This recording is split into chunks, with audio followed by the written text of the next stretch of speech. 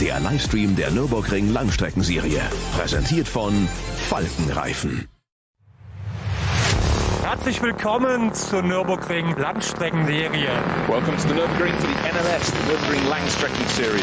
Und jetzt ist das Rennen freigegeben. The red lights are out now. Viele Zuschauer unterwegs.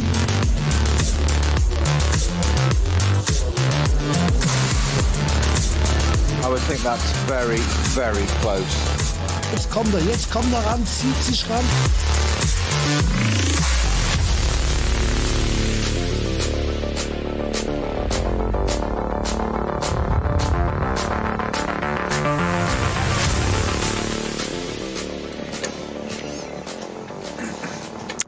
Very, very good morning to you. I can't believe it. This is the final round of the 2025 Nürburgring Langstrecken Series, and in at the start, out at the end, Bruce Jones and Peter Snowden all set for 4 hours of racing. And I've been looking up and down the entry list to see if Franz Hermann is listed again. Is it Max Verstappen coming back for a third attempt? That certainly gave us a real stir of the pot last time out, and certainly in terms of bragging rights, when he turned up at the next Grand Prix, a few other drivers were a little bit snippy, but he didn't just turn up here. He had an enormous amount of fun, got more racing than you get in 2 Grand Prix around a far better circuit than they'd have all season. There must be others thinking, you know what, I quite fancy doing that now. No, not quite fancy, really fancy. But unfortunately, Max set the bar so high, he didn't just win it, he waltzed it. So maybe they wouldn't want to reflect against that. But for me, and I know I'm fairly sure for you as well, Snowy, we just want all the drivers to do as many types of racing as they can. It's great to have that cross-pollination, and brilliant for the eyes of the world that had never seen the Nürburgring Nordschleife to find out what it's all about. Morning, Bruce, and everyone else. Yes, it is. That's the era we grew up in, isn't it? With people driving multiple disciplines of cars, and even at a Grand Prix weekend, driving a Formula 3 car or a British saloon car, as it was in the UK, British touring cars now, and in other countries as well. Same here in Germany. But I think one of the things that I just like about that, the Verstappen thing, is that the reigning world champion comes across and does this race and brings us a load of PR. I do feel a little bit sorry that the person that didn't get enough attention was his teammate, Chris Lullum, who did a great job, and not to underestimate it. Verstappen didn't choose him per chance. It wasn't a lottery. So, great that Verstappen gets all the headlines, but there's that.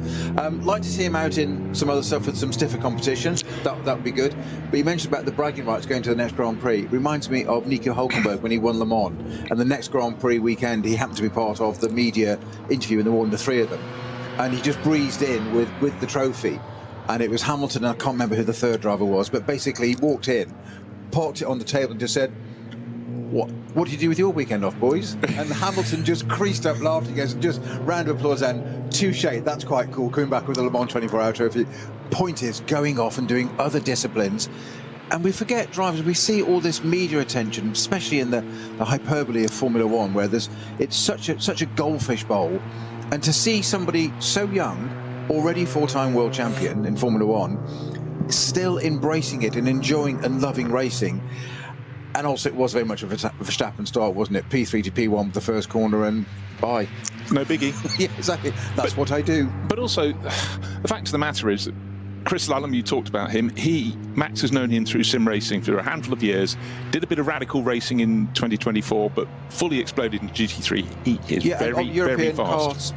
Championship 3rd or 2nd, and World Championship, he was 2nd and 3rd each of those titles in karting. So no slouch on 4 wheels when he's got 4 wheels underneath him. No, exactly. And to come to a circuit like this, it's great. But also, it's not just racing against this circuit, which we still think is the ultimate challenge in motor racing. 172 corners, 170, who cares? Yeah. Mixed weather. In fact, they got off lightly because it was dry throughout. But multi-class racing as well. That's another element you have to net in. So many drivers never get to do multi-class racing. But here, this morning, it was also about quick-fire qualifying.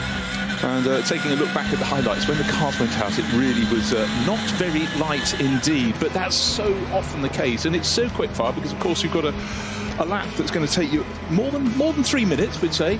And so really, it's all about just getting a feel for the car for this weekend. And okay, the last round was only 2 weekends ago, but it's about just slightly different track temperatures, The conditions very different. Actually, this time we had a few people mixing in. We always have the alternative fuels class. It's always been an element of the NLS. And today, car number 22, Max Cruz Racing, actually went out and qualified third fastest. So mixing with the regular GT3 runners. But it was the two Hout Racing Team Ford Mustangs bringing, their brilliant meaty rumble to the Nordschleife that went out and worked their way to the front of the queue. Not everybody made it around without damage. I'm afraid that's a feature of the Nürburgring Nordschleife, and one of the BMW class cars, kind of a 653, will take more than a bit of polishing to get it going. But come the end, it was the number 9, the blue and yellow Hout Racing Team Mustang that went to the top. Fabio Scherer setting the time in that, and he took pole position. 7 minutes 48, but in so many times it's really, the timing is slightly inconsequential. As long as you're near the front of the grid, you've got a very good chance. But anyhow, 2 Ford Mustangs, first and second. The first one, car number 9, chaired by Dennis Vetzer, Patrick Assenheimer and Fabio Scherer. 3 seconds faster than the sister car number 6, driven this weekend by Vincent Kolb and Frank Stippler. Frank Stippler's also in the car that qualified 4th fastest. Get down to that in a second. But the alternative fuel Audi R8 LMS GT3 Evo 2, to give it its full title, that's 2 Fugels and a Benjamin Leuchter, their 3rd fastest, and then Veremenko, Selv and Stippler, again, driving a Ford and an Audi this weekend, king of the Nürburgring, so he's 4th fastest in that. And then we've got a couple of the 2 Falcon Motorsport cars qualifying, their 2 Porsches, 5th and 7th. But really it's about just preparing yourself for what lies ahead. What track conditions have we got today? Well, the skies hopefully will clear a little bit, but I think we can chalk this one up as a grey day on the Nürburgring Nordschleife. But again, you get the job done in qualifying. We had 100 cars on the entry list, 96 cars went out to qualifying. And as we saw, car number 653 was one of the fallen. I don't know if that's going to make it into the race. Another car just out on circuit has not made it around. A Renault Clio has just pulled to the edge. Hopefully that something could be sorted. 653, by the way, from the giant Adrenaline Motorsport stable. It's the M240i Racing Cup class. So that's Salerno, Mao and Engelmann. Again, you look down the entry list, an extraordinary entry list. So many nationalities coming out to play, coming to experience this circuit. It's all about the circuit. The racing is always fantastic in the NLS. What they know for these races, though, grids are thinner than they are in the first part of the season, where we often have, 150 cars snowy, don't we? This time 100. It's been thinned down by 2 or 3 or maybe 4. So let's call it 95, 96 cars coming out to start. But we've got the battle at the front. Ford Mustangs. They've, second season of the Ford Mustang GT3, and it's just such a wonderful sounding car. And Hubert Hout and his team from just across the road in Moispath, they've been working really, really hard to get it to work very well. And seemingly, as the season comes towards an end, it's very much at the front. 1 win already for them in the bag. Let's see if they can do it today, first and second. Nice to see both of the Falcon Porsches out. They weren't the last round when you had Franz Hermann in the race. Good to see those cars out. Always contenders, Falcon car, either one, 3 or 4. Not forgetting, of course, that Mr. Stippler is driving 2 cars this weekend in the same race, which slightly confused me for a moment, or just caught me out off guard, having missed the last couple of rounds with you. It was Kolb that obviously put the Mustang into second, number 6. But it was Stippler that recorded the time for the Audi R8 in 4th place. In 4th place. Yeah. And I was thinking, of course, I forget he does this sometimes and does frequently. Drives both cars, and that is a testimony to your ability then of jumping from a Mustang, which is a big heavy front engine car, under development still, very much under development, and a great program with Ford Performance there, but also the Audi mid-engined car on different tyres. And mid-race, you just jump from one to the other, and both are front runners. So you've got a chance of winning the race in one of 2 cars. I mean, spread your bets. Well, we talked earlier about how in the 60s and 70s, but particularly the 60s, drivers did multiple races per weekend. He can get 2 in 1 here. 2 starting fees. It's the way to go. The car that was in trouble, by the way, is the SFG Schernau Racing Club Renault Clio in a class of just 2, the H2 class, and that's Roman Schiermentz and Matthias Varsel having its problems. Right, final round of the championship, and of course we have so many classes to consider, but let's just talk about the overall title battle. It's split between cars from 3 different classes, and you only get points according to the number of cars that start in your class. And I did some little maths here.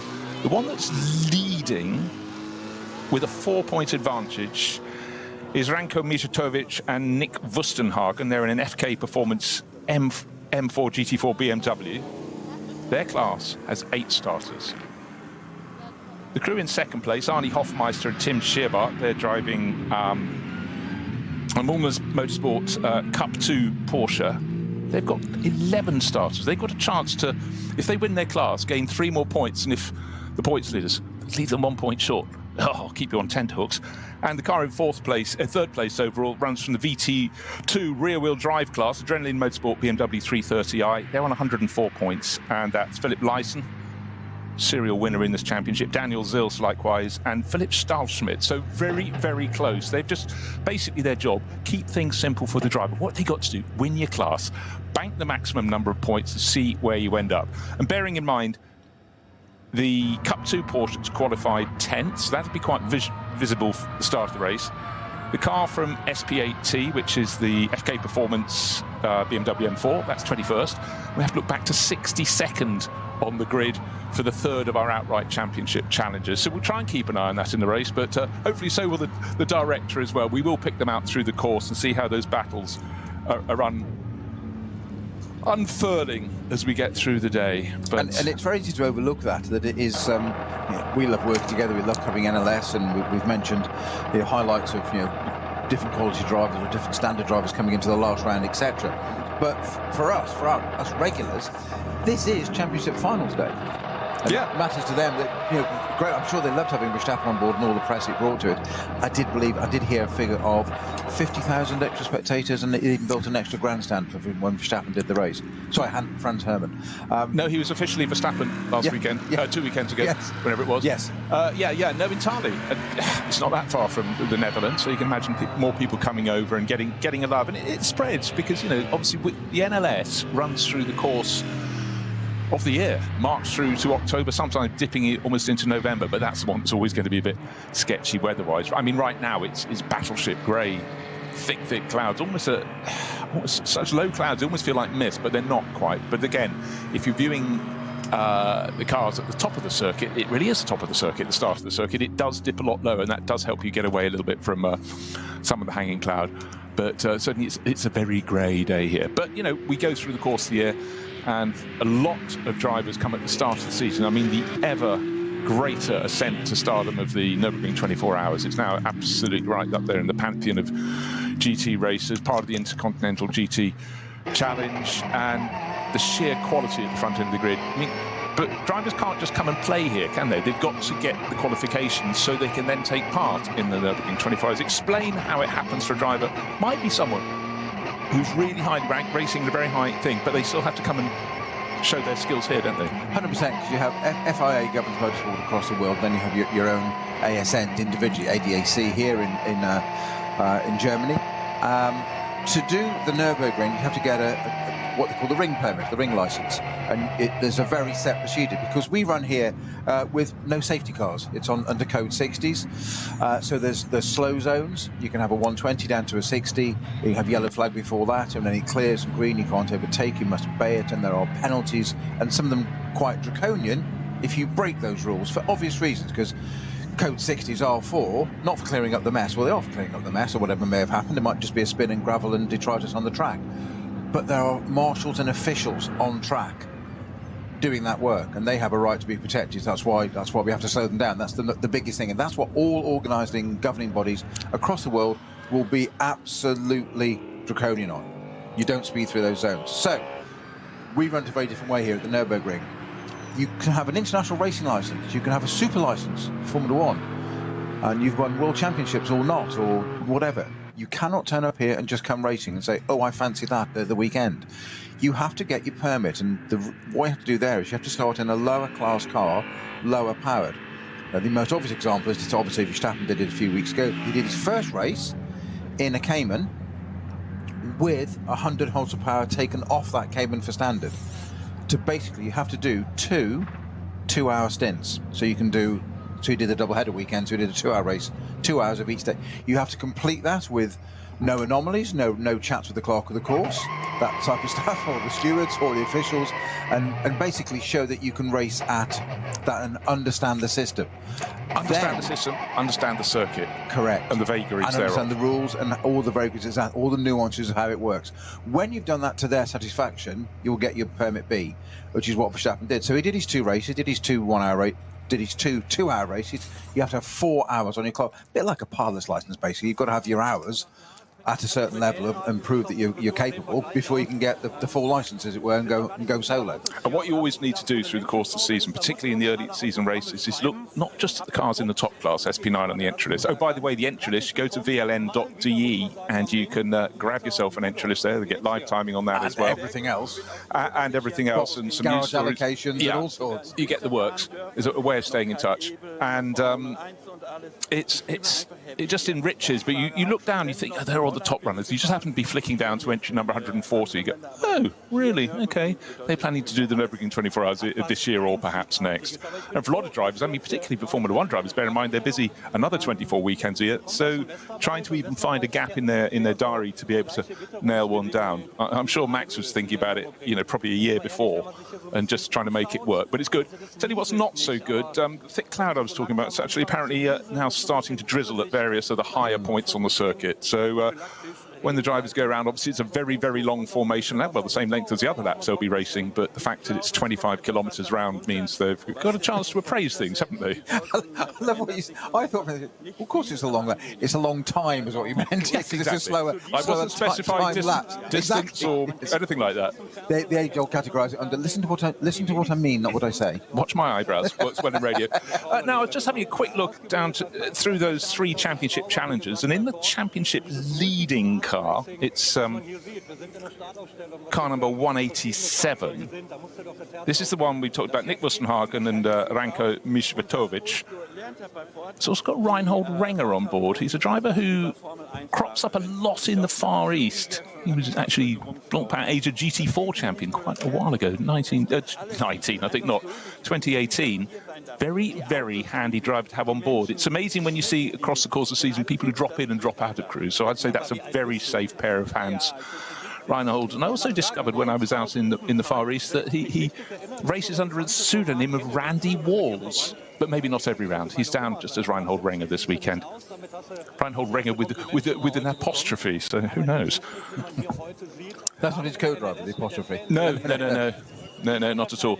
But yes, do if you want to just, and also if you go to live timing, you can get even little sort of tracker map where the little dots move around the circuit. That's Snowy always has it set up on his right-hand side, and when a car goes missing, quickly sort of zooms in. It's really good. I can't have one next to me because I'd be all consumed by it and fail to do any commentary whatsoever. But this is it, the 10th and final round of the Nürburgring Langstrecken Series for 2025.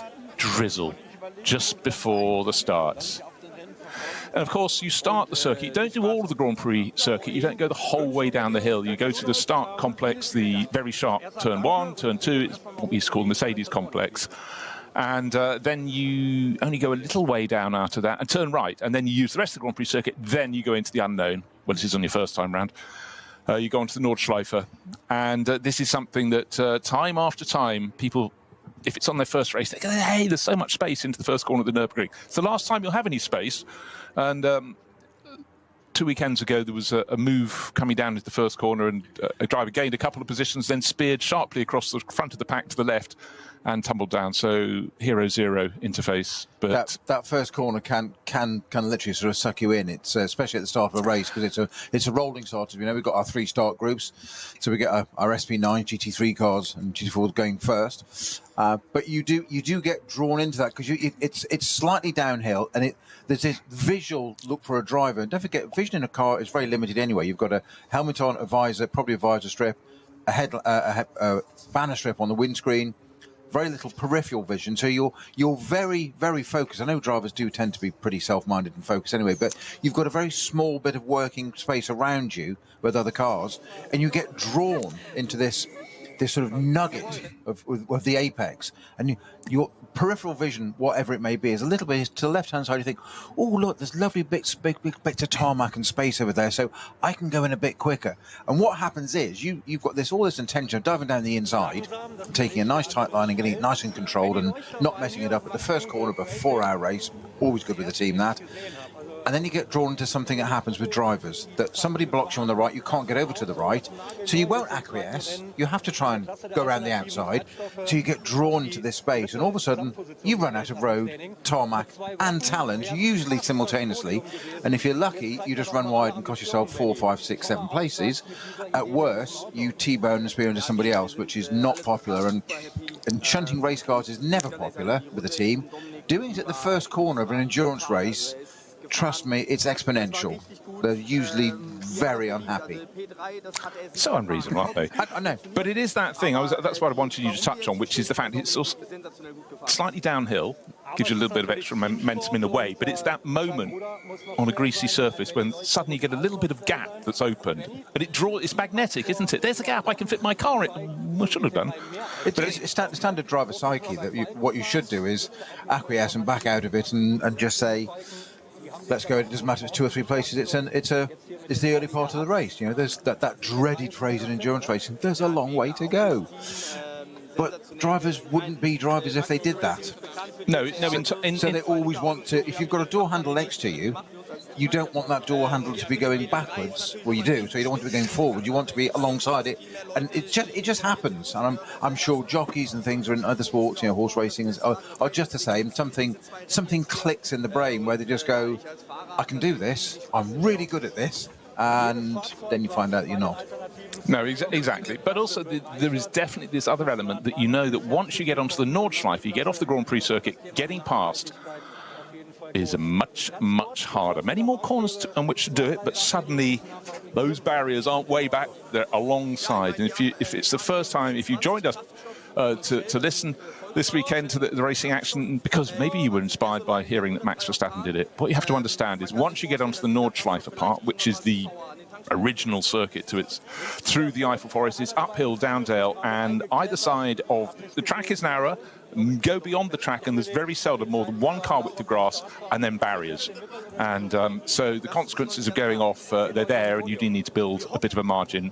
So getting past, you've got to know you're getting past. However, what we do get, Peter touched on it, 3 groups of cars starting there. There are 3 individual grids, all rolling starts, and it does mean our front runners at the head of this race will be catching the tail enders who are in far, far slower cars, doing their very best. They try and stay out of the way, but it's up to them.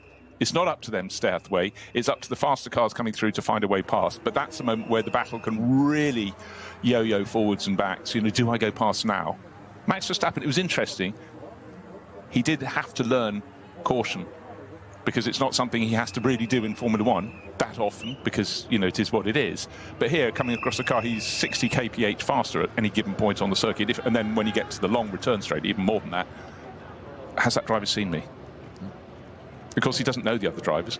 In fact, it could take you years to learn the other drivers, but you just sort of have to understand how a car with far inferior performance is going to handle around the corner. How fast would it be on the exit? Will it need more road, etc., etc.? So there is that element. You have to sort of back it off a little bit. The point you're making, of course, about the first part of the circuit is it's a current Grand Prix status circuit.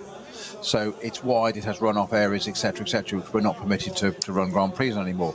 So the jeopardy there for the drivers in that first start group, and all 3 start groups, the same thing is that all those drivers have their best opportunity because they're just with their peers, not racing with others, so the speed differentials are pretty comparable, but they get that first bit of the lap, the Grand Prix circuit, where the opportunities to overtake are better because the track is wider.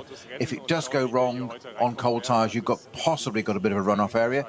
So your risk reward ratio is slightly better for you. You will try and capitalise on that first bit, but without going over and making a complete fool of yourself. And as you say, you go onto the Nordschleife, and the bit that I always say is the absolute best barometer is that basically at the end of that Grand Prix circuit, you turn right to rejoin, go in the pits, and there is a loop there for cars to do that if you need to, and continue on GP circuit, or you go left onto the Nordschleife, the Sabine-Schmitz curve, couldn't be named more appropriately. And that doesn't have a runoff area. It doesn't have any grass. It doesn't have any tarmac. It has a white line, and next to the white line, there's a metal Armco barrier. No conveyor belting, no rubber, nothing to soften it, not sugar-coated. It is end of that circuit, start of this one. It is that massive metaphor of this is the Nordschleife. If you don't get it right here, it's almost calm yourself, get ready for the next bit. Well, it's the ultimate funnel. It's actually a bridge over a road that goes underneath, so it can't have any more width. But it is right, yeah. We're not mucking around now. Now, to talk for 5 minutes as we have about the perils of the Nordschleife, you might think, oh, we're scaremongering. Not at all. And on a morning like this, it's battleship grey clouds. There's a light layer of drizzle on the start-finish straight, a few umbrellas up from the lightweights. Come on, live the weather. But it's once you go out onto the circuit, they don't yet know what it's going to be. It may well be that the rest of the circuit is completely without rain, but that doesn't mean it won't be coming in. But this is an event of peril, and that is such a part of the attraction. If you make motor racing entirely bland, I mean, bear in mind, when this reopened in the mid-1980s as a Grand Prix circuit, people were horrified because up until 1976, the German Grand Prix had been held here. Of course, 1976 nearly lost the reigning world champion Niki Lauda to a fiery accident out at the far side of the circuit. And was it Bergwerk? I think it was. Bergwerk, yeah. Yes. And 3rd of August 1976. Very good, very good. Just before the summer break, they didn't have. They didn't need to. It's just 16 Grand Prix or whatever it was that year. But it is such an incredible challenge, this, and that is why people do it. And I think you get the thrills, and of course everything breaks down, and particularly at this final round where we're trying to sort the ultimate championship from across all of the classes combined. Whoever has the most points wins the championship. But obviously if your class, you score your points according to how many cars are in your class. So if you race all year and do well in a class that has many cars in it, you're likely to be at the very front end. I was just looking out of the window, Bruce, and we've had this a couple of times earlier this year and indeed last year of fog and drizzle on the pit straight. The rest of the circuit absolutely fine. We can't then run because you can start the race, and it sounds really odd, but one of the main barometers what we can run or not is if the medical helicopter, which is based at the end of the pit lane, can take off. If the conditions are that it cannot take off, you can't run the race. Today, having a little look around, we're having almost the opposite. Do you remember the 24-hour last year where we sat there for ages, and I think it was the shortest 24-hour on record, actually.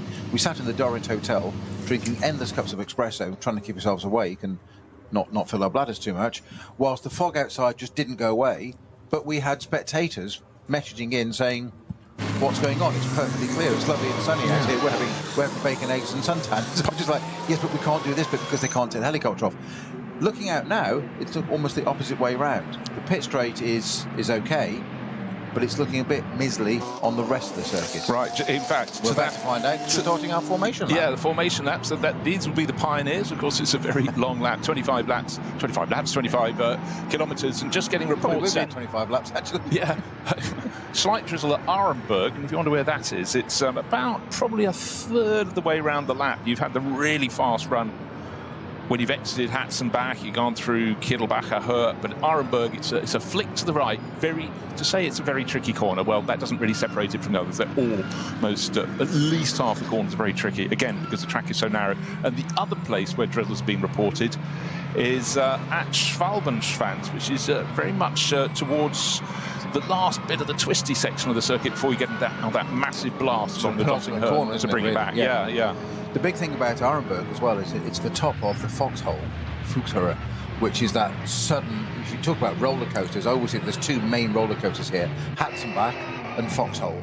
And those are the two where you suddenly descend and it looks like this ribbon of tarmac through, but you've got to place the car absolutely precisely, even more so on slightly colder tyres, yet more so on the first lap and drizzly, and get out at the end of it in one piece, because it's a lot quicker than you think, and it really is. Roller coaster just absolutely sums it up. They're going to be there fairly shortly, so we can look on our little track, and we're still at only halfway around the GP circuit at the moment, so we haven't even got on to the Nordschleife itself.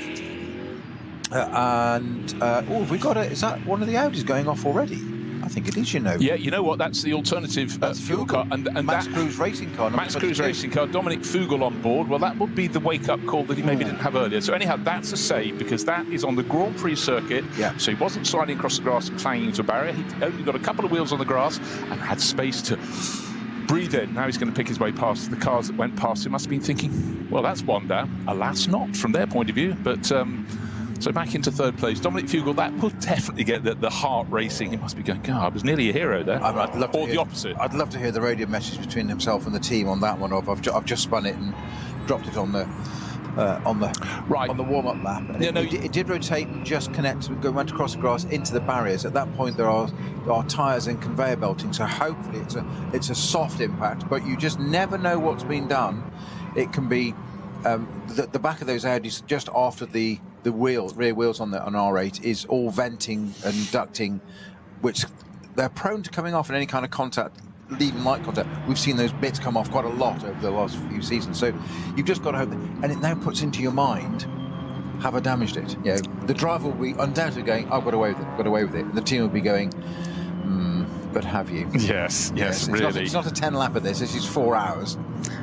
4 hours of up and down Dale. Right, the second grid of cars are going to have the same experience. Maybe the track would have been very slightly dry. They're working their way around the Grand Prix loop before they head out onto the Nordschleife. So that was as I said earlier, it's when you look at qualifying, it's all really about just a familiarisation, and this is even more so, but then you don't have a chance to adjust the cars or anything else. If you decided to go out on rain tyres, you'd be going, it's not slippery enough for those, so everyone will be on slicks. You can be sure of that, those who run at the front. But a few windscreen wipers going on, and that's on the Grand Prix loop, so they're not yet in the country. It's very, very grey. But as we heard just before the cars went out, at opposite ends of the circuit, there is drizzle. But then again, how much drizzle makes a track wet? Is there any wind? Not notably. And also, an awful lot of the Nordschleife, you spend your time running between trees, so it's not. There are various points where you'll be exposed, but I'd say once you get onto the Nordschleife, 70% of it, you're pretty much surrounded by trees on one side or the other. And someone else had a little spin on the Grand Prix circuit from the second group of cars. It's a BMW facing backwards, so classic case, I think. The track bit's not too bad with drizzle on it, but the white curbing on the outside can be a little bit slippery if you hit that. So again, that was just after the cut through. After they'd done the Mercedes arena, the first few corners, then you cut through sharply to the right, and it was just on the exit of that when you're doubling back towards sort of halfway point around the Grand Prix loop. The cloud is getting lower, even as the second group of cars goes into the dip and then comes up to the Vidal chicane. So in their mind, they're already thinking, I'm about to go onto the Nordschleife. I've got the chicane, and I don't turn right, I turn left, the double left at Sabine Schmidt's curve. And if you're asking who Sabine Schmitz is, by the way, double winner, two-time winner of the Nürburgring 24 Hours, but became famous she became very much part of the Furniture at Top Gear program. I think her first run on the programme was driving someone around the circuit in a transit van, wasn't it? Blowing their socks off. I think it was Clarkson. She claimed she could beat Clarkson time in a transit van, to which, of course, challenge accepted. And just that first statement you made, a two-time 24-hour winner. To take part in the 24-hour here is not a privilege, but it's a heck of an event. It's one of the blue ribbon sports car events of the world. To finish it is something else. To win it, let alone win it twice, is quite extraordinary. And she was entirely capable, and VLN champion once as well, since in '96, I think she was, in Porsche. But yes, could hustle a transit van around here and have a conversation like you and I are now, with so much mental spare capacity to just drive the van and just chat and just make it look easy. Well, she literally lived on the Nordschleife. Of course, you can come around with your road car, report to a ticket booth, effectively, and you're set off one at a time, and you can go and drive this circuit. I mean, how many great circuits can you drive? This isn't just a great circuit, it's a superlative circuit, but caution is required, because whatever you're driving, there's probably someone driving, or even more importantly, riding something a whole lot faster. So you do need to look out. Traum vieler Rennfans, der für die allermeisten nie Realität wird. What have we got? Mit dem neuen Gran Turismo 7 aber ein ganzes Stück realistischer. Mit der neuesten Auflage des Kultspiels für die Konsole fahren wir zu den wichtigsten Streckenabschnitten der grünen Hölle. Die AMG Arena. Erstes Nadelöhr nach dem Start. und durch die unterschiedlichen Linien ein toller Ort für Positionskämpfe auf der Grand Prix-Strecke. Auffahrt Nordschleife. Nach der Vidol-Schikane biegen wir ab vom Grand Prix-Kurs.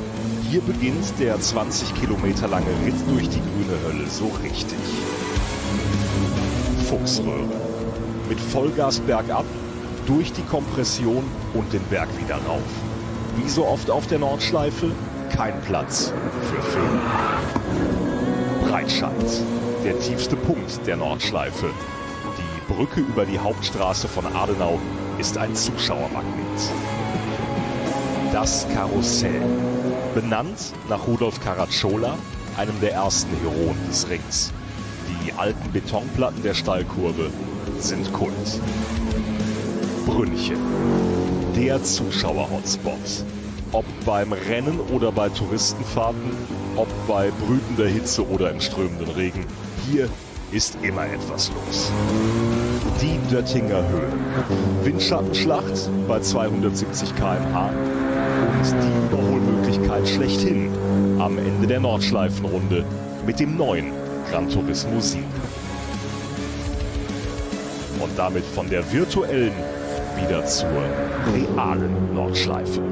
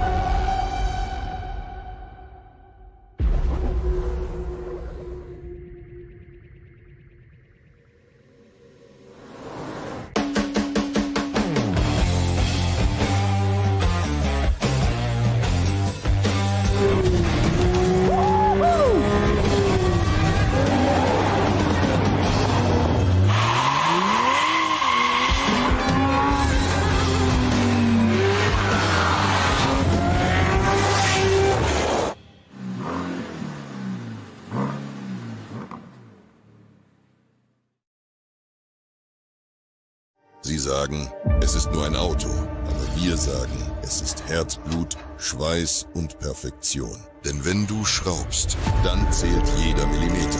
Dann bist du in deinem Element. Du willst mehr als nur fahren. Du willst es fühlen. Die volle Kontrolle. Eine optimale Straßenlage. Wir wissen genau, was dich antreibt. Denn wir teilen die gleiche Leidenschaft. Egal ob auf der Straße oder auf der Rennstrecke. Wir sind immer an deiner Seite. Wir sind H&R. Offizieller Partner der Nürburgring Langstreckenserie.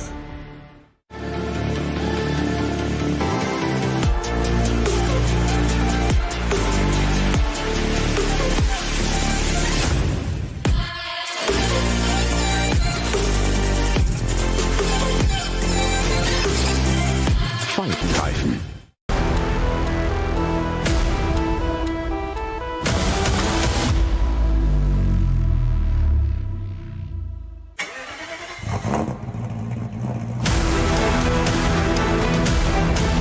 Hol dir jetzt dein eigenes Motorsporterlebnis nach Hause. Dein Online-Shop für Simracing-Hardware und Zubehör. www.simraceshop.de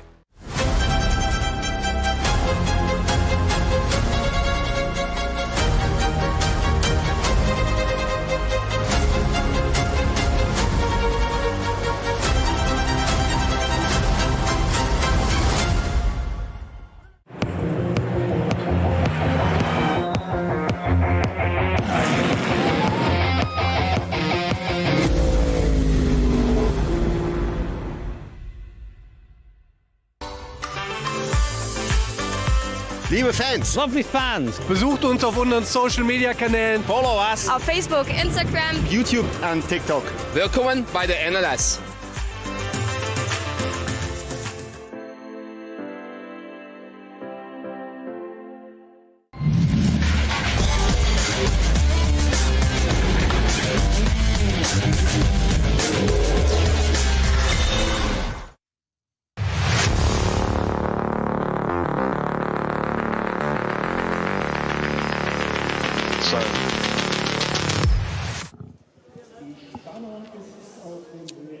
hours of racing line up ahead. Ford Racing, as it's now called. 2 cars in this race, 2 cars on the front row of the grid, 2 of their Mustang GT3s. And we're kicking off with Fabio Scherer driving the car on pole position. He's showing that, that's car number 9, showing that with Patrick Assenheimer and Dennis Fetzer. And the sister car number 6, the inimitable expert of the ring, Frank Stippler, will start and hand that over to Vincent Kolb. And then Frank will sidle his way down to the pit lane and is providing the Audi. It had a little spin very early on the formation lap. He's still in the battle. He'll get in that and take it through to the finish. So greedy in some sort of way. He's running cars starting 2nd and 4th on the grid. So he's going to split himself. But right now he'll be wearing his Ford performance hat, doing the first part of this race. Presumably the first half. It's a 4-hour race. And we will see how it unfolds. The last time of the year. And I'm sure we're going to pick up some phenomenal action today. Back half of the circuit, track looks a little bit darker than it would normally. Not just because the sky is dark, because there clearly has been a little bit of drizzle that's just settling on the surface. But as the cars go around, not too much spray coming up. Of course, on the formation lap, they're not running at full racing pace. However, any high point in the circuit, it's always quite handy to use an onboard camera and look across the trees and what are you seeing out ahead? If you're seeing anything, that's good. That means you've got a view. If you're not seeing much, it means the fog. It's not fog. It's thick cloud. It's getting worse. But actually, in the space of the last 30 seconds, moving around the circuit, suddenly go to an area with slightly less dark grey tarmac. So it's just what the drivers don't want. They'd like to have uniform race surface, and they're not getting that. Greasy in parts, marginally less greasy in others. What fun. We do get, as you say, I mentioned onboards there. We do have some onboards now. There's a pit board being held out for a Ford already and a change of tyres. Okay, they can rain tyres coming out. Wet tyres already for one of the Ford Mustangs. We don't know which one it is that's going to be coming in. I'm going to guess and risk it, maybe Stippler. Because he knows the place so well, maybe he's going to say, let's go on to those to start with. You can flip it round and say that Stippler knows this circuit so well that he reckons anyone can push on slick tyres. It may be him. Do you see what I did there? I did. You set me up, didn't you? And no, it's a joint thing. Yeah. I knew it would work, yes. Two sides of the coin. Yeah, have it covered from all directions. Brett lands on its side is the problem. And then falls through the drain cover. Exactly. Into the sewer below. There are no winners. No, indeed. So one of our Mustangs is going to pit for tyres almost straight away. We've seen this before. Not. Well, we have seen this before, just prepared. It might also be mind games, psychologically, of let's bring these out and get the other teams immediately thinking, well, why are they doing that? Which car are they bringing in? Which one is it? Why not? And it might be that it doesn't. But Dottinger Hoa is now looking very, very misty and foggy. Cars coming out of the final corner, not of the circuit, but the final corner of the bit before you get to the Dottinger, which is the long straight, the run with the kink in it at Antonia Bucher, where you're still flat on it, up towards Tiergarten, Hohenrhein to complete the lap. But the long view taken from high above Hohenrhein, you can see the glare of the front-running cars, their headlights coming towards us, the cars moving from side to side, but it's chopping and it's changing. And so the final sector of the circuit, the final 5 kilometres in pretty thick cloud. Now, just before we get our race underway with Start Group 1, we have lost the 906 911 GT3 from the Cup 2 class already.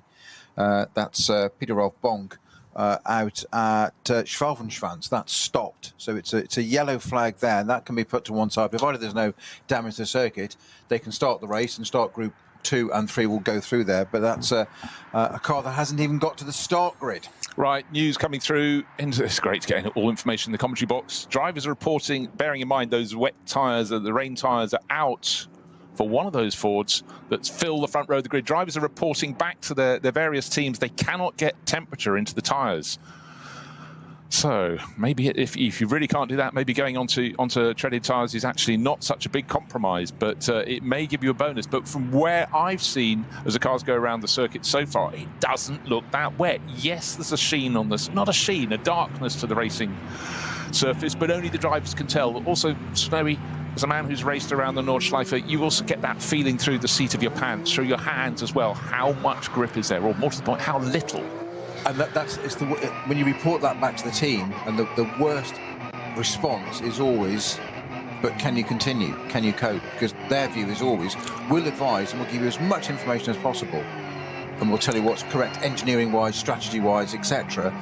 But, as I've been told many a time, you're driving the car. It's under you. Tell us. And that's what, where's your skill set? Can you get this to the end of a lap? Can you get? Is it worth getting through? Is it a time deficit to come and change and go onto a tyre that then overheats too quickly and it's the wrong decision? What do you do? And it's down to you. It's not going around another 4-kilometre lap. If you get it wrong, it's 25Ks, and it's not just any 25Ks. It's incredibly difficult 25Ks where everything is stacked against you. But the first couple of cars, the blue Mustang from Hout Racing Team, that's car number 9, comes around, waiting for the sister car, the white one with the blue stripes, much more American racing colours there.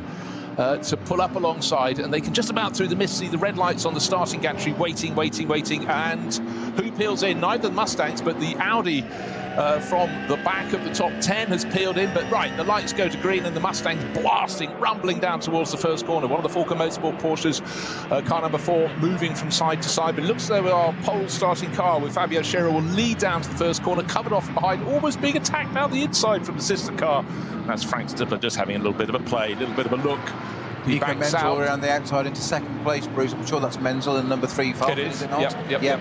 Straight up to second, split the 2 Fords directly, and the other Falcon now into 4th place. Now, the Porsche losing, and the Mustang losing out a little bit there. It's almost going to drop down to P4 if he doesn't look out. That's the number 6 car of Frank Stippler. But let's factor in the fact the drivers have all been reporting they can't get any temperature into their tyres, and that's why Frank's being maybe slightly cautious there. And this is a point where you can just risk too much, and Boccolacci trying to go through the cut around the outside of Frank Stippler. Frank gets a wobble, forces the number 4 Porsche up over the curbing, get back to terra firma, and tucked in behind Tim Scheerbart, 9th. He started the race from 10th, but he is a championship challenger. He's 2nd overall in the outright ranking, he keeps it 3 abreast. Stippler just cannot. He can't get the power down. He's got a couple of cut 2 Porsches going around either side of him. This is Frank being cautious. But you know what? Doesn't come here with this much experience and just takes silly risks. Yeah, the turn-in's okay. It's from the mid-corner out to the exit where you just can't get the power. He's just losing it. It's understeering and then oversteering on power coming out, which is why he's dropped a handful of places. I think 3 or 4 places already for Frank Stippler. But neither of those cars came in for changing tyres, so they decided not to. And I think he's going to drive around the problem and see if the track can dry out. Whilst the start group 1 get onto the Hatzenbach, onto Nordschleife, or onto start group 2 coming up to Tiergarten, ready for the race start. I just identified one of the cars that I think 4 of the lead group came in, and car number 50 was the best place on the grid, 11th at the start. That's the Keep Vitesse AM class SP9 Audi. So we saw the Audi come in, followed by 3 others, but at least we can identify car number 50. Right. Second starting group, same drill. Look at the lights on the starting gantry as the cars pass the pit entry, and a couple of the one of the Porsche Caymans has dived in from that class, followed by one of the BMWs. But the leaders in the class, nice and neat and tidy. It really is a dark, dark day. It's like you're looking out through tinted windows as you head down towards the first corner. The track seems wide, it dips down into the first corner, but the first 3 Caymans, all nice and clear. Oh, the one in second place is still in second place, but nose wriggling to the left, to the right, touching the white line on the outside edge of the circuit, somehow just getting the braking done. Of course, there's a huge tarmac runoff area straight in front, so all would not be lost. Places would be lost, but not the race. But anyhow, the driver there doing precisely what Peter and I were talking about before the start of the race. Just a little bit too much of a hero into the first corner. Could have been a full, could have been a 0, got away with it. But again, just showing Snow just how little how little grip they have, just trying to get temperature on a coolish morning, but it's super, super great. And that little sheen of moisture, clearly very tricky indeed. Well, P2 in this start group is lucky to be in P2 still. He tippy-toed all the way around the outside, as I said, into that, drawn into that bit of runoff area, and he's still having issues with the back of that car, snapping away in oversteer, and he's run wide again. So he is absolutely massive. Oh, there's nearly a run into 3 of each other there, almost got away. Their braking distances are obviously compromised on a damp track as well, and on the short bits of straight they got, they're still, as you say, doing a little bit of weaving, trying to get to heat into those sidewalls of the tyre. And that's what you need to do. You need to get the sidewall compliant and get it soft and working. That's the bit, otherwise the tyre just doesn't work. I'm going to name names. It's Heiko Hammel who's had all those moments. Renazzo Motorsport team, of course, they run a Lamborghini in the top class, but running in Cup 3, which is the Porsche 718 Cayman GT4 class, absolutely packed with runners, but he was nearly not one of them.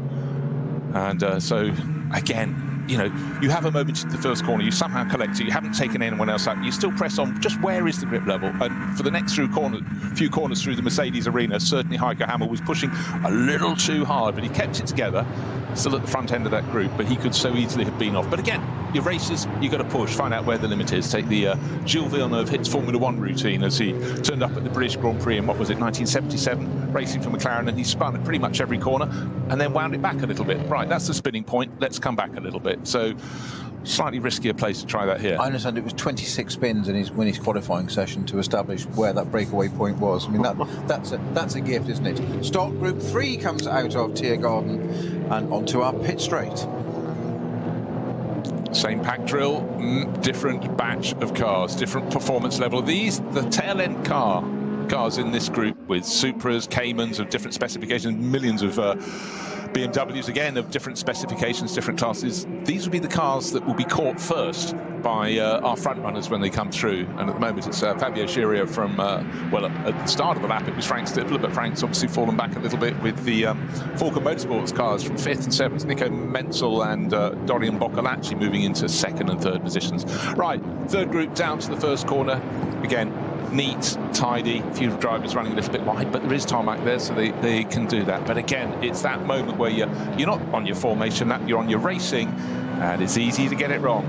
Into the second corner, out of the second corner, into the third, and then the flick to the right, tight flick to the right, turn 4 on this circuit. Unusual to see an Alfa Romeo in this little group back there. We're so used to seeing this class full of BMWs, the odd Toyota Supra, but great to have at the front end of the class, and Alfa providing something just a little bit different. And that's always been a feature of the Nordschleife races, of the long distance races, that you have very, very different groups of cars. And it's, you know, the more the merrier, I say. So of the first group, the ones that pitted of note was the number 50 Max Cruz Racing R8. That came in and had its tyre change. It did have the first sector quite quick, but sector 3 actually. That's Daniel Fugel, wasn't it? Dominic Fugel, yeah, he had his little flick, but that's sort of going okay, running. Well, it started the race in 5th, but he didn't start the race, as you've highlighted. Conditions still tricky. It's not a wet track, it's a mildly damp track, or the curbing around the outside of the circuit certainly is. And we've had a few little moments. Right, halfway around the opening lap, and it's proper windscreen wiper action. And it's tippy toes, isn't it? And we've had a change up front because the yellow and blue pole starting Fabio Scirea driven Mustang has had a moment. I'll tell you what's had a moment though. The number 4 Porsche, in the blink of an eye, has damaged itself. There's an Audi sitting sideways across the track, and I think that's car number 22. I think that's the one that was started by Dominic Fugel, the one that had to spin on the outlap, and it gained various places, and then lost some. And a Porsche has had front end damage. Can't work out which one that is at the moment, I'm afraid. So what they've done, they've got to about 2/3 of the way around the lap, and suddenly the track's got a whole, well, maybe just a few percentage more slippery, and suddenly an incident, and it really throws it into perspective. What happens if you come around one of the many corners? There's a car sitting sideways across the track, as we had with that stricken Mercedes. So certainly something has affected Dorian Boccolacci's number 4 Falcon Motorsport Porsche. That had moved itself up into 3rd place by the time they went through Hatzenbach. Lost what happened after that. But bear in mind, all the cars, the front end of this field, were just pushing very hard to find how fast they could go into corners, what level of grip they had, and it would have changed in the sort of effectively 15 minutes since they were last at this point on the circuit, because I remember they had the formation lap and then they come around, but definitely the second half of the lap there is more drizzle in the sky, and how hard you push, and certainly It's a big, big question. But also, you don't want to back off, because this could be the point where you could squander 20 seconds, which could be night and day in this race. But you have to be so aware of what could be around the next corner. So looking at what flags the marshals may be showing is absolutely crucial. Slow zone upgraded to code 60 at Hedvigshøe. That's quite a long way around the lap. You're right about, absolutely right about the number 22 car. That's now stationary at Wipperman. So that's become a code 60 at that point already, early into our race. And it's what else was involved in it that I thought I saw from the very quick onboard we witnessed on the number 4 Falcon, which is Boccolacci and Menzel, isn't it? So I thought it was Menzel in the car, so it's actually Boccolacci, isn't it? Yeah. I thought I saw, yes I did, the slippery surface flags being displayed, so yellow and red stripes. They are indeed. You can see them dotting her. Now he can get a headshot. It's Boccolacci's Porsche. It's Boccolacci's. Menzel's in both of them. That's why it's slightly confusing. So but he's still ahead of the sister car with Menzel on board. Minus the front right wing. So in fact, the car that's first one around to the end of the lap is silly, so fast because it's lighter than it was before. But it's the number 4 Porsche. Now, has he got to pit? Because if the tracking and all that set would sliding there through the tier garden, is he going to have to pit this Boccolacci? Yes, he's diving to the right-hand side. So there's some bodywork damage. So the front wing is obviously kind of cosmetic, if you like. Basically, it's a very expensive, shapely headlamp carrier. That's what it does. It's not structural to the car. That's gone, but it depends what else has happened to it underneath. So you've got to have the car come and check. So it looks like it was the number 4 Porsche that had a collision with the number 9 Haupt Racing Mustang of Fabio Scherer. Yeah, they were very close together. Number 4 into the pits, and I'm afraid he started a bit of a trend. Loads of other cars are likely to be diving in. 948 is in. That's from the Cup 2 class. For those that continue, the track is probably in slightly better condition as they see it for the second time. Just remember that Frank Stippler fell back. His car qualified. The number 6 Mustang qualified second, but on that opening part of the first racing lap, he seemed to have no grip whatsoever, particularly through the Mercedes arena, turns 1, 2, 3 and 4. However, settling down, a little bit of caution. Clearly he's used his caution to good effect. But what we are having is a change of the order with several cars in the pit lane, most notably the number 4 Porsche that was the first one round, and it's the first time I've seen a damaged car, missing one of its front wings, get round ahead of all the others. But clearly a moment, and he's got away with it. Yeah, and the PU as well. But what's important is that the splitter and all that is intact underneath. So that's all there. You've got all your front bumper with your air intakes and anti-dive planes, which are really, really important there. Pit crew are in the pit lane already. That wing has already been what's left it's been removed. The fresh one is going on. They'll be constructed in a way to do this. The front bumper is on. It's going to go out looking pristine again in a matter of minutes. I'm sure they can't service a road going Porsche this quickly and make it look that pretty. But mind, I wouldn't like to see the invoice for this work either. I gather the contact was at the carousel as well. I think we've got a Cayman. Was that a GT2? That's it is a Cayman Pro 4 number 95. That has just retired on the beginning of the circuit. Actually, turn 1. That's into the box on the right, the dotted box there that you can take a penalty on. Yeah, other cars. Something else slow coming in the Dottingerhoe with damage to its front right as well, by the look of it. Well, it is a Porsche. It was a Porsche. It was a Porsche. But it's definitely it's on the right-hand side of the circuit. We know it. No. So, problems for a lot of runners on the opening lap of the race. There may be some more fallers. Some people may have decided they're coming in to get wet by the tyres. I don't think many have really gone for it. Maybe 3 from each group. But certainly what we're gathering is that the collision, number 4 into the back of number 9. When I say that, I mean Boccolacci in the Falco Motorsport Porsche into the back of the number 9 pole-starting Mustang. The damage was done there, but it became a lot worse because Boccolacci went over a curb, and that, whatever damage was done, the fracture was there, and then that front section came up in front of him. Snow. Yeah, it's number 30 Hankook Competition 911 that's slowly returning to the pits. If I read my time screen correctly, and I just want to add this just in case, but because of everything going on at the front, our race leader at the moment is Harley Horton overall, in a 959, not a Porsche 95, but car number 959, which of course is a Porsche number, in the SRS Team Rank Sport 718 Cayman, because of all the confusion going on. That is, he'll be happy about a little bit. I'd say that, won't he? Well, what I want to know is how much the people were delayed. Talking of Harley Horton, he's actually very well placed in the Junior Cup. He's 1 point down off Noah Nagelsdijk in the Junior Trophy, which is one of the many elements, but really the front of the race, it's all about Nico Menzel. He's supposed to be driving 3 and 4, not at the same time, obviously, and the sister car number 4 is the one that's been damaged, but he's being pushed and absolutely harried by car number 948, which is a Cup 2 class Porsche 911 GT3 Cup class car, and that is being driven by Tobias Muller, and he's all over the tail of the SP9 class car and going alongside it down. It's almost as though it's like the SP9 cars just can't get heat into their tyres, and the Porsche Cup cars seem to be rather better on their rubber at the moment. Well, the top 3 cars are Cup 3 cars, Horton, Stegman and Schmickler. That's extraordinary, isn't it? Yeah, so bodywork on the track, left-hand side there. I've just caught out to the side of the number 3 Falcon on board for us. I'll try and identify. I guess that's off the number 30 Porsche because it was white. You'd think so. Yeah. You'd think so. So what we have, sometimes the Porsche Cup 2 class cars, they can make their first pit stop slightly later than the front-running SP9 class cars. Sometimes we have them take the lead of the race at that point, but we seem to have had them taking the lead on this slippery circuit when the SP9 cars just can't get the heat in the rubber. When you see Frank Stippler struggling in any GT3 class car, you know there's something a bit of a problem. He started second, he's tumbled down the order. Don't discount him, but certainly for him, he's fought at the end of the opening lap, he was in 14th position. Don't forget though, there was a bit of a sort out with the front-running cars. We had Dorian Boccolacci in the number 4 Falcon Motorsport car clipping the back of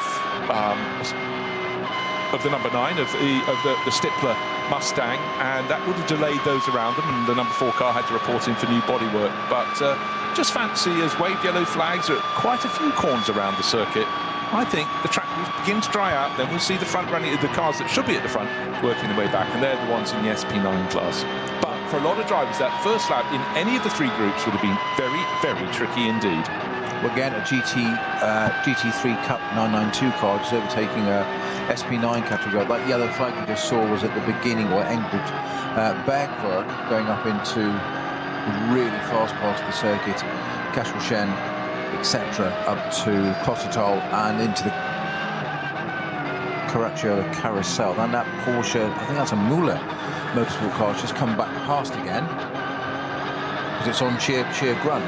But it's we've seen this before, haven't we? That these SP9 cars, GT3s as we call them, they're slightly different for this series. Hence we call them SP9. It is a GT3 car, but on a few things slightly different for this series. But they're not all. Alpha's just running at the back of a Hyundai. Let's give a little love tap there to push him on, just demonstrating where he thought the braking point was for the Alpha, not for the Hyundai. Yeah, these GT3s, unless they're in optimal conditions, are perfectly dry. They don't have that much of an advantage. These are the worst possible conditions because it's neither wet nor dry. It's just greasy. It's unpredictable, and the circuit is evolving one way or the other, and you don't know which way it's evolving. That's the point. It's literally rolling the dice. So we'll wait to see a bit of a yellow flag there. Go on, the green flag again now. Sorry, Bruce. No, I was just going to say one thing the drivers to be aware of. Clearly, it's very slippery. It's very, very tricky. However, it's also the fact that you have incidents around the corners. Now we're starting to get the field almost all melded because our front runners are going to catch the tail of the 3rd group very soon indeed, and that will make things super, super tricky for them. I'll tell you what, I would like to apologise. I've been squinting somewhat. I've been talking about an Alfa Romeo in the field, and I looked very carefully because it's red. It's an Audi. It's an Audi. I've made exactly the same mistake. You see, I trusted you implicitly. I thought it was an Alfa 156. I did exactly. The problem is that, Bruce, in Bruce we trust. Because you'd said it, I took it as gospel and read it as being exactly that. I went back to British touring car days for about 30 years ago.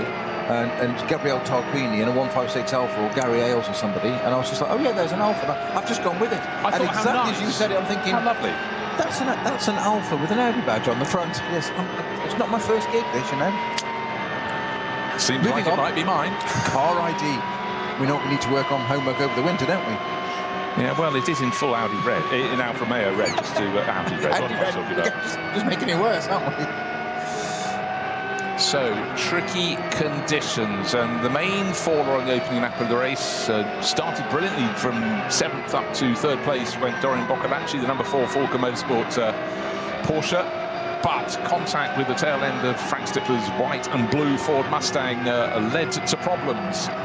And certainly, even though it got around the lap sooner, the opening lap, ahead of the Mustang, it had to dive into the pit lane for body work repairs. So that has tumbled out of the top 50. We started with 96 cars on the entry list, 100 on the entry list, 96 starters, but there have been a few little fallers. But very, very tricky conditions. The long view along the Döttinger slightly better than it was when they completed their formation lap, but there is still a low-hanging cloud. It's enough that when the cars approach, their lights diffract through the mists and the drizzle. But it's still a very, very fast part of the circuit. Still cars slipstreaming each other. But really, the story of the race so far is just the fact that the SP9, the top-class cars, at the moment, they're starting to move their way forward. The two Mustangs nose to tail, and then a whole group of others behind, and they're starting to build their pace up again. Well, they are, but they're struggling to get by. I'm just watching there to an absolute treat of Nico Menzel. Right, we talked about the number 9 Mustang having been given a little shove up the back by Dorian Boccolacci's car. There's a little bit of bodywork damage on the left rear corner, but it is just bodywork, flapping in the breeze and a few stickers slightly loose. I think that's a technical term.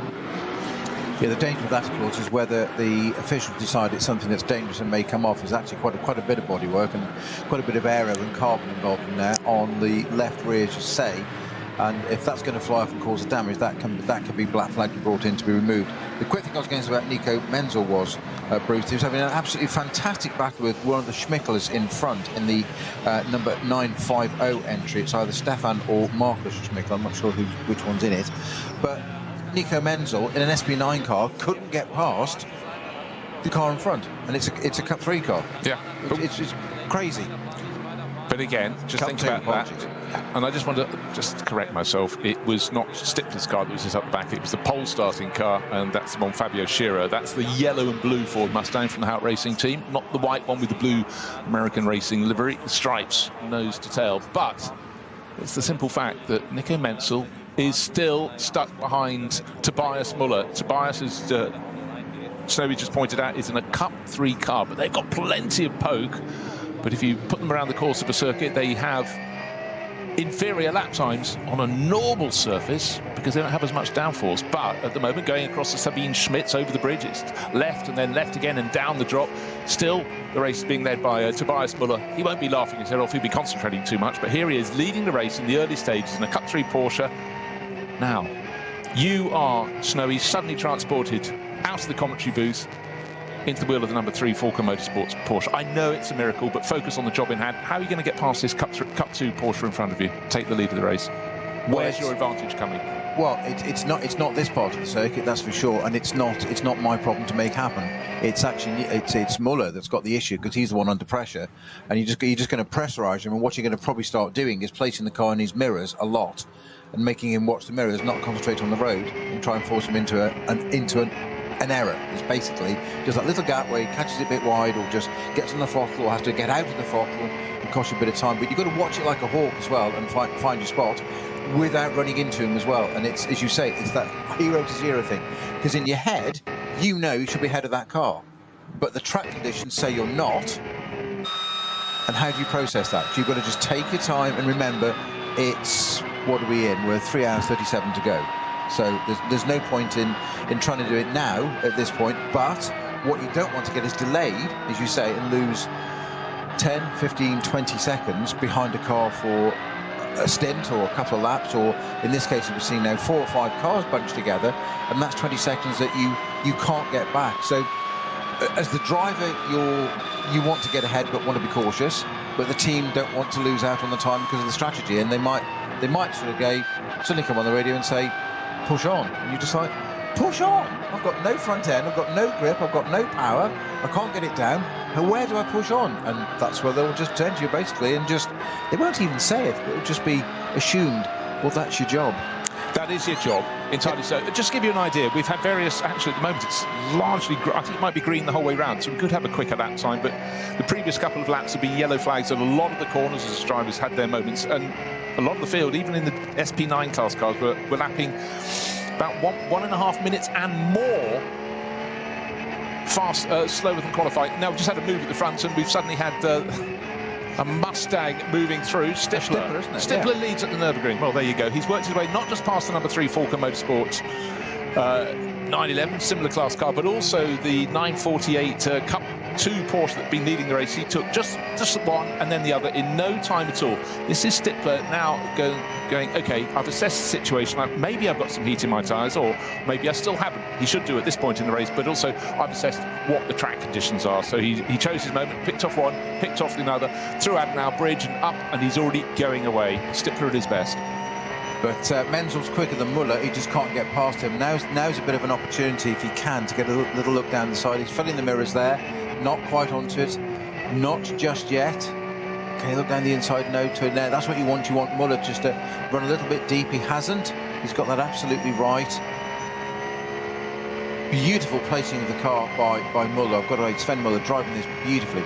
This is down to Bergwerk into the really fast part, Kastelchen, Kossetol, up to the carousel. This is, I would say, where Nico Menzel may just pounce, because you'll have the extra little bit of power in that SB9 GT3 car, and you can just reel him in. But I'm not sure he's close enough. In the meantime, Muller's is not catching up. Obviously, he's pulling away. Frank Stippler's pulling away. This is now Menzel is in striking distance. He might get the job done. Can he go up the right-hand side? That's a very brave move down the right-hand side. He's got to turn in there. Muller's left in the room.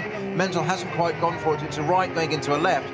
So Muller's on the correct side of the track, and I think he's done it, yes, just at the very end of it there. Kastelchen has got himself ahead of the Muller Porsche, which now means that Menzel's up a place and can start the pursuit into the carousel as Frank Stippler comes out of the carousel. That was a fantastic sequence of action. What you have to understand is the fact, as Snow was talking, the track was moving from, it wasn't moving anywhere, but as you look ahead from the drivers trying to make their moves, there's a kink to the right, there's a kink to the left, you're still absolutely flat. You know it's going to the corner at the bottom of the hill, just Klostertal about before you're about to climb up to the famous Caracciola carousel. And the moment where the number 4 Porsche hit the back of the number 9 pole-starting Mustang, you couldn't see if there was any damage, and then clattering the curb a few corners later, suddenly the front right, the bodywork above the headlight back to the tail end of the bonnet, suddenly flat back on itself. So big shot there, and that is why number 4 Porsche with Boccolacci on board had to report to the pits at the end of the opening lap. But he didn't hang around, because once that bodywork had flown off, he then pressed on and was actually ahead of some of the front runners. As he brought the field round at the end of the opening lap, dived straight to the pits. And just to report, the Audi that went off on the opening lap has now been put onto a flatbed. Is that the 22 car? It was indeed. Yeah. That was the one from Max Cruz Racing, the alternative fuel car, started by Dominic Fugel, driver who started, like a lot of young German drivers, in TCR a few decades ago. Well, about a decade ago, really. But TCR had its sort of moment. It sort of rather ebbed and flowed away. But actually, in a few years ago, we used to have loads of TCR class cars. They're the silhouette touring cars, if you will. They used to be really popular, but they seem to have waned in terms of the VLN and the series that it's begat, which is this one, the Nürburgring Langstrecken series, just a renaming. But used to have half a dozen of them. They always provide fantastic racing, but you know, that's racing and it's different fashion. So it's interesting. Nico Menzel's now caught up with Frank Stippler, hasn't he? Yeah, various points. In really short order. Yeah, Stippler got clear of that number 948 Tobias Muller driven Cup 2 Porsche, and we saw the struggle and the move made just before the climb up to the carousel by Nico Menzel. But now he's alongside. You're not coming past me, Squire, thinks Stippler, but he got alongside the white and blue Mustang and then had to back off because he was on the outside of the corner, and another corner was coming up where he'd be even more on the outside. So he tucked in behind, but what's he want to do? He wants to get a run. Where does he want to do it? Along the Dottinger Herd. Did he make a good exit from Gaukenkopf onto the long return straight? Not really, not quite close enough to use the toe. So Frank Stippler can heave a sigh of relief, but it was remarkable how much the number 3 Porsche closed in. Not quite yet it is, but it's not quite yet because there's traffic in front of Stippler. They're coming up to the fast part of the circuit, and that's where they come through the kink. It's job done, isn't it? It's not going to quite get to do it. I thought that Menzel will have a bit more of an opportunity on the second part there, but obviously Stippler's read the traffic well. Funny that, isn't it? Well, he has. Okay, yeah. They're just approaching the final couple of corners of lap 3 of this race. They've started lapping the tail enders from the third of the start groups. If you look at live timing, it does suggest we've got 3 Porsche Cup 2 class cars at the head of the race. It doesn't anymore. A couple of those, of course, the 948 has been demoted. That's Tobias Muller. But a couple of the others were sort of listed up there by dint of their starting time, starting somewhat later because they were in the second starting group. No, they weren't. What am I talking about? Sorry, the next starting group, we've got a couple of artificially high-placed cars. Just realised I've put myself in a cul-de-sac there. It was cars from Cup 3 that started in the second starting group. So a couple of those were listed at the front, but they're now falling down the order. What's happened with the SB9 class are going up. I want to sort of just mention, if I may, very good run by Christoph Breuer, 786. It's bright yellow, little black flashes on it. It's the Renazzo racing team Lamborghini. We do like a Lamborghini in these races. For years they used to flirt with glory and sort of come away with nothing, but this is a team that's been competing all season. Kiki Saknana, one of the drivers, the Thai racer who absolutely adores the ring, sharing with Christoph Breuer and Dieter Schmidtmann, in inverted commas. Now I'm going to say at this point, as they're onto the Grand Prix circuit, about to come up to the Nordschleife, Nico Menzel significantly quicker, but not opportunity to get past Frank Stippler in the Mustang. So if he hasn't done it on this part of the circuit, he's going to have to settle down for a little bit. And Stippler, nobody knows, Menzel knows the Nordschleife, but Stippler knows it just as well, if not more. So that's going to be hard work for him now. But I think the Porsche just looks a little bit quicker.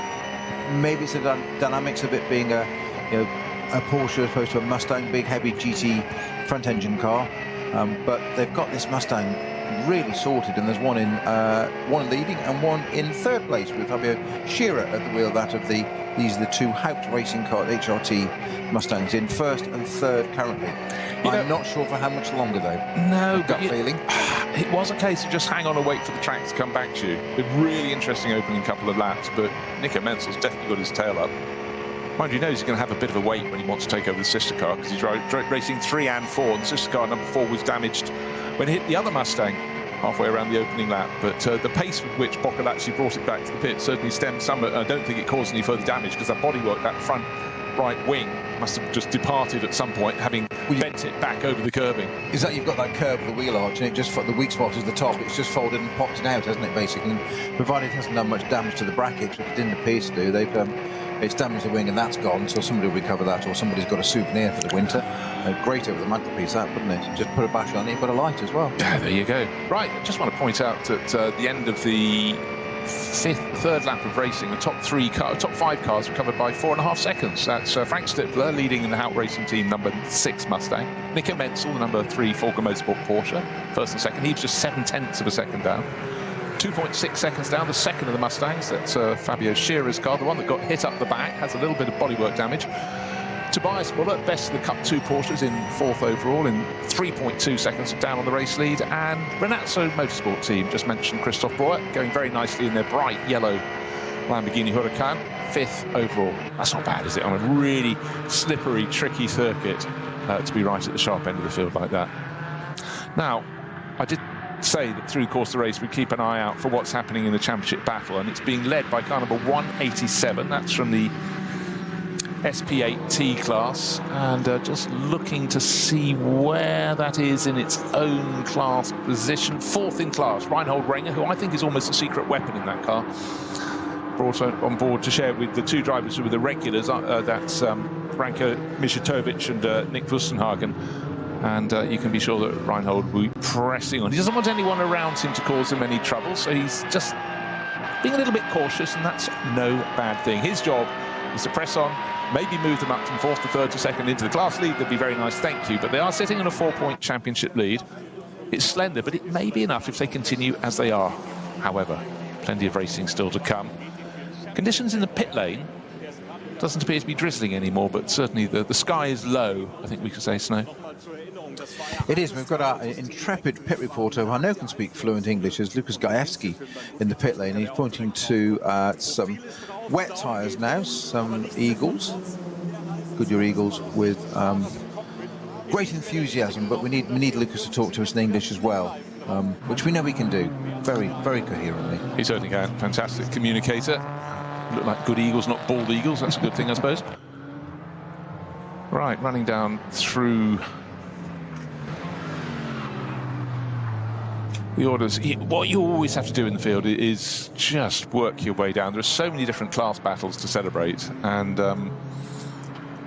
car that's been delayed, but it does go well. I'm delighted they're showing it to us now, because it's car number 144. We haven't really talked too much about the effectively the GT4 class cars, and that's one that's had a visit to the pits. And with rising German star JMO Hartling at the wheel, that's picking its way back up. But it's obviously made the call, pitted, presumably for wet weather tyres. Correct. That was one of the 5 that pitted at the end of the first lap and dived in. That was one of them, and went from slicks to wets, which is proved to be the wise move for their car at the moment. Yeah, I know, it's a gamble, isn't it? It's not an easy thing. So that's drop them down the order, but they will reap what they've sown. And actually, I tell you what, I thought as much. It has just come out of the pits again. They've made 2 pit stops in that car. That's why it's so far down. I didn't think it would have dropped below outside the top 30 if it had that 1 pit stop and then 2 subsequent laps. But we'll keep an eye out. Why did it come in the next time around? Maybe it came in the first time for bodywork to be repaired, because it certainly was having a few moments on the opening lap. When, don't forget, a lot of cars were having their moments 2/3 the way around the lap, cars sitting sideways in the track, and when you're at the head of the pack and you're sitting sideways, A, you start breathing and praying, and B, everyone else coming around the corner will be hoping that they've understood what the messages were from the flagging marshals. A lot of points around the Nordschleife. You don't have much of a, let's say, line of sight in advance. So this battle rages at the front still with Stippler and Nico Menzel, and I think Menzel's moved ahead. I think Menzel's got ahead, yes. I've got a slight delay on one bit of footage I'm seeing here, which is not corresponding to. That's a back marker. Yes, indeed, Menzel, we've just caught the end of it there, yes. So, Frank Stippler, most unlike Frank Stippler, got caught behind looked like one of the 330 BMWs, and just waited for a moment. That's exactly what you were saying earlier, Bruce, of do you wait, do you be a hero? And he just waited for a second, and Nico Menzel went, well, if you're going to wait, I'm not, and went straight through it. Yeah, right-hand side, so there it is. Blue flag's being waved, the 330 stayed in. I've got to say, it's a left-hander going into a right. The BMW did exactly the right thing and stayed on the left-hand side, and it was Frank Stippler who chose to wait behind and not dive to the right and take the door that was open. I'm not saying it's the wrong thing to do. It's probably better in greasy conditions not to risk it, but Nico Menzel did risk it for a biscuit, in fact, for the race lead, and has done it. He did, and he was certainly 3/4 of the car over the white line beyond the edge of the circuit, and you don't know what the conditions are going to be like over the sort of grass creek curbing at the top, but he managed to get away with that. And by the way, yes, confirmation, car number 144, we saw it, it's the Schnitzelarm racing Mercedes, and when it was brought in by JMO Hartling for the second time, it changed from wet to slick tyres. So maybe they went from slick to wet with the first pit stop at the end of lap 1, and then back the other way. Right, very, very tight at the end of lap 4. It's nose to tail. Last time around, it was the Mustang, car number 6, Frank Stippler, ahead of the number 3 Falco Motorsport Porsche, and it's been flipped over the other way, but the gap much the same. It was 7/10 of a second at the start of the lap. They're just competing, and it's come down 0.4, but the order has been changed. It's not Ford ahead of Mustang, it's now, sorry, Ford ahead of Mustang, it's not Mustang ahead of 911, it's now 911 ahead of Mustang. 2 cars, very, very similar lap times, doing things in a different way, and that's one of the beauties of GT3 as a formula. It's grown so enormously and for so long. Since 2006, the modern iteration of GT3 was launched, and next year we're going to have a whole load of racing series for the early GT3 cars. 2006 to 2013, plenty to celebrate, and a lot of people have suddenly found a lot of value in a car that was getting dusty at the back of their team garage. So I think a lot of people are scouring the world to find, because they're going to be European 2 series in Europe for GT3 legends, and we'll be racing on the Peter Auto Classic Tour as well, so it's great. No one likes to see a car sitting doing nothing, but these are just, they're such bulletproof cars. They're just, they've proved their mettle, proved their worth, and it's great to have them revived. It's, for a lot of the drivers, it's a bit scary to think that what they raced when they were young are now historic cars. Tell me about it. And they're still young. Let's not go there. New fastest lap by our race leader Nico Menzel at 8:11.676. So the track is getting quicker all the time. What is interesting watching these 2 cars is that I think Menzel's quicker on the technical parts of the circuit. That Falcon Porsche just looks a little bit more agile, a little bit more grounded. It seems to be working slightly better in these slightly treacherous conditions still. What the Mustang that's under Frank Stippler's got is absolute grunt in a straight line. And what I have noticed is it's monster on the brakes. into the corners, which I would not have expected for a big GT3 front-engine car. I'd have thought that would be an Achilles heel of it. Absolutely. Whether they last the distance is another question, but you always have that eternal piece of elastic when two cars are chasing one another and one breaks and the other catches up with it, not to be deceived by that. But some of the distances that Stifler's coming back from is like, wow, it looks absolutely fantastic under the brakes. It'd be great if Lucas Gajewski, our pit reporter, could go and have a chat with Frank Stifler. Both of them can speak perfectly fluent English and find out what Frank thinks of the brakes on that GT3 Mustang, because of course he'll then completely flip my comments on the head and say, no, it's rubbish, it's just on power. Well, just to spite you, really, I suppose. He's like that. He's like yeah. That. No, he's not. Keeps us straight. No, he's a gentleman. He's not. He's an absolute gentleman, yes. Right, just sort of trying to pick up... the start of this race really shook up the order with a few incidents on the opening lap. We then had the Cup 2 Porsche leading outright. That's fallen back a little bit now. Tobias Muller tumbling down the order a little bit. But conditions were very greasy. Still visibility, it's very low-hanging cloud mist, call it what you will. But now we've got 3 SP9 cars at the front of the field. It's Porsche ahead of the 2 Hout Racing Team Mustangs, but it's still slightly slippery offline, so any move you've got to be fairly convinced the car in front has notified you and been aware of you, because if it pushes you slightly out, you get on a bit other people haven't been driving over, and that could be tricky. But those that blinked first, we saw the race-leading Hout Racing Team, the Ford Racing crew, coming out with wet weather tyres for drivers at the end of the opening lap. They didn't come in, others did. It seems to have been the wrong way to have gone. Came out and the track, I thought it wasn't even marginal, but a lot of teams might have thought, you know what, it could be about to get worse, because the weather isn't just what you have now at the Nürburgring, it's what you know or think you know is coming in. May I just say at this point, trees look magnificent around the circuit. Absolutely fabulous autumnal shades here. Meanwhile, on the track, but... you know what it is. They're not out for a drive in the beautiful part of the country in the Eiffel Forest, but it's certainly occasionally, come on, Snowy, in a racing driver, occasionally you might look up and go, looks rather attractive today. Oh, you do take it all, and the danger is not to take it all and not concentrate on what you're supposed to be doing. One of the slight advantages of a track being in this condition is that obviously it's the same for everybody, but certain cars have different strengths. But there isn't so much of a drying line, so you have a little bit more freedom. You can go off a line, it not be such a problem. When you've got that dry line and it's wet either side, you don't go on that at all, so you've got to be really strict about it, almost like slot car racing. When it's dry, it's fine, until you get marbles. So at the moment, it's kind of, if you're brave, and fortune favours the brave, and we saw that with Nico Menzel, when he had that opportunity when Frank Stifler sat behind the 330, he just went, oh, just wait a second, and Menzel went, no, I'm going straight through in that Porsche. But he knew, he just timed it to perfection, that as when the left-hander, the right opened up, and Menzel could just get on the gas and just fire it at the apex and stop it and get past the car, and Stifler, that certainly got his dander up, didn't it? Yeah, well, it has. He's now coming back, right on the tail, flashing the lights right under the rear wing of Nico Menzel, who's not really looking backwards at the moment. He's looking forwards. He's trying to work out what is coming next. But the Mustang. I mean, if you had to go, paint the face of an angry racing car, children. Go on. That's what you do. Great big moor on the front of that Mustang. Big twitch at the bottom of the hill on the rise up towards Carousel, and Stifler corrected it, but that lost a bit of his momentum. Then onto the concrete. A massive amount of lock on the inside of that car catching that. It looks like a little twitch from the outside, from the inside. That's a lot of work, and it's a moment, a definite moment for the driver. We think, oh, but Frank Stifler, that's just day at the office, isn't it? Yeah, 100%. So we just heard from Benjamin Leuchter. We saw his car, the number 22 alternative fuel Max Cruz Racing Audi that qualified so well, qualified third on the grid. We saw that off on the opening lap, and it was at Wipperman, as Snowy pointed out, but for Dominic Fugel, through Benjamin Leuchter, the driver still in the pits, who won't get a race today, one feels, unfortunately spun in the Wipperman area on the first lap and hit the guardrail. Well, unfortunately so. And for those behind, they had to scramble, but everyone on the opening lap, we just commented about how the visibility was poor, the track was going to be greasy, little flurry of drizzle, no more than that, about half an hour before the start of the race. But for everyone, they did the formation lap, but what was it going to be like at racing speed? We soon find out with quite a few spins on the opening lap. However, damage not too much, but actually of the top 5 cars on the grid, about 3 of them ended up with some form of damage. Well, one of our pitters on that first lap was the 910 GT3 Cup Porsche.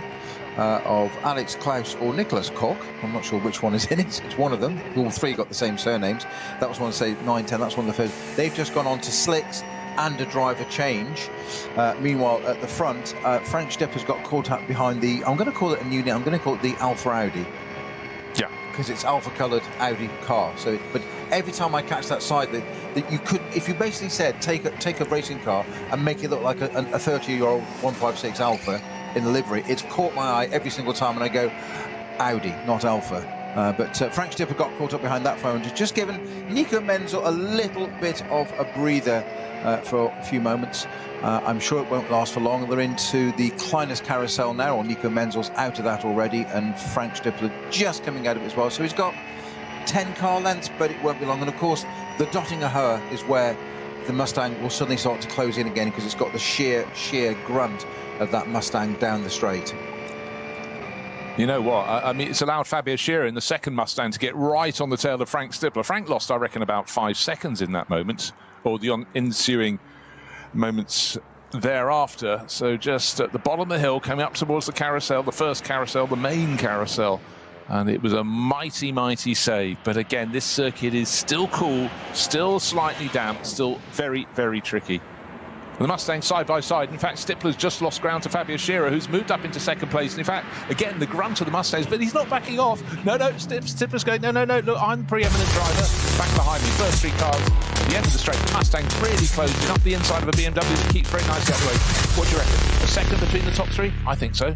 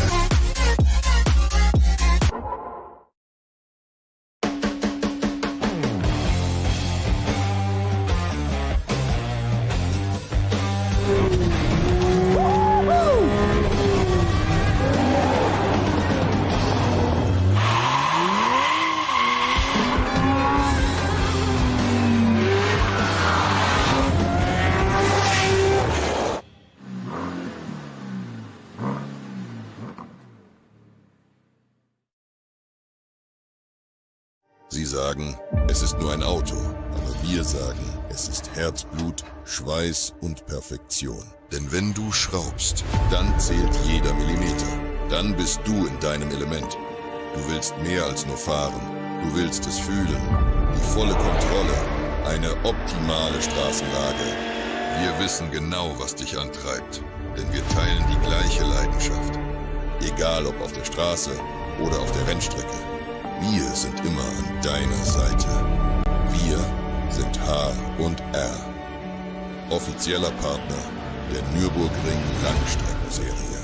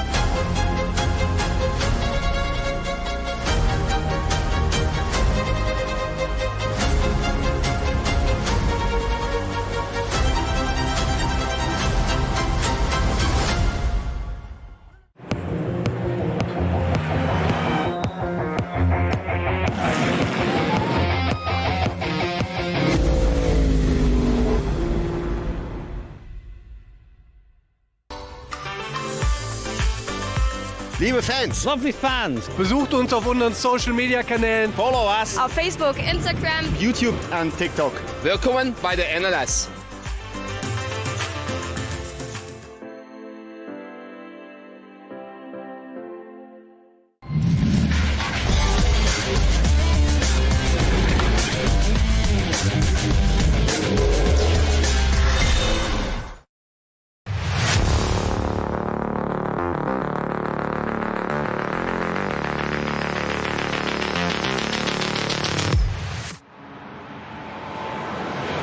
Well placed in its class, suddenly the outright championship battle could swing their way. And they are, I think, third in class. Oh gosh, they're almost all going to end on the same score. How fantastic is that? Who writes these scripts? Absolutely excellent. So, the clouds are not lifting, nor are the drivers. And that's the point. That's why this lead battle is so good and all the way down the field. The drivers heave that sigh of relief when they get onto the start straight. And it was a brilliant move for Frank Stippler down the inside of Nico Menzel to take the lead in his Ford Mustang. But Menzel just is never say never. He doesn't back off. They turn left at turn 2. Menzel on the inside in the Porsche, but sweeping around the outside goes the white and blue Mustang. Then the sister car, Fabio Scherer, number 9, also tries it. They get to the third corner. And the number 9 Mustang's the one with the slightly tatty rear end after contact. In fact, still slightly surprised, hasn't been called into the pits for that rear left bodywork hanging off, but it doesn't seem to be slowing the drivers. But Menzel, every time you think he's just being pushed back into third place, he fights back into second. Brilliant, brilliant action on the Grand Prix loop. They know that within the next 20 seconds they'll be on the Nordschleife itself and life will become a little bit harder, but fantastic racing. Well, that section you used to describe as the Mercedes arena, so turns 1, 2 and 3, that's where the Mustang defies all laws of physics, and as I said, is monster on the brakes there. It's incredible, and that's where both Stippler could take advantage of that and Fabio Scherer. It was then Nico Menzel who said, I'll have me a little bit of that back again, when he got out of that arena, got the power down, a little bit more versatile and adaptable through the technical part, the Porsche, and just managed to get one ahead again of Fabio Scherer. But it was only just, it was nip and tuck, and what I did like about that was, you said Menzel didn't give up. Stippler's got the job done. Menzel didn't give up. Fabio Scherer was all for it as well, but he left Menzel room. How much room did he leave him? The width for Porsche. No more, no less, but respectful racing, as in, okay, if you're brave enough to go around the outside, I'll leave you the room for your car. Let's see if you can do it. And okay, you've done it. Fair enough. Respect. You can almost see that between them physically on the track. It's there's not pushing each other out of the way or running out of road or opening the steering, whatever. It's just decent, respectful racing. And Nico Menzel, I think, is going to retake the lead. He's coming through sideways from Frank Stippler. Why is he sideways? It's raining. It's now properly raining. This is the heaviest rain. We had a little sprinkle before. If Menzel does not back, his Porsche is twitching left, it's twitching right. He is on a mission. Maybe he's coming in at the end of this lap because we'll get towards the end of the opening hour. Because right now, I think this is the time. This is the crossover moment to come in and change to wet weather tyres, because it's certainly there is now rain on the screens, and you can even see, whenever treated to a rear view, you can see the spray coming off the back of the cars. But Menzel is rocketing clear of his rivals, and looks as only one of the Mustangs in the background. What happened to the number 9 car of Fabio Scherer? He was, bear in mind, the start of the lap, 3 cars covered by under half a second, and Scherer not in the rear view shot. Frank Stippler in second place looks as though he's about 3 or 4 seconds behind, maybe slightly more, but Menzel is absolutely rocketing clear. And again, as you said a while back, on the technical parts of the circuit, which is pretty much all of the Nordschleife, that the Falken Motorsport Porsche just looks supreme, but it's a very, very twitchy ride. I'm not sure which of those cars I'd rather be in at the moment in these conditions, whether it's which is the trickiest to run. I understand the front engine car a bit better because I've had more experience of those. At the Porsche, I have not enough experience to have driven one of those and comment on it, but Nico Menzel clearly does. Comes out of Galpenkopf onto the Dottinger and down the pit straight. Now the question is, as race leader, will he pit and go? Are the conditions bad enough to warrant a tyre change yet? I thought there was about a third of a lap ago. As they go along the Dottinger, it doesn't look as damp there. But that's the point, isn't it? That's the point. Oh, what's the call? You also, to come in now, it you know, again, we can talk a little bit about the timing of your first pit stop and how long that needs to be. It's all fixed according to a chart that still has me awake at night. But how wet is wet? How wet is not quite wet enough? Frank Stippler still hanging on in there. He's actually, again, along the Dotting He closes and closes. The Ford pony certainly can gallop. I think we're going to see our race leader dive in. Yes, we do. So Nico Menzel has come in. His handling was certainly getting looser and looser, but I would take my hat off to him. That was a fantastic last half lap. Cars along the start-finish straight, windscreen wipers on. This is the point that Frank Stippler goes, either that was a really good decision or I've got 25 kilometres that could become increasingly difficult. But again, who's one of the most important person in the team for any race, any season at Nürburgring Nordschleife? Your team meteorologist. And after a good 20 years of racing around this circuit, you have to feel that Frank Stippler is his own meteorologist in so many ways for the immediate reaction to the track conditions beneath him. And that's where the phrase teamwork applies so currently, because I was saying a minute ago that I'd be on the radio saying weather check, or weather update, because the team can tell you is it crossing, because it's such a big circuit, is it crossing one corner, which normally could be a third or a half of the circuit. Here it could be a fraction. So it's not worth pitting on such a long lap to do that and getting your strategy entirely out. But we will see. Menzel chose to do it. I think that was a stellar last lap for Menzel to keep that thing on the road and pull out the distance over Stippler. And I think he put qualifying brain in for that, to get it back, knowing full well that it's coming back to the pit. If you've got to do a stint like that, it's quite a risk. You're operating without a safety net. There, he was just like, right, I'm going to get this back to the pit. It might be a little bit leery, but we'll get it there and job done. So that's going to be it's going to be a driver change, is it not, in that car? So you're going to have Joel Sturm into that, taking over Nico Menzel, number 3 car. Joel's already strapped in. Bear in mind, Nico's supposed to be driving the number 4, the sister car as well. Busy afternoon for him. So the car at a standstill in the pits, but I touched on the issue of how long your pit stop has to be. If you pit off, as he has, after 6 racing laps, bear with me on this, 328 seconds. Next time around, when Frank Stippler and the gang come through, their pit stop has to be 23 seconds longer. You go, man, that might not be fair.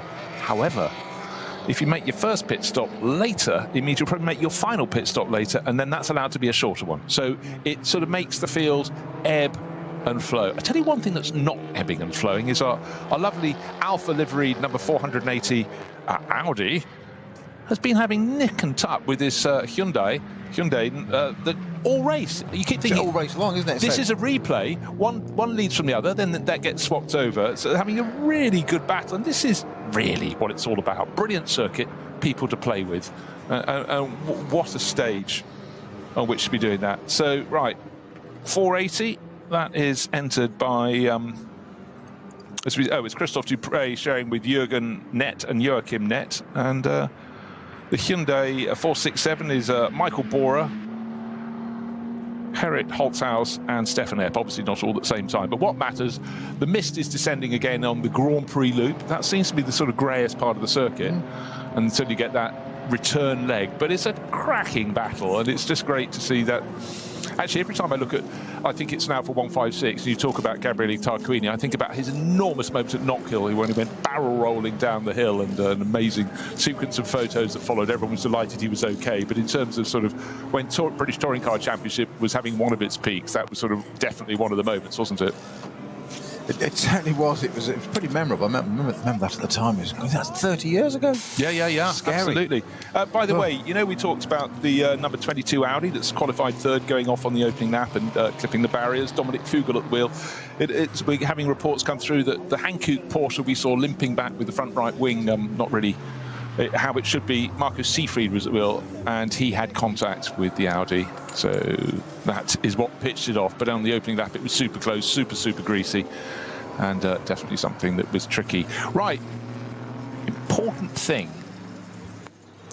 Lead battle in the SP8T class is the number 175 Aston Martin. That was leading at the start of that, which has been passed by the number 155 BMW M4. But the third car in class is the outright overall series leader. So that's gone up a position, car number 187. It's all about just keeping it neat and tidy, working your way up the order, and yet could be heading towards the championship. You have to feel on a grey day with greasy conditions and rain starting to come in, there are many things that can happen. Yeah, but that's just changed again to the 155 BMW, just been overtaken by the Aston again. Because, as you were speaking, we know before that, so there was an issue. The 155 BMW was actually weaving a little bit side to side gently, as if there was an issue or something loose, or had it just come out of the pits or not? Well, it's just come back into the pits. It's just come back in, that's my point. Has it got a puncture? Exactly, or a loose wheel or something. It took the shortcut, and you're allowed to do that. You're allowed to go around the part of the Grand Prix loop that we use, and instead of then turning left, double left onto the Nordschleife, you can peel into the pits. You don't gain an advantage. In fact, it's a disadvantage to do that. But if you have fancies there's something wrong with your car, you don't want to go into the Nordschleife and lose endless time limping around the remaining 23 or so kilometres. You cut through. It means you have to start the lap all over again, but it's better than any time wasted around the Nordschleife. So at the moment, the whole crew coming, I think it's just a puncture. Left rear puncture. This is the M4 GT4 Plus line car, number 155, with Richard or Philippe Grisek at the wheel, and it does look like they're changing the left rear only. It's on a set of slicks. Now they're changing the front left as well now, so that might be precaution. So maybe it hadn't just come out of the pits, but it's certainly come back in again. And of course, we remember these GT4 category cars, SB8s. They have the original wheel nuts and hubs. They don't have centre locks like the GT3 cars. You're not allowed air drills and air guns, so you have to use. We see in the garages all the time drills all charged up and ready to go in case one's flat or the wrong socket or it drops off. They often have 2, 3, 4, 5 ready. 5 wheel nuts, off they come, unwind and back on again. But there's and also quite a long. There's a 959 Porsche in. That was most of that's Harley Horton, isn't it? It is Harley Horton's car. That was the car that a lot of front left damage. Just before that, we've had, might still be in the pits. I will double check, Bruce. But 904, one of the Muller Motorsport car. It's more tape than paint on the front of that car now. That's been in for quite a while. But Harley Horton, our one-time race leader, is into the pits with significant front left damage. Yeah, it just want to point out that was in the race lead from its class, because its starting time was after the lead. It was in the second group of cars.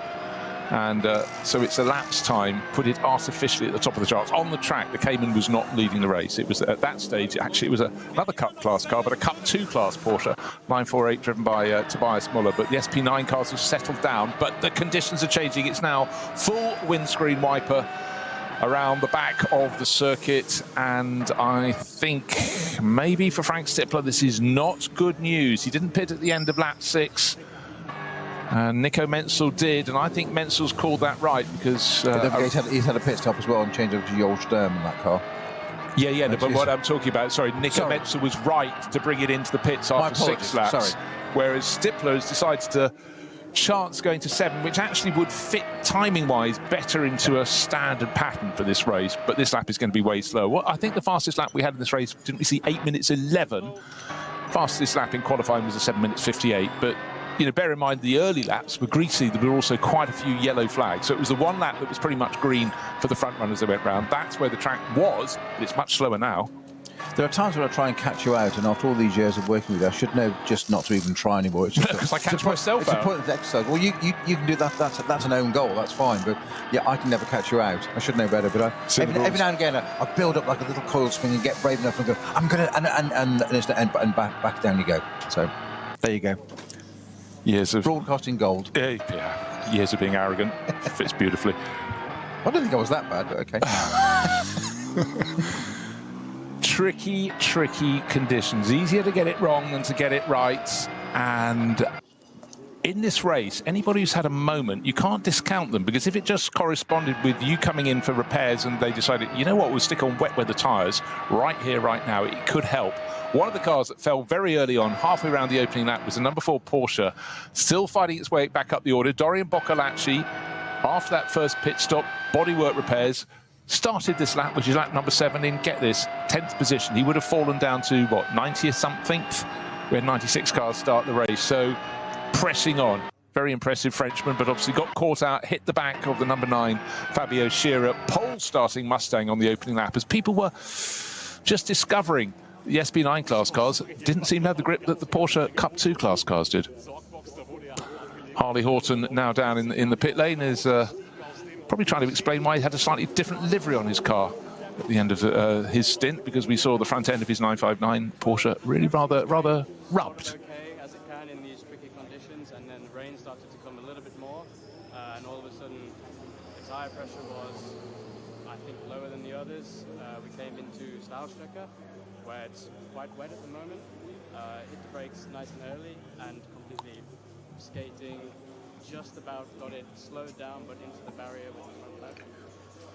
Yeah, it's not what we want, and it's really tricky out there. So let's see what we can do. But there's a bit of damage to obviously the light and the radiator area. This, by the way, is the thoughts of Harley Horton. Again, just talking about tyre pressure, just going away a little bit. There's changes in the wet conditions, and he'd be very frustrated, the young British racer.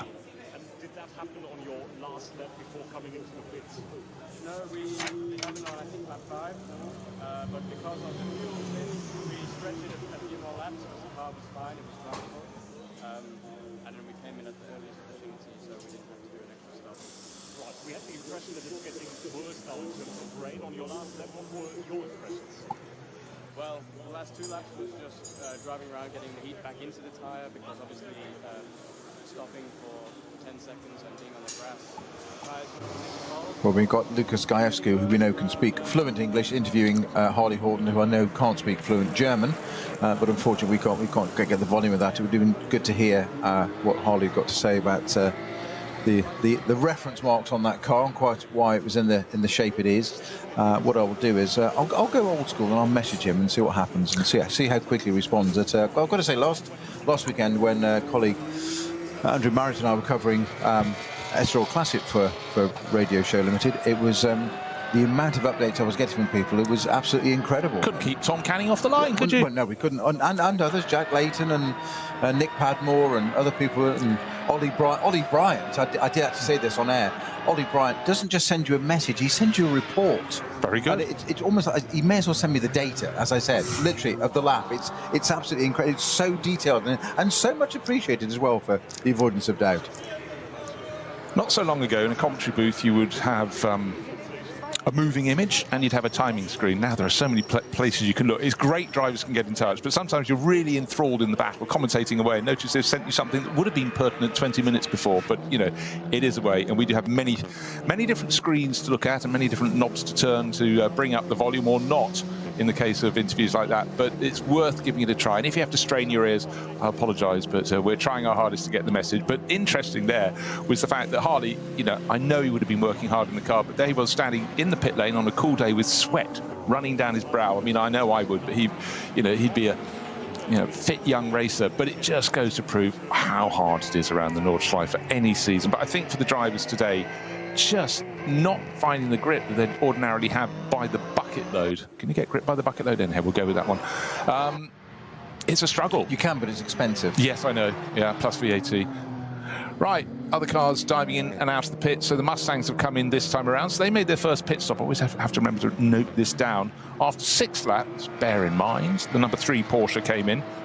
That was Nico Menzel, got out, handed over to Joel Sturm. After 7 laps, the 2 Mustangs in the order of 6 and 9. That was Stippler coming in and Fabio Scherer coming in. They're making their pit stops after 7 laps. That means, just remember I said, their pit stop 23 seconds slower. So don't expect them to come back out and slot onto the tail of that number 3 Porsche. Porsche has shown its hand early on, and I think it was intelligent to do that, because the next lap, the last lap for Stippler and Scherer, was on much greasier track. It would have been a slower. They've come out of the pits absolutely nose to tail, weaving around as they go up towards the Wiedel chicane, trying to keep some heat, get some heat into these new tyres. Windscreen wiper going on. Stippler's car, who's sideways over the curbing as he comes out of the chicane, just gets it back, his white Mustang, ahead of the yellow and blue Mustang. But that was a massive twitch. But wind the clock back to the start of the race, and we saw Stippler not at all happy at the first time of asking when going out after formation lap. Through, the lights went green around the opening lap. He lost about 4 or 5 positions. Then he came back in the race, worked his way into the lead. But that was nearly the whole lot going out of the window. Big moment, lovely for television, lovely for those involved, those listening. It was an exciting moment. But for Frank, we've seen various twitches from him today. We had the fantastic one at the bottom of the hill, the climb to the carousel. He held that one, but it just goes to show how little grip there is today. Well, so less so for the driver. We've got a number of cars off at the moment, which has caused a code 60 now. 504 and 514 from the VT2 rear-wheel drive class, and would you believe they are their teammates as the SRS Team Sorg Rennsport cars 504 and 514. They're both off on the same lap. Whether they're off at the same, but they are at the same point. Yes, at Klosterdal. No, actually, different places. Separate incidents by the look of it. And we've also got 982 off at Hohenrhein as well, which is when I can find it, it's on my last page.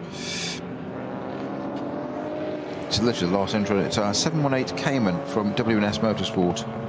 Yeah, that's the Cup 3 class. Yeah. Right at the end of the lap. You know, that could have been a number of things. It could have been, I've just got to go around the corner. I'm coming in the pits. What do I do when I get in the pits? Just driver thinking about it. Hohenrhein, you know, you can't lose it much later in the lap than Hohenrhein. Right. Just having a little think here. So what we will have in the pits last time around and out with the two Mustangs, also the Juta Racing Audi running very nicely as it does, but it's running in a different class. It's SP9, but the Juta Racing car is in the AM class, and it's having a decent enough run. Second in class, Alexei Veremenko has taken that one over.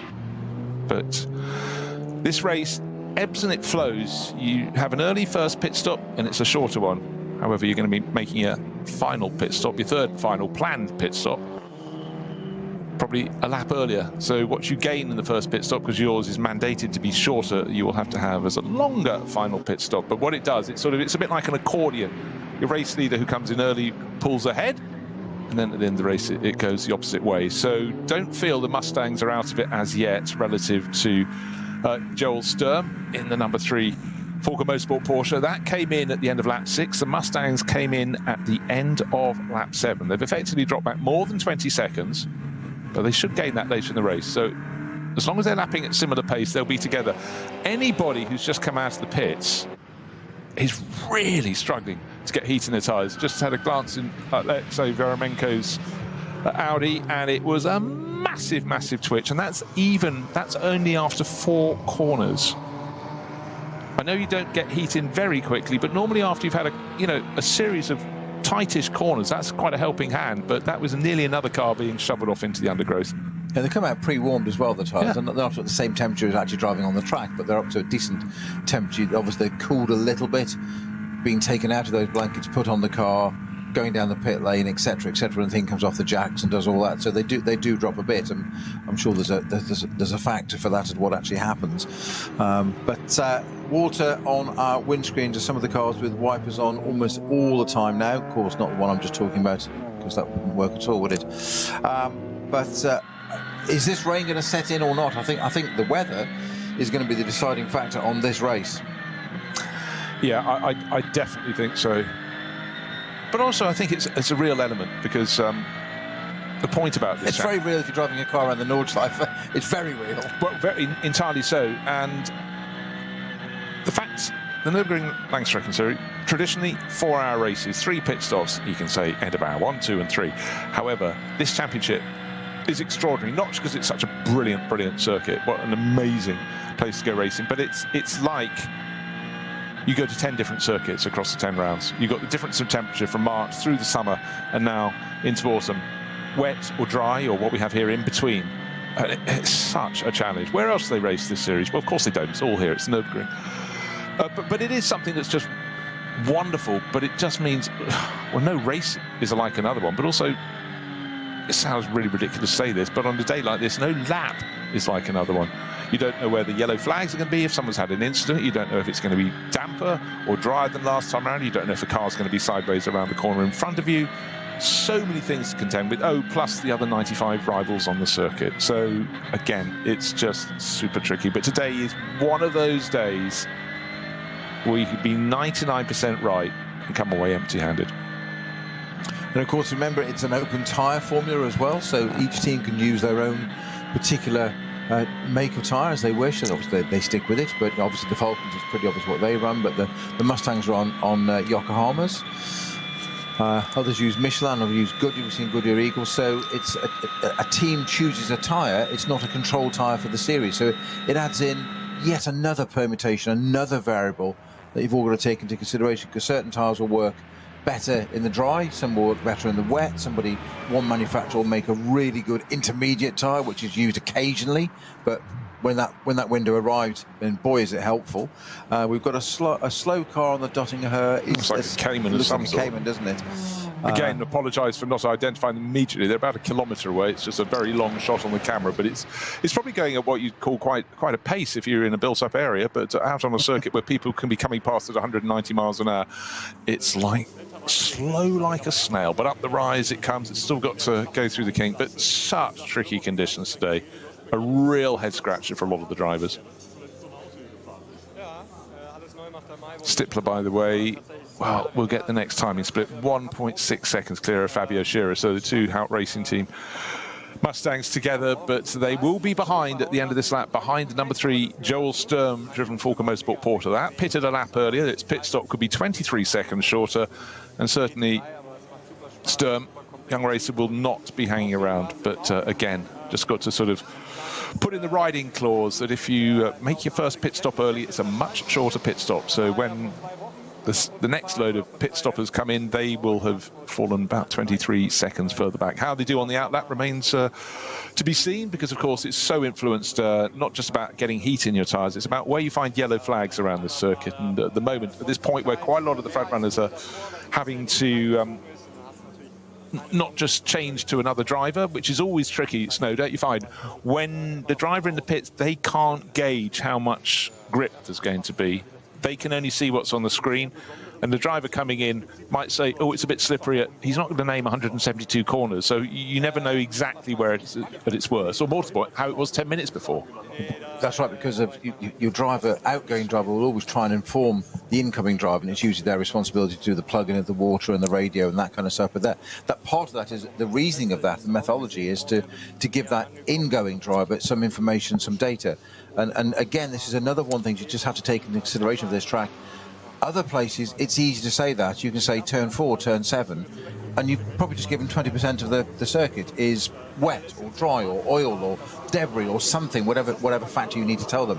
Here, as you say, you can say, oh, Flugplatz is, a bit wet. And you're like, well, what help is that to me? Because it's one corner in it's at such a tiny fraction. So it's actually quite hard for the outgoing driver to give relatable, credible information, because you want the team to do well, and that's one of the things I love about sports car racing, is it's a team sport. You all help one another, and that even comes down to how the car's set up as well. You may have, that's where the pro cars, we've got 3 pro cars in the SB9 class this weekend, but you have the way the driver sets up. The 2 pros will probably have a very similar sort of setup, but these other teams will need to drive to the basic, bit like an army, march to the pace of your slowest man. You've got to go with that and drive accordingly. It's no good one driver driving 5 seconds a lap quicker and doing whatever damage to the car. So our 2 Mustangs at the front, just coming over the pit straight. Was there a code 60 there for a minute? Because they suddenly seem to slow down and speed up over the pit straight. But Stippler and Scherer it's having a ding-dong at the front.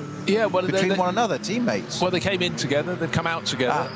But it's great stuff. But it does seem, and I just cast my mind back to the start of the race, I think the Yokohamas, they are not as effective in cold, wet conditions as the Falken Motorsport Porsches. The rubber underneath them. Falken have stuck with the VLN, which is the predecessor to this, the NLS, same series, different name, through thick and thin. Some years they've run even 2 different manufacturers' cars to get more experience. And the effort they've put in to succeeding and learning Falken Tyre Company here on the Nordschleife. And bear in mind that just across, when you see the cars going onto the long return straight, the Dottinger Her, if you're given a high shot, you can see the main road that's running just the other side of the hedge, the other side of the barrier. And just on the far side of that is a huge industrial estate. Now, it used to be just open fields, and one of the essences of this circuit being built in the 1920s was to provide employment in a very rural area at a time of a degree of depression. And it's finally worked, because so many manufacturers test almost day in, day out, I slightly exaggerate for emphasis there, on the Nordschleife You see lots of cars mocked up, cars that haven't actually been given an official launch yet in sort of camo livery, and there's a lot of prestige, whatever class your car is in terms of its real manufacturer rivals. If you've got the fastest time around the Nürburgring Nordschleife, it's some form of bragging right there. So huge, not just the tyre companies, but a lot of motor manufacturers have their bases. A lot of teams have their bases. The place is called Moispath, and literally if you've got a good throwing arm, you can throw a stone from their factories onto the track. Don't try that though. So it's Tobias Muller, is it not, that leads the race? Yeah, he's in the Losch Motorsport number 948. He's just pitted. That's a Cup 2 car. It's out actually now as well. So it's out, and it's still Tobias at the wheel. Yeah, he was the one that was leading the race outright ahead of the SP9 class cars, and eventually as the track dried out, they got past, but he was going great guns. He runs deep, so he's pitted after 8 laps, so he will have a longer first pit stop, and we'll drop him back. But through the course of the race, what we saw from him was some great driving, but it was the way he could keep. It was Nico Menzel, wasn't it, in the number 3 Porsche from Volker Motorsport, could keep him behind. And Menzel was getting more and more desperate to get past, and eventually the Mustangs came through, but then that's all been sorted. And as the rain, it's not heavy rain, and it's not even constant rain. Of course it isn't. It's the Nürburgring Nordschleife. You get a bit here, a bit more there, but it is more often than not, when you see the cars now, it is windscreen wipers on. It's tricky, it's slippery, and it ain't uniform.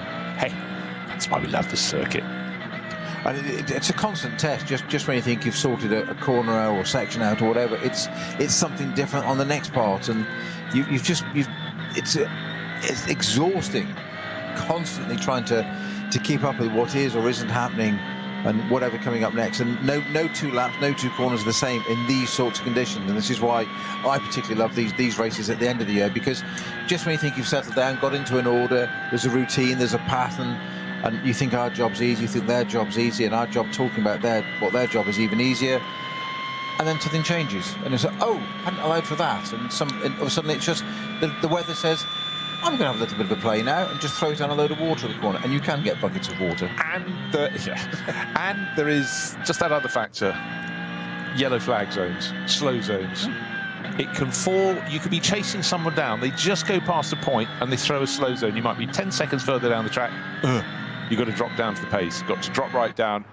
You could have spent 3 laps chasing after this person, gaining half a second here, whatever. And that really does frequently affect this race. Did you get the slow zone on your lap, or did you just happen to be in the pits when it was slow zone, and then when you went out it was all green, meaning there were no slow zones around the circuit, and so you don't have to lift on your out lap and you will gain handfuls of time. But we've got double waved yellows as the cars get towards the end of the Dottinger Höhe, just where the track kicks up towards Tiergarten and Hohenrhein. And we did have a car off a while ago. It was a BMW, wasn't it? That's what I was talking about, the 2 Mustangs. I thought it wasn't just that they come out of the pits. They were accelerated. They were going slowly down the pit straight, not having come out of the pits to do that, and that's why they got going there again. But you mentioned about that the yellow flags and how it can fall and change a race. You mentioned about Verstappen and Chris Ludlam in that race, the last round, and P3 they qualified. Verstappen did it. Verstappen went from P3 to P1, and he pulled out a fantastic lead, and everybody talked about that. And then Chris Ludlam was just so unlucky on his next stint that the flags sections and the code 60s worked against him. And I thought some of the media reporting was a little not unfair but inaccurate. It emphasised how well Verstappen had done, and almost as if Ludlam hadn't done as well as his teammate. Well, actually, you don't quite get our series. He just got caught out on the flags and the code 60s, and it did take away that through no fault of his own. And I just think he did a stellar job, and I just really do. I think it's exactly what this sport is and what NLS is. It was teamwork, and I think one couldn't have done it without the other, and that works for both of them. No, entirely, and you saw that at the end when Chris got out, having won the event, that Max came over really appreciative. He understands it, and it's up to the reporters who probably I'll tell you who does understand it. Max. Oh, exactly. Yes. Yeah. But it's just when, for a lot of those people, it would have been the first time experiencing what the NLS was. They probably looked at the result without maybe even watching the race to write their reports or whatever. but maybe they'll just learn. But it is something. It's a very, very complicated event. But I mean, the ebb and flow, according to slow zones or yellow flag areas, it can be enormous around here. And if they think, oh, he was way slow, you're thinking, hold on, bear in mind the lap is about 7 times longer than most circuits. So if you've got various points around a lap where you've got slow zones, of course your lap times can be different. But, Max absolutely recognised what Chris Lullum had done. And no wonder he was the one he chose to have racing alongside him. I think that's all you need to know. But it's, for people looking at the NLS for the first time, it's very easy to be confused by things. And the fact of the matter, we've had laps, drivers be going absolutely pressing on, but it could be a minute and a half slower than the fastest lap of the race, simply because track conditions are a bit greasier and slow zones. But if you don't understand what a slow zone is, because you don't have them in other forms of motor racing, then I guess it's slightly harder to understand. But, again, the more you put into learning about how an event like this works, the more you get out of it. But for the teams that do it, they come, the first few ones they do, they'll probably find all sorts of mistakes. Right, now the reason there is such a problem at Hohenrhein is we'd had the number 982 Porsche Cayman off there. That's the WNS Motorsport car. Christoph Krombach, Richard, Sven, Karl Jedexnis and René Herbert damaged the barriers, damaged the car. 982, front end damage, radiators splayed to the side, door off on the left-hand side of the car, on the driver's side. Quite a lot of bodywork missing off the front, but, as we said, probably on its in lap, but unfortunately didn't get through the final right-left sweeper onto the start-finish straight. It's really very tight corner, and as you come up the slope into Hohenrhein, it looks, from many camera angles, many onboard angles, as though the barriers are almost right across the track, but you should be turning to the right, and this one maybe got on the curbs, maybe got shoveled out there by someone else, you just can't tell. But definitely the car is on a flatbed, or was. It's now being lifted above. It's about to be dropped down into the special area by the Sabine Schmidt curve. It's called the corner, the collection zone for knackered cars, and I'm afraid 982 for WS Motorsport. And it's never a good sign when your car's being picked off the flatbed, and as it lifts up in the air, there's various bits hanging down, radiators and wiring looms and bodywork and carbon. They really should be attached. The lowest bit should be the tyres. Exactly, yes.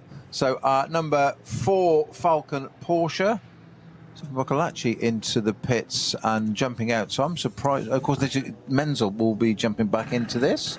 Has to be.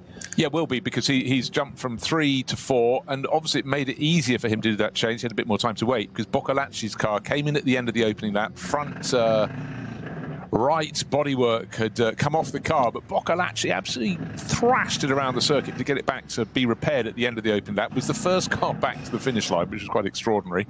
Had been fighting for that lead battle. He started the lap in 7th, was finishing it in 3rd. But anyhow, the sister car, meanwhile, with Joel Stern on board, is herring along the Dottinghoe, so he'll see the light, so got to back it off when you get to Hohenrhein. He'd have seen that last time around.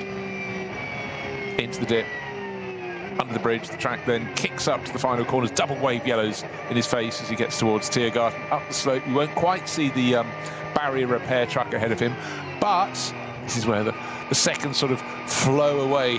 Without this, he'd be flashing past the pit exit about now. He's only just into Hohenrhein, because at a bated pace, he's got to back it right off while the barrier repairs are taking place. Now he gets level with the truck.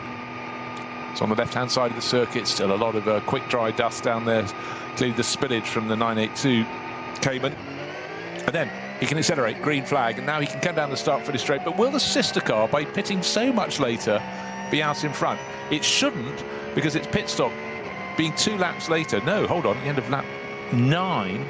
Oh, I wonder how that works, because it made a pit stop at the end of the opening lap, and you're timing your first pit stop.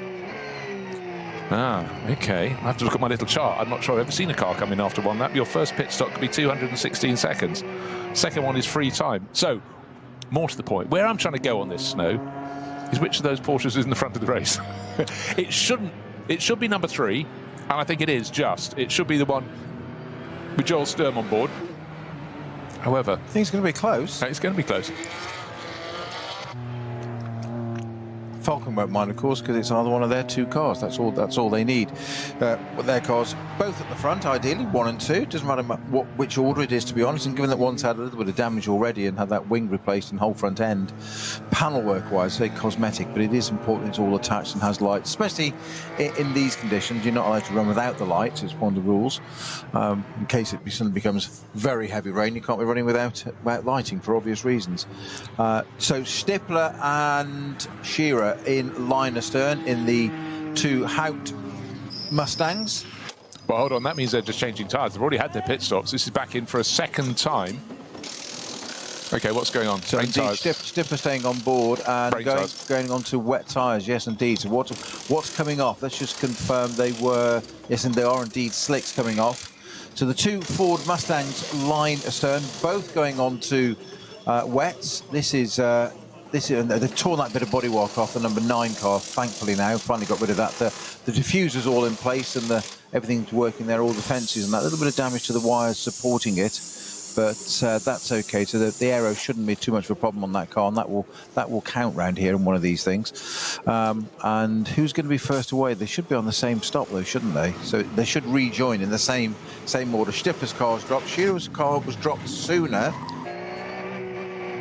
And they're telling Shearer to go and get it started. Stippler just walked out, so they are rejoining exactly as they should have done. They are, but what we have at the moment, Joel Sturm is out. He's just going towards Hatzenbach, and he is on slick tyres.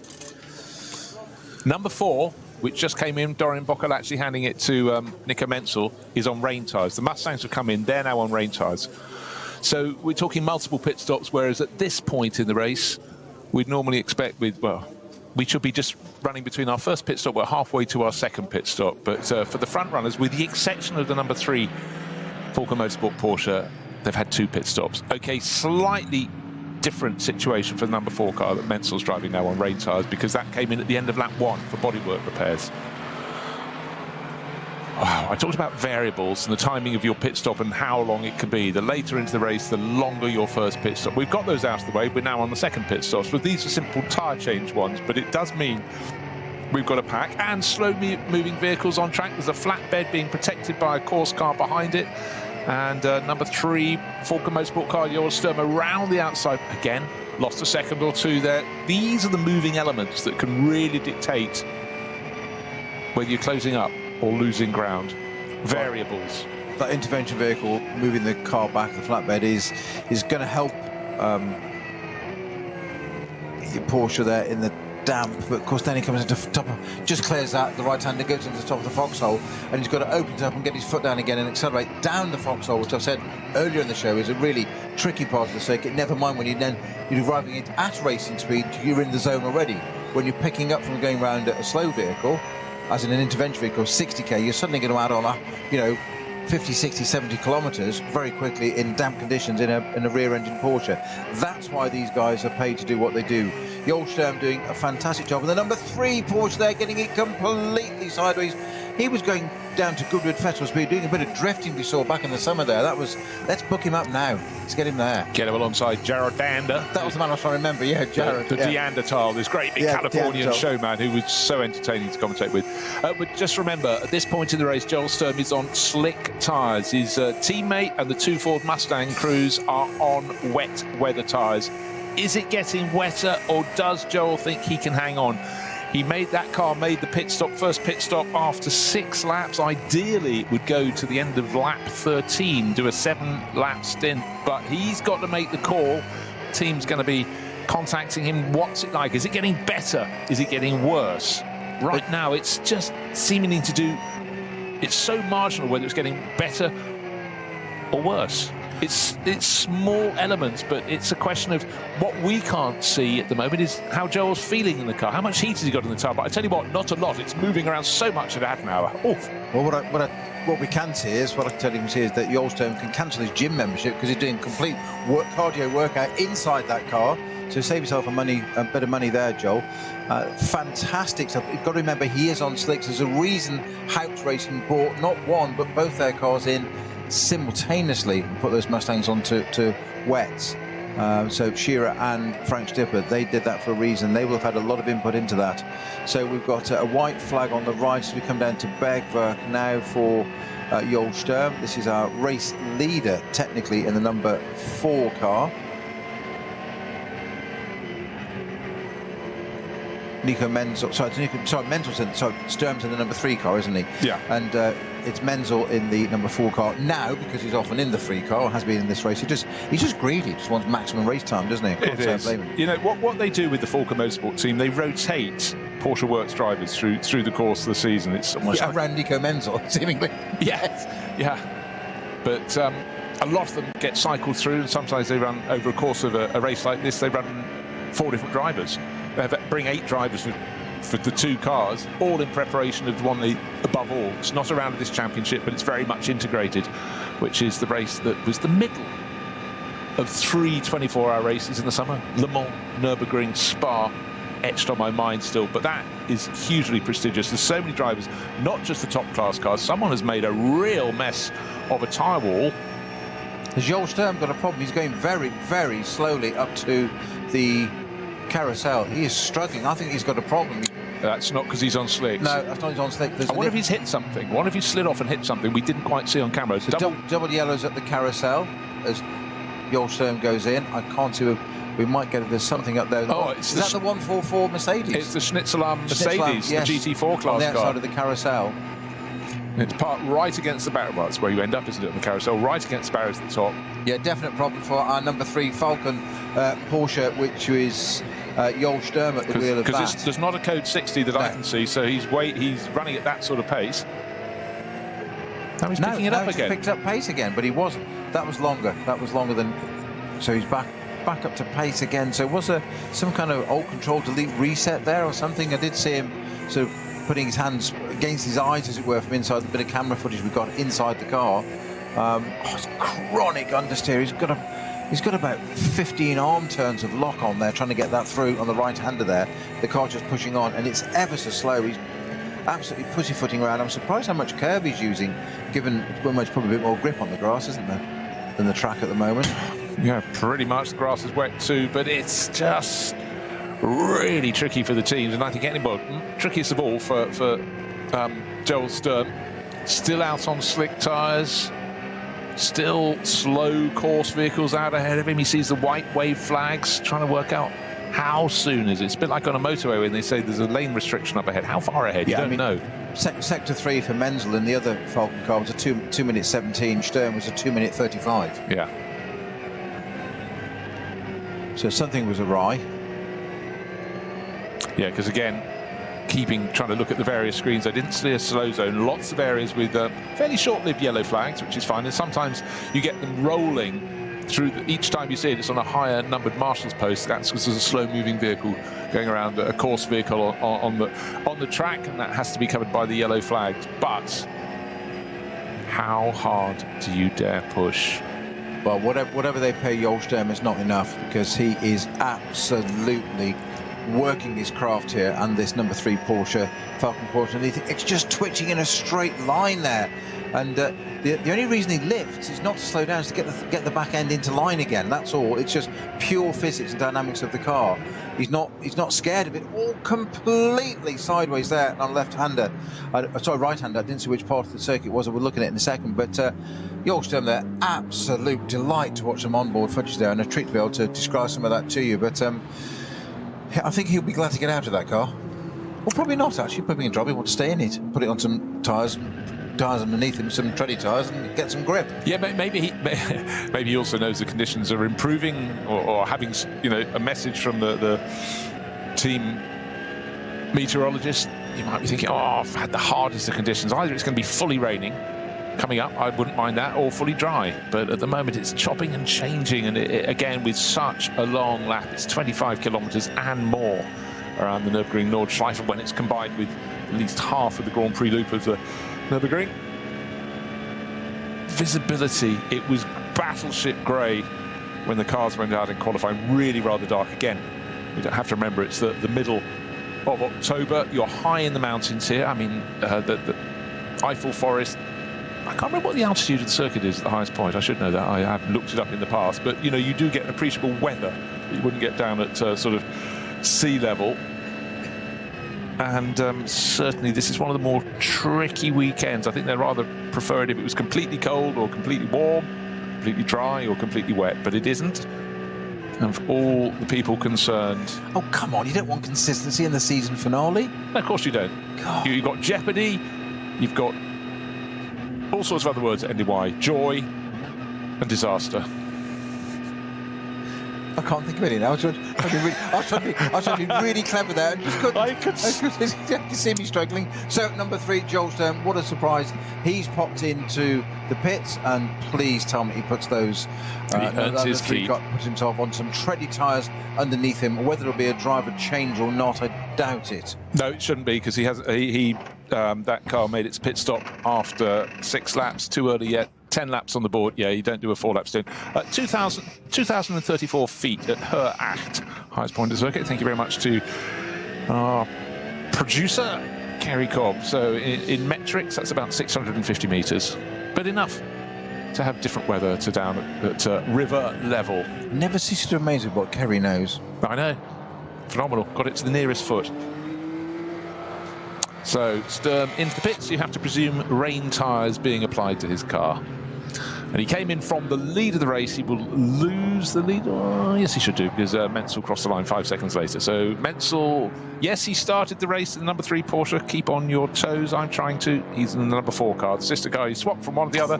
And talking of swapping, very nearly swapped ends up over the curbing and not quite beyond. But I'd say it's easy to exaggerate how many degrees out of true. I think we can safely say that was about 15 to 20 degrees. And when you're over the top of wet curbing, that's more than enough. That was Nico Menzel just showboating, wasn't it? He did that because he could.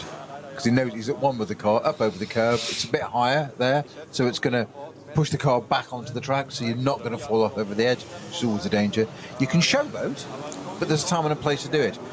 Make sure you know where you're showboating and you understand the physics of it, because the time you try to think, I'll just do it for the heck of it, is the time there's a drop the other side and the car swaps engine, you thought, and you don't look so clever then. And it's really popular back at the pit. That's where you have your overnight bag in the back of the car. Just keep walking the opposite direction. Yeah. Book yourself an earlier flight. Just go and live in the forest for the winter. That'll teach you. So really, really tricky conditions. This is a race. We have a smaller grid than the one we have at the start of the day, but the TV director can put his camera anywhere because there is something happening pretty much at every corner. It's not consistently wet. It's not consistently dry. A few teams have tried to do things differently with their tyres. They've tried to guess. I think the Mustangs, really, number 6 and 9, Frank Stickler, Fabio Scherer, their starting drivers really struggled in the early stages of the race. We had a Porsche Cup 2 class car leading outright. That told you the story you needed. But as the conditions gradually became better, the SP9 cars came through. Both the Falcon Motorsport cars, except one of them had already come in for repairs. That was the number 4 car.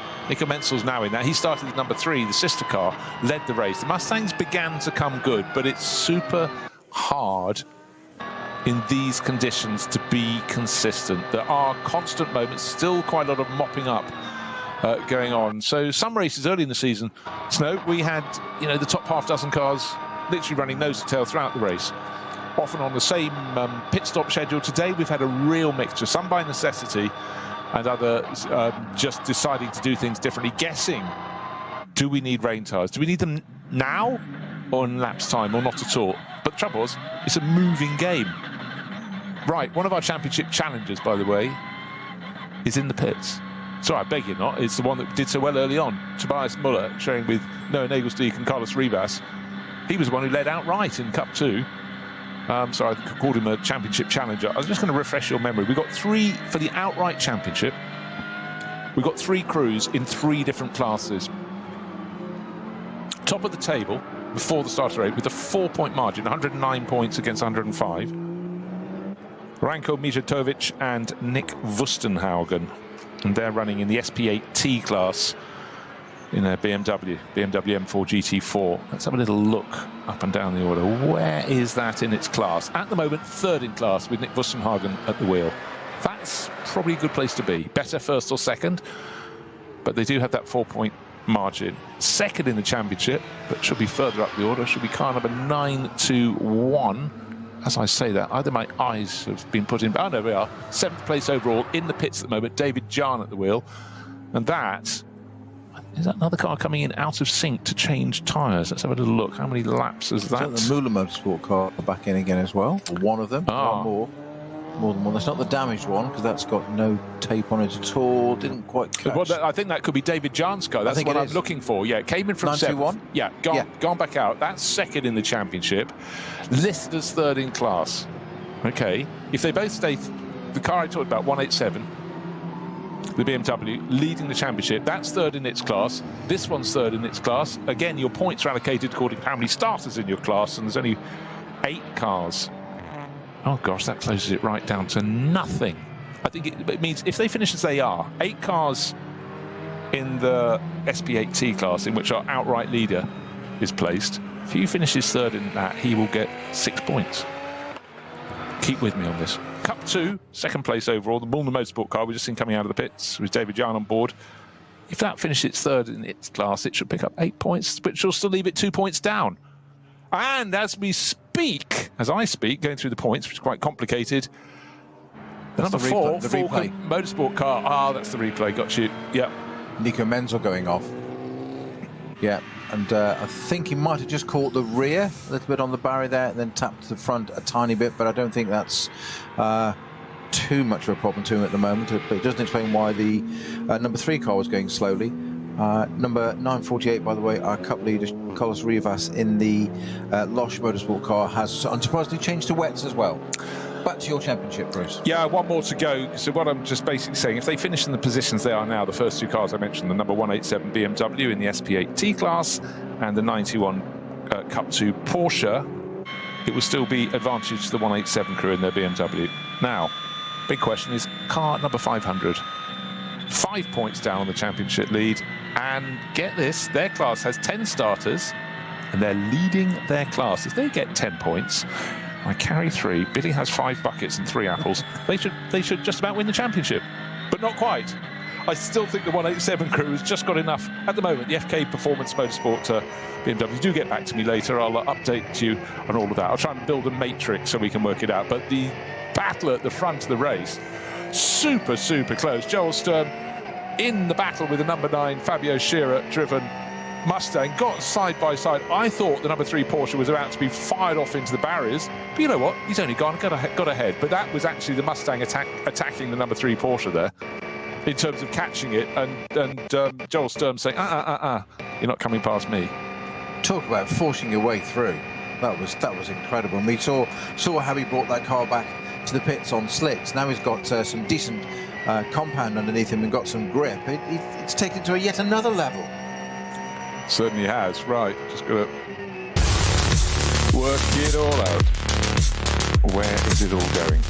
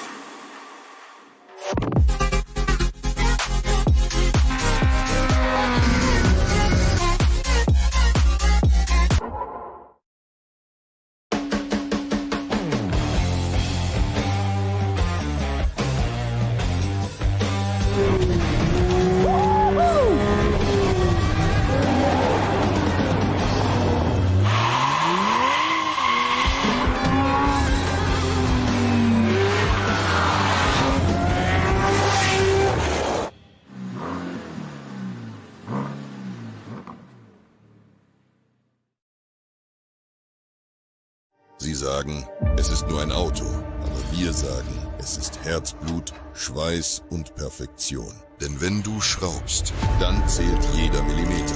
Dann bist du in deinem Element. Du willst mehr als nur fahren. Du willst es fühlen. Die volle Kontrolle. Eine optimale Straßenlage. Wir wissen genau, was dich antreibt.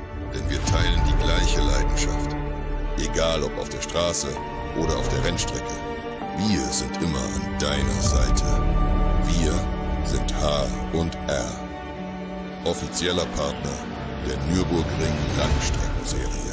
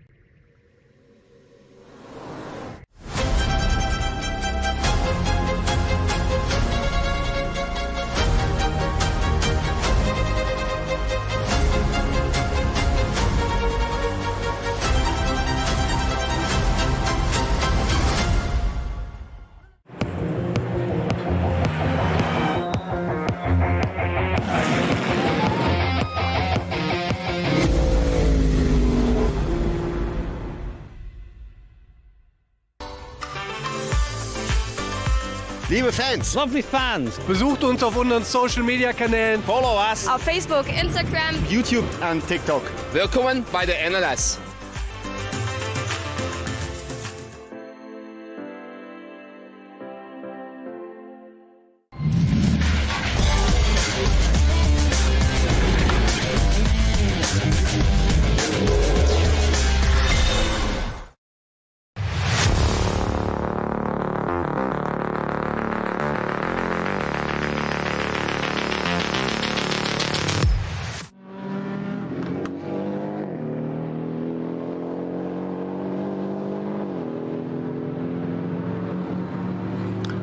Cars tiptoeing out of the final corner. Why do they have to do that? Because there is a rescue truck at the edge of the circuit still, or not rescuing anything, just simply rebuilding the barriers. But conditions still very hazy indeed. Hazy, misty, call it what you will, but it's tricky.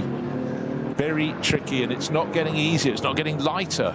But it's still the battle. Falcon Motorsports et al. Against the two Hout Racing Team Ford Racing Mustangs. One is white and blue with American blue racing stripes. The other is blue and yellow, so you can pick them out, but only just. It's a very, very Swedish colours. grey day. Swedish, yes. Now, not so long ago, we had a moment. We had Joel Sturm on a massive run, and he got his nose sort of alongside the rear quarters of Fabio Scheerer's number 9 Mustang, and then found his right-hand wheels on the grass. Do you know what? I think Scheerer saw that in the mirror and just thought, do you know what? Because he then seemed to let him through, which he shouldn't have had that position on, because it hadn't worked for the Porsche. And I think Scheerer saw that coming and thought, I'm keeping out of the way of that. You're going to have a massive moment. And he did, but not the moment he thought. And it was just like, how annoying is that as a driver? You do what is the right thing. You avoid contact. It's a non-contact sport. You keep out of the way. And he gathers it all up and goes through. And you just go, really? Yeah. You're just taking the position off me. It should be in the barriers all sideways. Yeah, I know. It does seem the Falcon Motorsport, the Falcon tyres. What the hell? Yeah, it's on the radio. But it's a big advantage they have when conditions are at their slipperiest. I mean, the Yokohama Shod Hout Racing Team Mustangs, both drivers, Fabio Scheerer and Frank Stippler, doing an exemplary job, but they're going to get out absolutely drained after this, because they're having to fight really so much harder. And bear in mind, the number 3 Porsche, Joel Sturm, was at a setback because it stayed out on slicks longer than its rivals, and with a lap of 25 kilometres around here. That is a long time, a long distance to struggle. And having pulled clear of the Mustang of Fabio Scheerer, sorry, it's Frank Stippler, isn't it? Oh, left him. I mean, in the space of, the blink of, 20 seconds? There's a gap of about 4 seconds between them. The Mustang is absolutely on its tiptoes. But it's mighty on the straight as well, dashing it. That's where it catches up again. Just to be sure, to certain what am I clear on the Fabio Scheerer incident, not instant, overtake. He didn't shut the door. No. He didn't shut the door at all. Somebody in a Falcon Porsche forced it wide open and it was literally the metaphorical salesman's foot in the door. Got it through without any contact. Quite extraordinary piece of driving, and that's about the third or fourth example we've seen this race from him. It's just amazing stuff. Well, Sturm has got a lot of confidence in that car. Clearly, there's a fair degree. I mean, are you sure? You feel his style of delivery, he'd still get your package and lob it over your garden gate. But you don't want to re-evaluate that or think about it. You're certain he's got some confidence in the car. No. I meant to say confidence in the car on the grass, because he's been on it quite a lot. Sorry, I didn't finish the sentence. He's been to the Kevin Estre Racing School, hasn't he? Pass on the grass. At the start of the race, there was talk of drizzle. Mentioned at the far side of the circuit. In fact, we heard reports. Some was at Arenberg, and some was the opposite side of the circuit. So basically, almost all of the Nordschleife would have it to some degree or less. Did you put your windscreen wiper on or not? Did you keep it off? Now, the cars almost in entirety around the lap, they're almost on full windscreen wiper usage. Not fast motion, but it's always that thing. How much blade do I use? You know, do I just let it sit? Do I wipe it? But it's, again, certain points in the circuit, you're out of the trees and you get a bit more rain, and other bits you're within the trees, you don't get as much. Oh, plus you're doing the turning bit as well, aren't you? Going around the Nürburgring, so it's super tricky. But Joel Sturm putting on a fantastic performance, must say, certainly entertaining me. Well, and myself too. You're watching me shaking my head at this, shaking my head in awe at what Joel Sturm's doing. That when he left the hotel room this morning and chose whatever he's going to wear before his overalls, he put his big boy pants on, and boy is he hustling that Falcon Porsche around. Absolutely incredible in these conditions. Now, we talked about it being changeable. It's again getting wetter and wetter on the pit straight. It's now full rain there, is it not? No, really. Oh, Porsche sitting facing the wrong way there. It's the 986 Renazzo Lamborghini.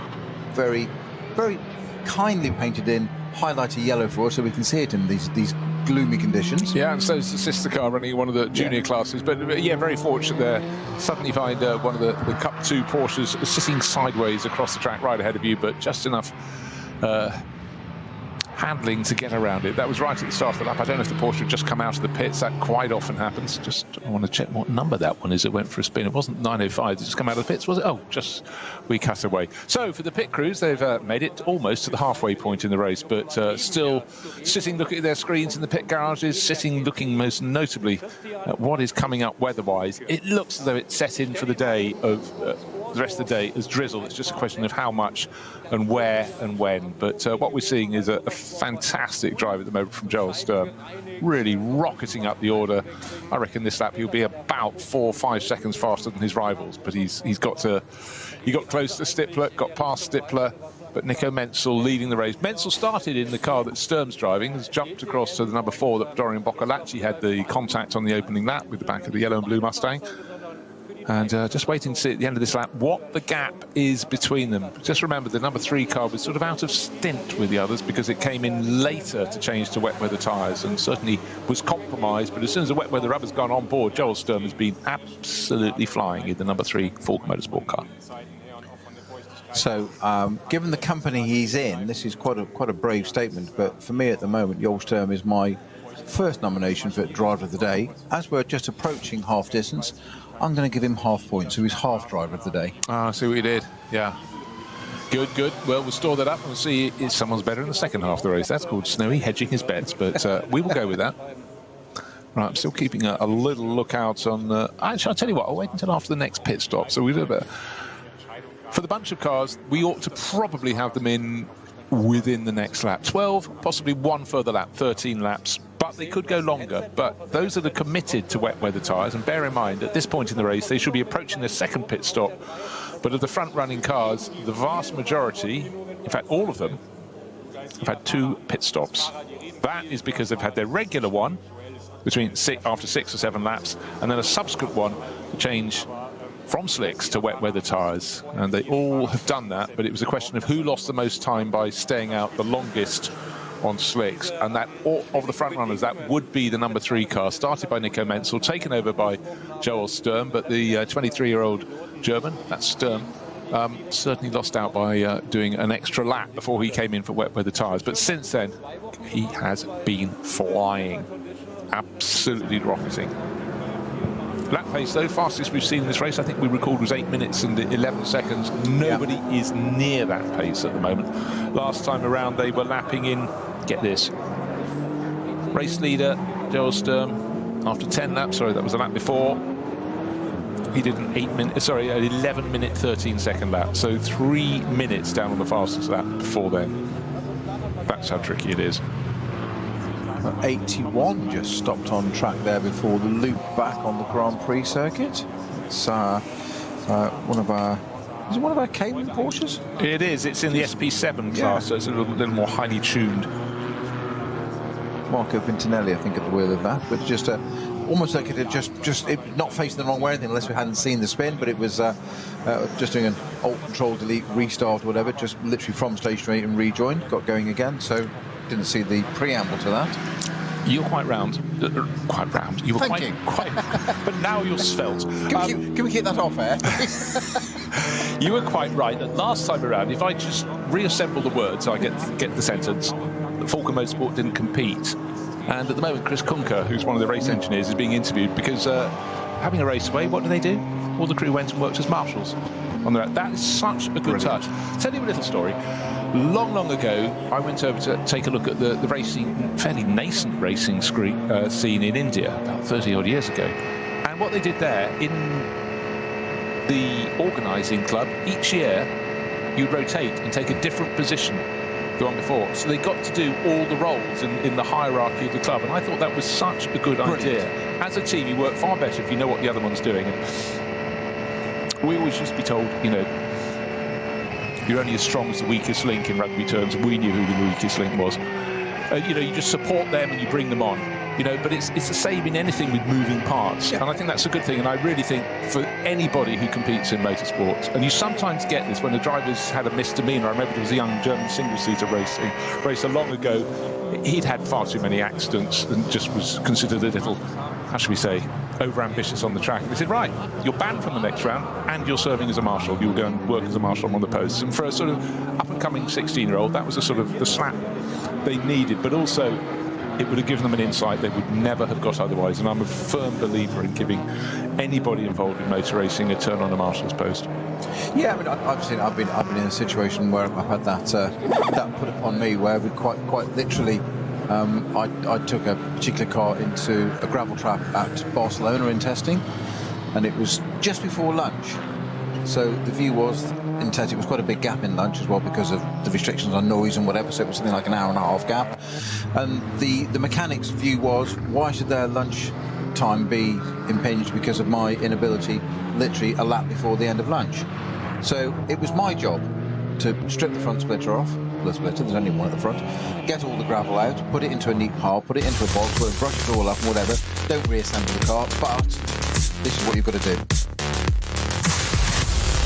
Well, absolutely tip-top. Well, it's been quite a race so far today. You just have to say, nothing is predictable. And when the crews were formed up in their 3 separate grids ready for the start of the race, a message came through before the formation lap.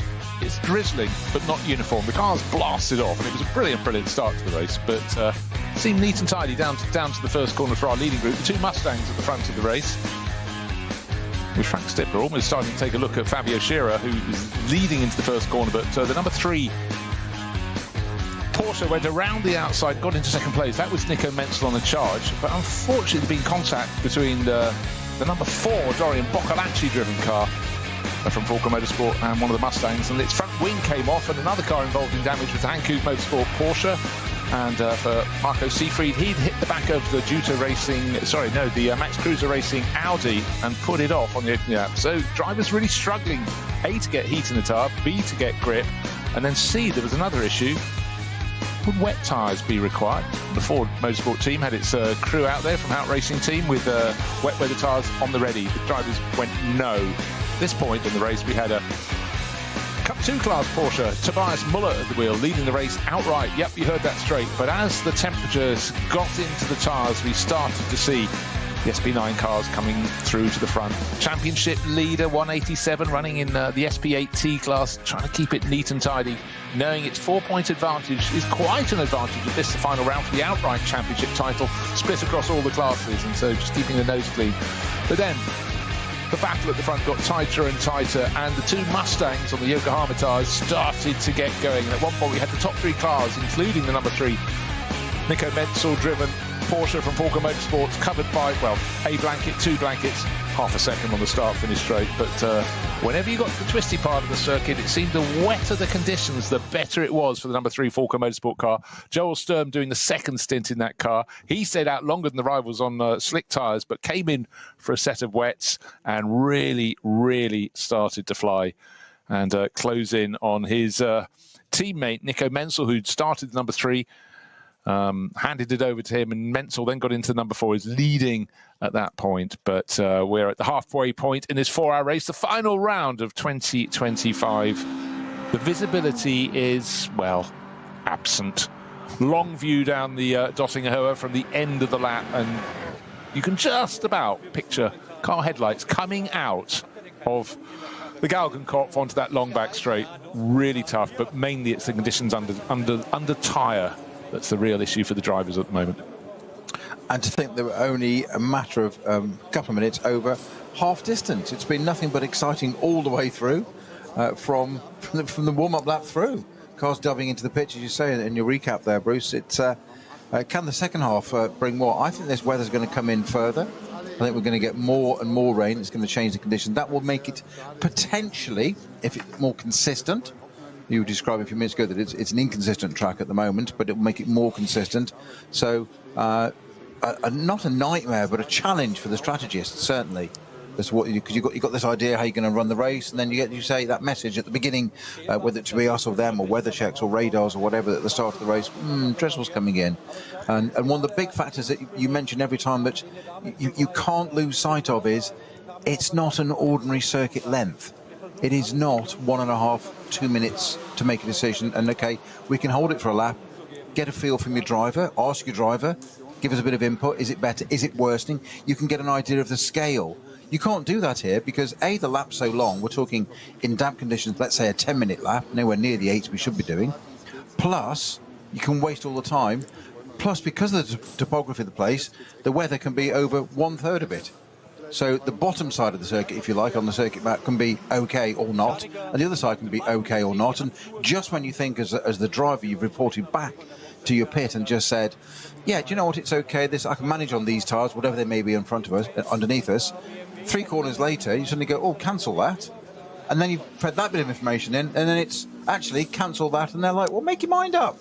That's where they rely on the data that they gather every single meeting and go testing, because they can sit there and go, in this situation, we've got these permutations and whatever, and it comes back to do your job.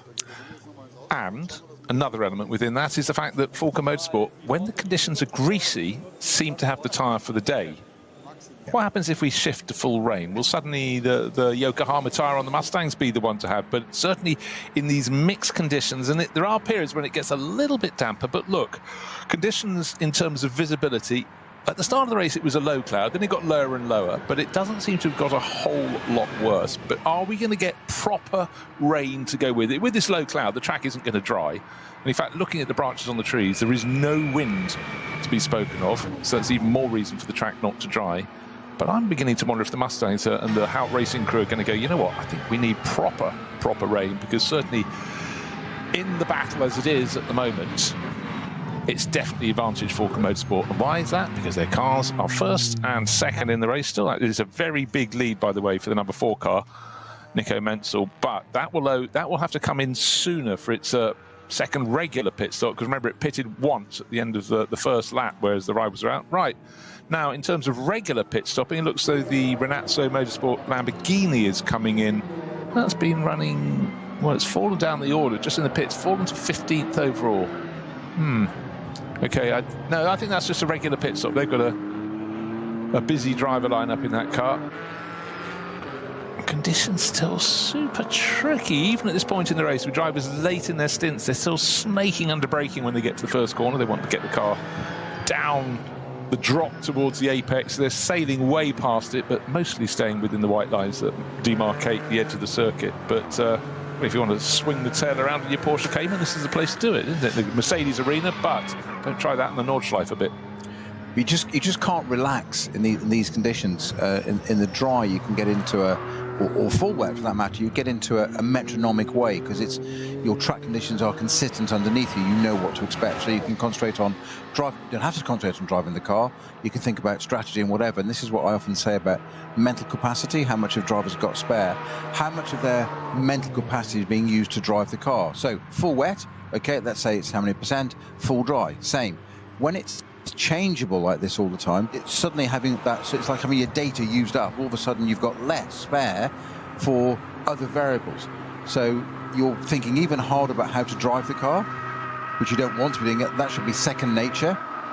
You don't then want radio interruptions and whatever. I think we heard a great one that Alonso said in the last Grand Prix, if you talk to me every lap, I'm going to unplug the if you're going to talk to me every lap, I'm going to unplug the radio, as in I know what I'm doing.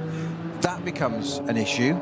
And then your conditions change, and your strategy changes, or you've got slower cars, or and all of a sudden the whole thing can change in a second. When you think you've got it all under control, and you haven't, and that's why we love it.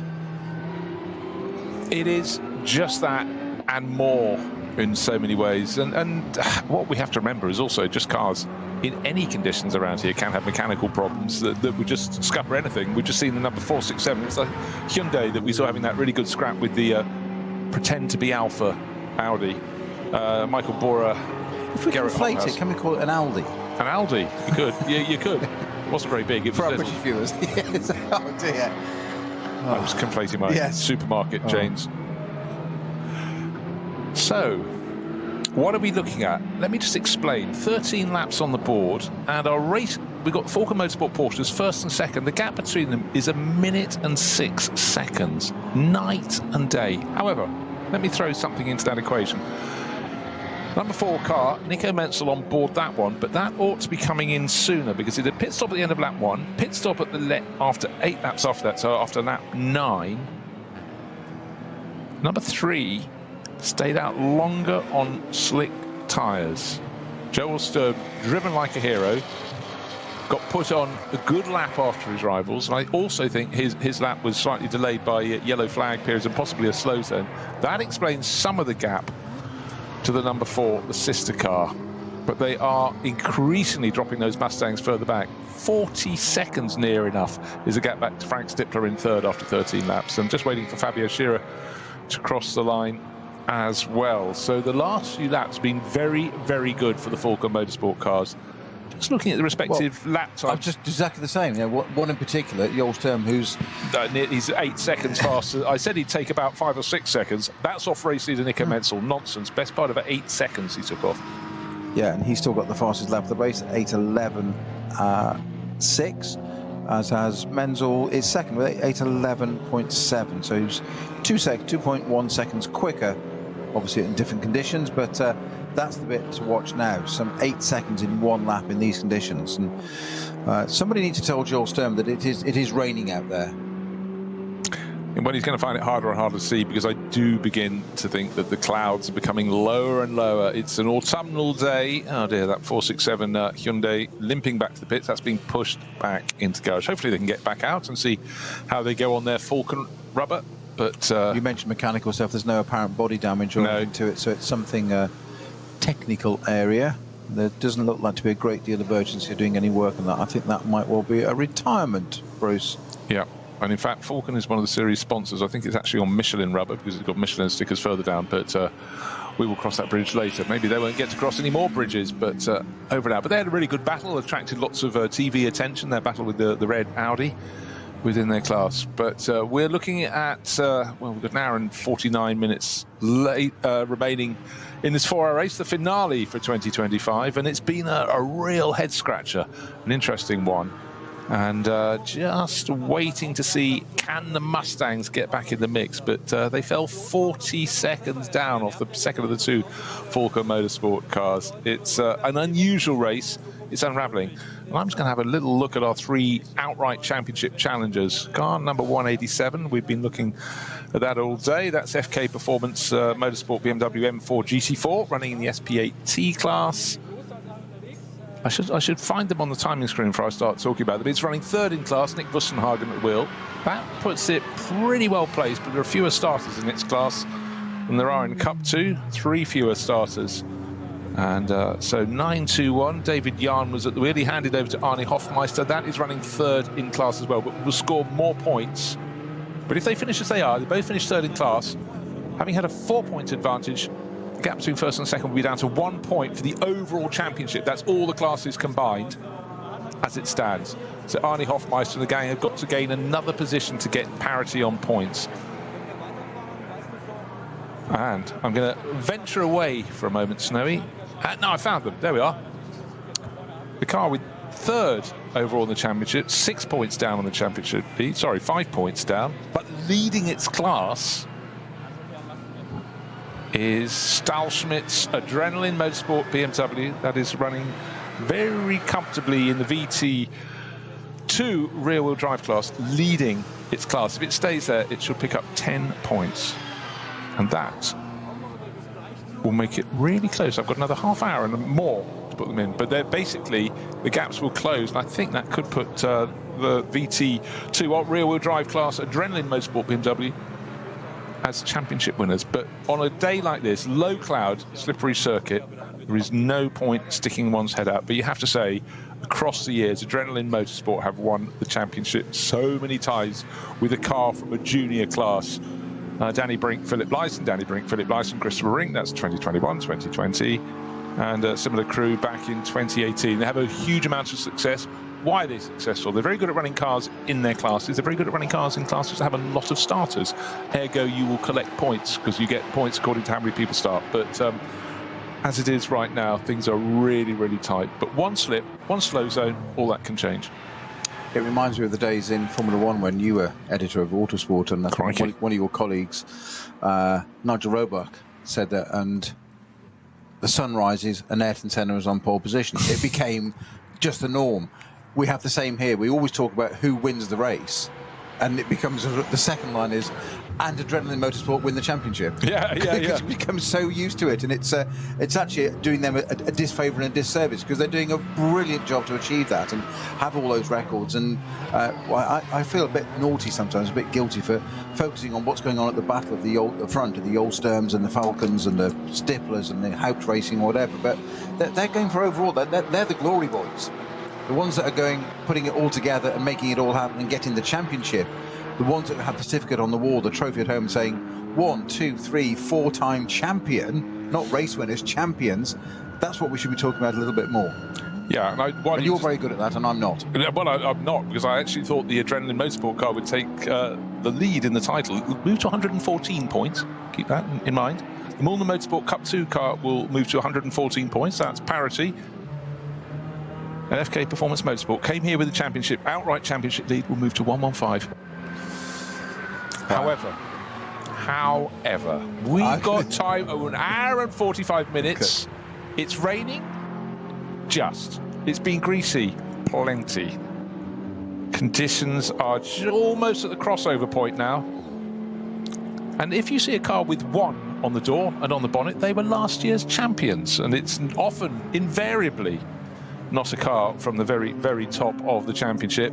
It's running in the M240i Racing Cup class, the BMW class. Market, Vombach, Richney, and they are running around. Car number 1 is you have the honour for the entirety of the next season.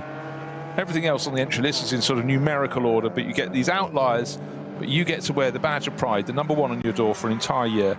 It really is an honour, because, I mean, it's easier to muck up than get things right around the Nordschleife, isn't it? It is. I'm not sure you want I always think that the number's a target. It's Max Cell, it says down the side of the car, and Max Cell 1, and it's in great livery, actually. That sort of palely sort of not quite turquoisey blue, but it's almost checkered, isn't it? Because it's different side to side of the car. So predominantly blue and black on the one side, and predominantly black and blue on the opposite side. So it's different side to side. And to prove the point, what team ran that car last year? Adrenaline Motorsport. So that's running in the class that's normally pretty well supported. Today, only 7 starters in the M240i Racing Cup BMW class, but the cars always look fantastic, I must say. Beautifully presented, and again, you almost have some competition cars created pretty much specifically for this series. And BMW, for a long time, they've sort of rotated through a number of derivations of cars. Some years you have more, but they also go through an evolution as they go. So it's great to see. But they carry one on the door. Last year's champions won't be champions this year, but certainly, they've had the pride. And for Adrenaline Motorsport, that's why a lot of people come to them. And manufacturers like BMW and Porsches and other brands are available, obviously, but these manufacturers put an awful lot of thought into their customer programs. They're not just they're not just a BMW going racing. In this particular case, that's what we're talking about. 330i or an M2 or whatever. It's a road-derived car, but you'll have your body shell will be standard, and primarily your engine and running gear will be pretty standard. That's the whole idea. You will have all your safety devices and requirements put in, so your roll cage, tank, seats, and whatever, and so and so. But it will have its standard dashboard still. You can add in your bits you need to do for timing and pit stops and Lumi rank and in the window that demonstrates the class lead position, the driver, etc. But the trick bits are suspension and tyres, mostly suspension. That's where it's and brakes. That's what makes it work a little bit better. But you can it'll be a standard engine with probably a very slightly different map on it. I'll need to look into this properly, but they're not far removed from their road counterparts, which makes them economical to run. So it's the four corners, the bits that are in contact with the road that make it fun. That particular, now it's a different car, having a stop-go penalty at the beginning of our pit stop, right opposite our commentary box, our pit lane, sorry, right opposite our commentary box. So a stop-go penalty. Of quite some note there. Yeah, a few were issued a while ago for... Oh, hello. Is that Car 500? It is. Car 500. This is one that, bear in mind, was third in the outright championship coming to this race. And that has been, I think it was a 45-second stop and go. That has taken them out of the class lead. That could be the clanger of the season for them. Of course, nothing hinges on the final race. You combine 10 rounds across the championship, but will they still be in the lead of their class? I didn't see what their margin was when they reported to the pits, but Stahlschmidt gets to take it out onto the track again. Philip Stahlschmidt showing with Daniel Zilson, Philip Lyson, who's a multiple champion, but that is a very, very big setback for them. They've fallen to second in class. Yeah. So that will cost them about a point, and that will drop them a point. So actually, as it stands, they'll be on 113 points. The car that's second in the championship outright, Nürburgring Motorsport, will be on 114. And if it stays where it is, the FK Performance 187 car from SP8T, their BMW will be 1 point ahead. So 115, 114 and 113 after 10 rounds. Yep. You can't get a better definition of being closer than that, can you? That is extraordinary. And that 45-second stop and go penalty, and that's just what they've said. They've literally driven in, stop-go penalty box, 45 seconds stationary, straight out again. No tyres, nothing else, no calling at their pit box. So that's what they've served, and wise to serve it right now. And it's job done. So that way we know what happens on the track at the end of the race. We know exactly what it is. There's nothing to be added on at the end, or suddenly, oh, hang on, they've got 15 seconds, take that off, and you've got to start working it all out. It's not a problem to us, but I always think it's never the best way to finish a race.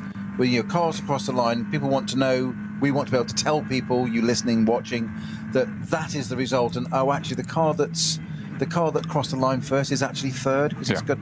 To me, it just doesn't present well.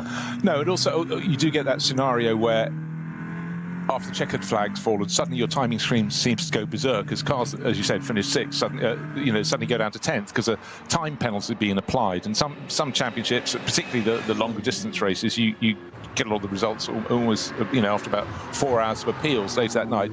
You really want the cars to be in their realistic position on the track when they take the checkered flag, not just to help us, but to help all the fans who are sitting in the grandstand have been here for hours. They'd like to sort of understand it, but always tricky, particularly on a circuit like this where many incidents can happen. But anyhow, we can get off that hobby horse, we can put it back in the stables.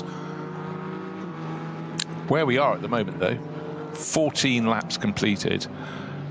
We had Joel Sturm in the number 3 Falcon Motorsport Porsche catching the sister car for the previous 2 laps. He actually lost a few seconds, so he's 1 minute and 8 seconds down. It's a huge margin, but I would suggest next time around we'll possibly have the start of the flurry back into the pits. Who's going to come in? It's been slightly delayed by the all the front-running cars, the two Falcon Motorsport Porsches, the two Haupt Racing Team Mustangs, having made a second pit stop already. So they came in to have the wet weather tyres put on, which sort of maybe lengthened their stints. But we're going to see who blinks next. Conditions, tricky, and I think another penalty is about to be issued because quickly looking across the timing screens, because what happens, you get so many incidents around the circuit, and on our timing screens on the bottom side, if you go to vln.de, you can pick up a timing screen. You also get a signal of everybody who's gone in and out of the pit. So if you have a penalty and you look away from that screen for literally 30 seconds at a time in the race when people are pitting, the message hits the top of the list and then drops off the bottom of your screen. And Mulner Motorsport kind of a 9:04. Okay, it's being explained is the teams are given a very clear sheet of paper and there are lots of boxes on there.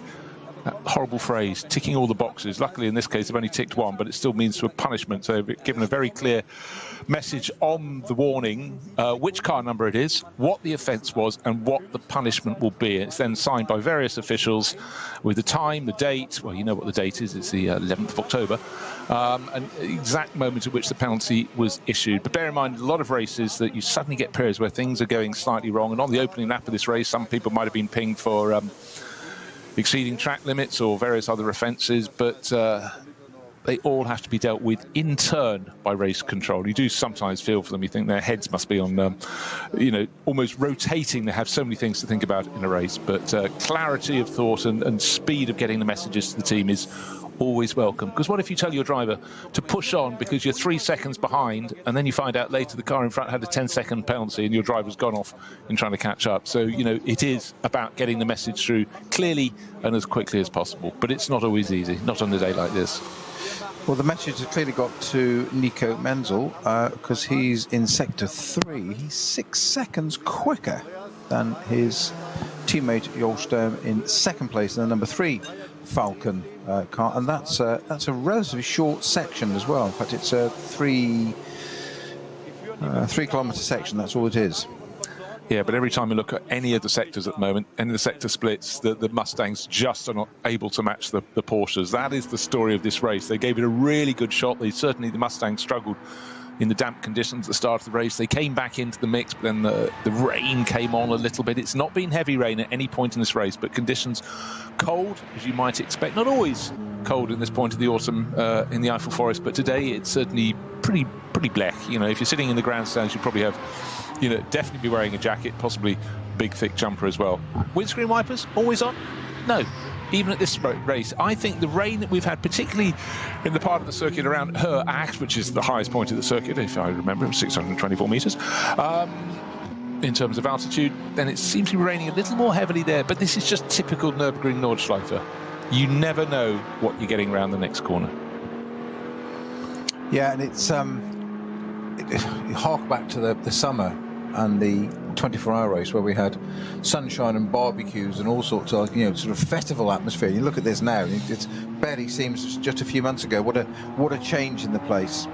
But that's why I feel it's effectively a race with races at rounds at 10 different circuits, because the conditions change so much between the early season ones, the mid-season ones, the end season, and we've seen pretty much every weather condition you can imagine. Bar plagues of raining cats and dogs. We've had everything else across the years, across the seasons, and that is why this is such an enthralling event. Thrown in how difficult the track is, the logistics of calling your pit stops right and tyre changes, getting your tyre changes. I'm not talking about when you come in for a standard stop. I'm talking about, do we need to change from slicks to wet or wets to slicks? And again, the consequence, you just hold off for too long, your driver doesn't get the signal, or you haven't decided they go past the pits, they've got to suffer for 25 kilometres if you've left them on another lap when on the wrong sort of rubber. So many things to knit in. Oh, plus it's multi-class racing, and you have an enormous spread of performance from the very fastest to some that are going as being driven absolutely beautifully. In fact, little Honda Civic Type R in road trim, that's quite quick, but it's in H2, which is, sort of historic class, effectively a road car with a roll cage. And I can't emphasise enough the fact that it's open tyre formula. So many series across the world have what we call a control tyre, i.e. it's the same tyre, one manufacturer. You have different compounds, obviously you have your slicks and your wets and your intermediates, of course you do, for different conditions. That's a safety issue, but you have what we call a control tyre under that banner. So we've all got the same. It's a level playing field. So it comes down to cars' strengths, weaknesses, teams, drivers' strategies, etc. It's another element of NLS that we have this crazy circuit, crazy number of cars, 8-10 minute laps, crazy weather. You get the pattern here. And by the way, you can run any tyres you want. And by the way, there's 23 classes of cars, and you can run up to 5 drivers per car. Get away. Come That'll on. never catch on. Yeah. Right, we've got a Stefan Beloff S. We've got a code 60 that's been upgraded to a slow zone. So can't tell you who's gone off there. It was a slow zone. Now it's code 60. So that's what we call a sort of slow zone plus 60 kph. And that's why if ever you catch an image of a car in a zone like that, so particularly when you're on an onboard camera shot, you think, what is wrong with them? However, that is so this incident can be cleared up, neat and tidy, and more importantly, safety. That is what we are looking for, and that's what we expect. And the standards are notably high. And with a circuit as complicated and as hard to manage logistics as this one, a circuit with a degree of a free zone of danger, because it's a very tricky circuit. I think the job they do is astonishing, but clear line of signalling absolutely imperative in this. So again, because a lot of corners you can't see really what's around them, you rely on the marshals. If someone has put their cars partly off the track, partly into the barriers, partly sideways across the track, you need to know, you need to be able to slow. And that's just another level of concentration you just cannot afford to be without. So it's, as we know, it's Nico Menzel in the number 4 Falcon Porsche leading at the moment from his teammate, doing a great job. They are introduced a little bit of onboard once again with Nico Menzel. Yeah, taking it steady, and is he heck? It's he's got wet tyres on, coming up past that Honda Civic you were describing there, which is basically a road car with a roll cage in, as in that is its correct class. Just coming out to the end of Hatzenbach to go past him. The Honda staying out of the way. I do love it's not part of the regulations, but I do like that such as the level of camaraderie under people in these races, that some of the really slower cars with a massive speed differential, that Honda you've just been seen with our race leader, he knows the Porsche's there, so what does he do? He pops his right-hand indicator on to say, I've seen you and I'm staying here. It's not that I'm moving out of your way, it's just letting that driver know, yeah, I've seen you. He could be going past at 50, 60, 70k quicker. So from a driver point of view, that's quite handy to know that they've seen you, because that's always your biggest fear here. It's not that they do anything mad, it's they may not have seen you, because you can arrive so quickly on the scene, and there are not many straights here where you can see something coming in the mirror. You can be turning in, and you think you've turned into a corner, or you will, and all of a sudden, as we saw earlier, there's a GT3 alongside you. You think, where did that come from? Oh, is that Nico Menzel again, you think? Yeah, or is it Joel Sturm? If it's on the grass, it'll be Sturm. If it's on the black stuff, it'll be Menzel. Yeah, so if you're going along the Dottinger Her, which is the long return leg of the circuit, the massively long straight, you might pick up a car coming much faster. But the point is, if someone's lapping 30 seconds of that faster, as you can on a 25-kilometre circuit with cars of enormous performance differential, then you may not see them. They may be coming around a brow, and they have closed in so quickly. Course vehicles out on circuit, looks like more barrier repairs. Again, bottom of the hill before you start the climb up towards the carousel. That's been ongoing for a long time. That has, yeah. So the Tiergarten one we got sorted, but that one's been going for quite a while there. So there must have been quite some damage. And of course, the problem can be that you can repair the barrier, and if it's not protected by any kind of conveyor belt or whatever, it's, a car's a solid object, the barrier's a solid object, and it hits it pretty hard. It moves the posts, so you can't attach a post to an absolute pile of rubbish, the barrier to rubbish. You've got to rebuild the posting. Screwing the barrier on nuts and bolts is really quite easy. That's the finishing touch. It's like painting something. It's all in the prep, isn't it? Sadly Allegedly. so.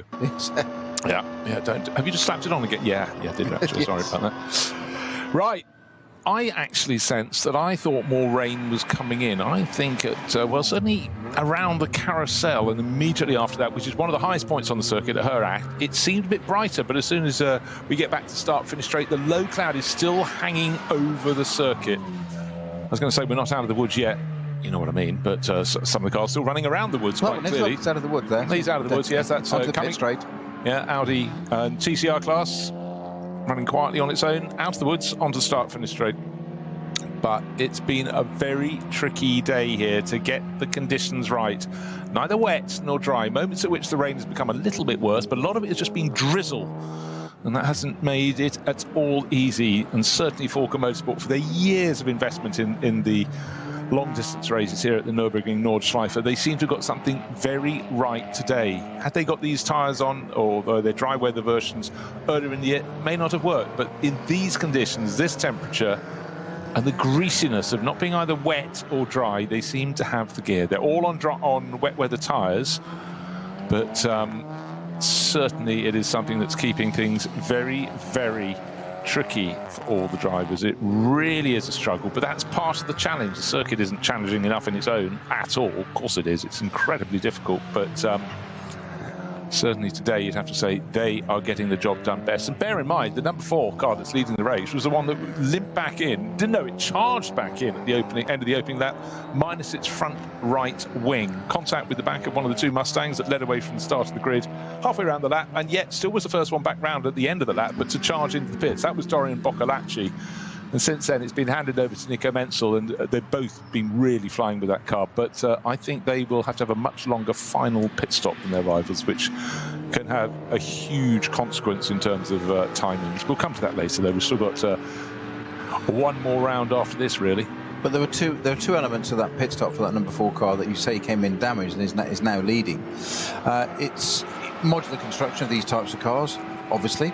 The wing, we said, was US, but what was attached to wasn't the problem. The bumper and front end had gone as well, but the main bits of splitter and bits of aero were still there. But such was it organised, the inefficiency of Falken. As the car came to a halt, one set of mechanics started working on that and pulling the bits off that needed to be got rid of. Immediately behind was a second tier with one guy literally holding the new wing, another guy holding the bonnet. So they were there sort of slightly out, and then it's almost like Venn diagram, to circle out. When you've done that bit, they move out and swap out the next lot. There's no going back and finding the bit, and so it's all there ready because it's all time conscious. And they click it on, and it was almost like Lego, wasn't it? It was all of a sudden the car went out and looked pristine again. You just thought, hang on, have we got the wrong car that lost its wing? Because you just couldn't tell.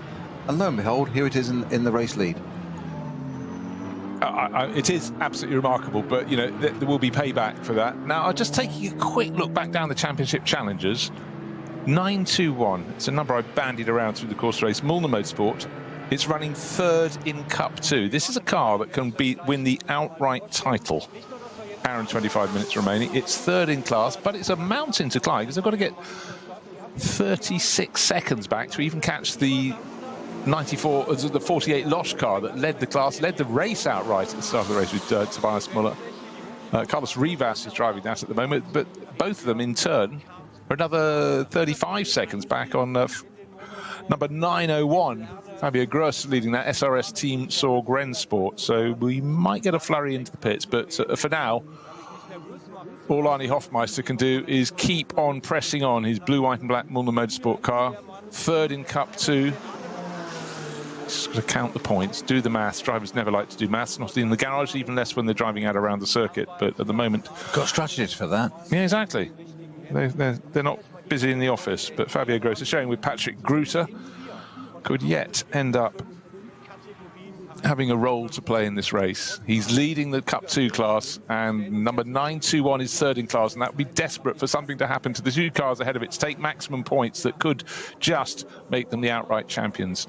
However, plenty of racing between now and then. Well, this weather, I have a feeling, is kind of set in, Bruce, for our final hour and 24 we've to go, so a little bit of way to go yet. So about the length of a Grand Prix to go in our race yet. Here on our final one. I love your description of a series a championship over 10 circuits, even though it's the same place every time. So it's a great description. It makes you think about that.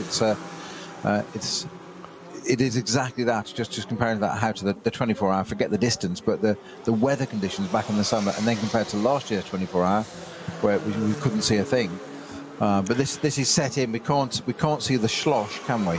At all. Just about to see my feet. Right.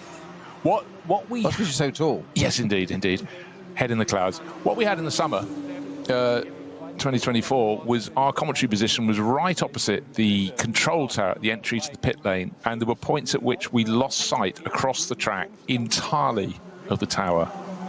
And as Snowy pointed out earlier, there were 2 points on the circuit. It's the 2 tallest points, the pit straight and her act, that were draped in thick cloud. The rest of the circuit was actually bathed in glorious sunshine and bright weather. But we weren't. And the important thing was the rescue vehicles, the helicopters, couldn't come in and out. You always have to have an operational helicopter, medical helicopter, in case of medical emergencies. But also line of sight between the marshal's post and two medical teams. Yeah. For obvious reasons. If one's occupied, you want to continue the race or need to, then you need another one to replace. Because you can't run a race without your medical team there. No. Right. Are we going to see the number 3 Falcon Motorsport car diving the pits? Not this time. So pressing on. Right. It's a question of what they managed to get on board when they changed the cars over to wet weather tyres onto rain tyres. But I think next time around we'll get them diving in.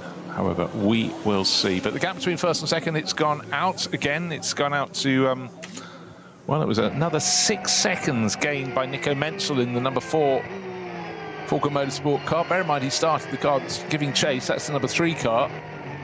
That was then handed to Joel Sturm. Joel's still on board, and he did some hero laps after that car was finally brought in to put on rain tyres. The rival Mustangs had all, and the race-leading number 4 car had all come in earlier, but having got onto the right tyres at the right time. As I say, that number 3 Falcon Motorsport Porsche runs off the circuit. That's Joel Sturm. Where did that happen? It was the cut-through on the Grand Prix circuit. You start the first part of the Grand Prix circuit, do the first 4 corners, instead of then going down the hill towards the Dunlop hairpin at the bottom, the Dunlop Kercher. You cut right and then complete the Grand Prix loop. But that was running deep into the corner, across the gravel, very close to the tyre wall. Just eventually got the 180-degree right-hander done without hitting anything. But that was a wake-up moment. The track was probably no wetter than before. Might have been just, again, pushing on a little bit more. But the rain, if there is any rain still falling, it's only on the start-finish straight, I would suggest, right now. Well, Joel Sturm, as he has been all race long, manhandling this number 3 car. And the big twitchy moment going on to the Nordschleife there by the U-turn back, the hairpin back at the Sabine Schmitz curve, and just not wanting to get too close to that barrier there, because you can just kiss one end and the other and put tracking out. And that's, you don't really need that, or drive shafts on a Porsche really quite easily, or radiators at the front. I'm not suggesting he was that close to it, but you don't want to be risking that, and this is the beginning of the lap. Lots of use of the curb, and again, this way you've got to memorize it. People like Joel Sturm and Menzel have. There are some curbs on the left-hand side, mostly are a tiny bit of red and white curbing concrete, and on the right-hand ones, quite a few have a riser behind it, so you can use a bit more of that, and it seems to be that's what you want to do there. A nice bit of exit curb on the way out, which is not too bad. It's loaded on that tyre, over the bridge and up over the rise, keeping off the painted curb at this part of the circuit, a little bit quicker. Hatson back first spot, not so fast there. It's quite significantly picking up pace from coming out of the Sabine Schmitz curve, which is really quite slow. What you always notice with a lap like this, the only place you could possibly relax, but you can't, and I'll explain in a moment, is the dotting O'Hare. Pretty much everywhere else, with maybe a few exceptions, start, finish straight, but someone else might be trying to pass you, or you might be trying to line up a move. And also, after you've left Hatzenbach and Hocheichen, you got the blast, go over Flugplatz, Schredenkreuz, you know, but after that, it becomes more and more complicated, more and more twisty. But it's you get one corner slightly out of sync, and everything else just sort of unravels. It suddenly comes back at you much faster. That is why it's so super difficult, this circuit. Plus, Also not playing to the back of the car in front of you that's just slowed down for a slow zone or a code 60 or even just a yellow flag period. And for the front runners in the SP9 class cars, they're coming in much, much faster. So just one little moment of looking at your controls for something for a nanosecond, and you look up and suddenly, oh, right, okay, we've got to do heavy braking. I can't do that. So it's always super, super complicated around the circuit. You know what? The drivers wouldn't have it any other way. You can talk a big race if you've done a race on this amazing circuit, but just so mentally taxing. Physically, too, to an extent. Of course, you know, it is up and down. I now sense the eternal optimist, that is me, is getting brighter, or less dark, shall we say. You think? I do think. However, that's we because the camera... otherwise, I get that, obviously. No, exactly. No, I just made it up. But the thing about it is the exit of the circuit, you know, Herrat, it seems okay. You then finally get onto the Dotting-Her. It's not too bad until the point where the clouds come back. When they get to the start-finish straight, that's the second highest point on the circuit, and it seems to be the place where it's raining. We approach halfway down the Dotting-Her, suddenly we're getting raindrops on the windscreen. Yeah, exactly reverse of what we were saying just a few laps ago, that the pit straight was clear, the rest of it, so that cost 1/3, one half of the circuit, the weather moving across. So it's going to pit straight is going to be the issue now coming up, but yeah, so the wipers on as cars come up to Horijken at the end of the lap. I can't remember what was the cause of the barrier repairs at the carousel, because that's taken an internal amount of time. They've now cleared it. The bottom of the hill, I can't remember. At the top of the hill, it was the 144 Schnitzel Mercedes. That, but the bottom of the hill, and the Clostertoll. Yeah, lost in the mist of time, I'm afraid. It must have done a fair amount of damage for them to take this long to putting it right, because that's been there for a very long time, that code 60. Hopefully, as we get towards our last hour or so to go, we've got 1 hour 17 minutes to go. Right. At that juncture, I'm suddenly starting to think it's looking quite good for the number 921 crew. They came here second in the championship, the outright championship. Arnie Hofmeister and Tim Scheerbarth have been the constants in that, constant drivers. Because they're third in their class, but you should get more points than those in the other classes. And it's 187 is second in its class, and 500 is second in its class. And if I talk numbers, let me explain what and who they are. Car number 500, Adrenaline Motorsport BMW 330i. That's running in BT2 rear-wheel drive. The number 921 Porsche is in the Porsche Cup 2 class. That's Mühlner Motorsport. And number 187 FK Performance Motorsport BMW M4 GT4 running in SP8T. So many different sorts of classes. And really, where they place in the race outright is irrelevant. It's where they place relative to their class competitors that will dictate how many points they score. So complicated. It's as if it's not complicated enough, an event like this with weather that is certainly trying. But at the moment, even at the darkest parts of the circuit, it does appear it's hanging low cloud rather than the rain that's falling. If the wipers are on occasionally, that's probably because you're running immediately behind someone who's running over the curbs and kicking up the spray. Yeah, it's a proper autumnal day, is it not, here at you mentioned about the lovely colours in the trees a bit earlier on. We'll see less of that now because there's too much mist and fog around. Yeah. I don't think we'll get any restriction on the end of the race. I think we'll get to the end of this okay. But you never know. It's the Nordschleife. Mother Nature has a way of controlling it completely.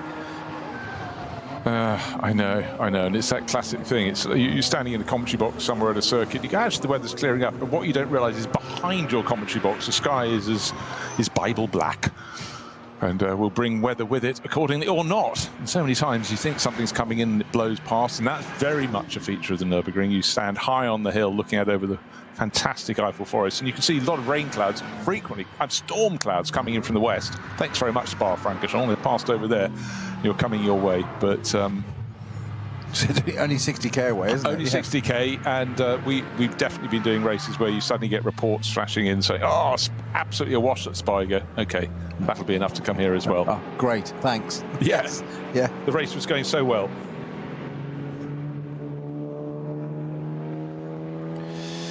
So, despite we had those amazing GT3 Cup 2 cars at the front earlier on, that was because it was those filtering conditions. I was just seeing number 3 going off again, but of course that's a replay from our director there. Thank you very much. So 2 Falcon Porsches is at the front, 2 Mustangs in 3rd and 4th, Menzel, Sturm, Stippler and Shearer in that order. The top 3 cars being the only pros, and they're fair enough there. Now Menzel's just pitted, actually. Nico Menzel brings a number 4 leading Falcon Porsche into the pits. Well, that's fine. That's a 7-lap stint. That's absolutely on the money, one would suggest. And it does mean that's the 3rd pit stop for that car, because of course they had the extra pit stop to stick it onto wet weather tyres, onto rain tyres. Now Sturm, he would have done his next pit stop a bit later. In fact, I haven't noticed that one down, but I'd expect the Mustangs to come in on this lap as well. They're running 3rd and 4th. Frank Stippler, Fabio Shearer, 6 ahead of 9. Does that give Stippler time to drive anything else in this race? He does like to drive other things, but actually, in fairness, because he was down to drive the Audi as well, wasn't he? He was the Juta Racing car, and that is still going. Selv, that's Selv inverted commas. Many people race with pseudonyms here. But number 4 in the pits. Does that mean Menzel will get out? Boccolacci will get in, or Boccolacci? Yes, already done. Yes, he's done that. So he's going to. Menzel's out because he's got another appointment. He's going to be back into the number 3 Porsche from Joel Sturm to take that through to the end of the race. Boccolacci will take this one through to the end. Busy cinching his belts tighter and tighter. Just the little twitches, nervous twitches. We all have them. You know, you can imagine golfers have their little yips standing on the starting tee.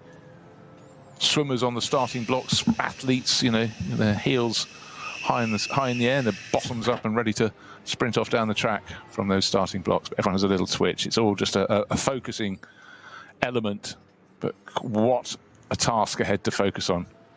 Boccolacci thinking, well, I've already had an incident out on track on the opening lap. I chased back, I gained loads of positions, but what's it going to be like when I pull out of the pit lane to go down towards turn 1? Luckily, at that point on the circuit, it's very wide indeed. There's lots of runoff as well. So if you go wide, embarrassed, but not in the barriers. It's really when you get out of the Nordschleife itself, about 9 corners later. So our number 6 P3 car, which is Frank Stippler in the Haupt Racing Mustang, the leading Mustang of the 2, is on the Dottinger Höhe now. Will be coming through the kink very shortly. Our race leader Nico Menzel is back in the. Well, sorry, the car is back out on the track, and it's Dorian Boccolacci that has taken that over again. So just coming up to Tiergarten is the number 3 car. Sorry, position 3 car, number 6 car.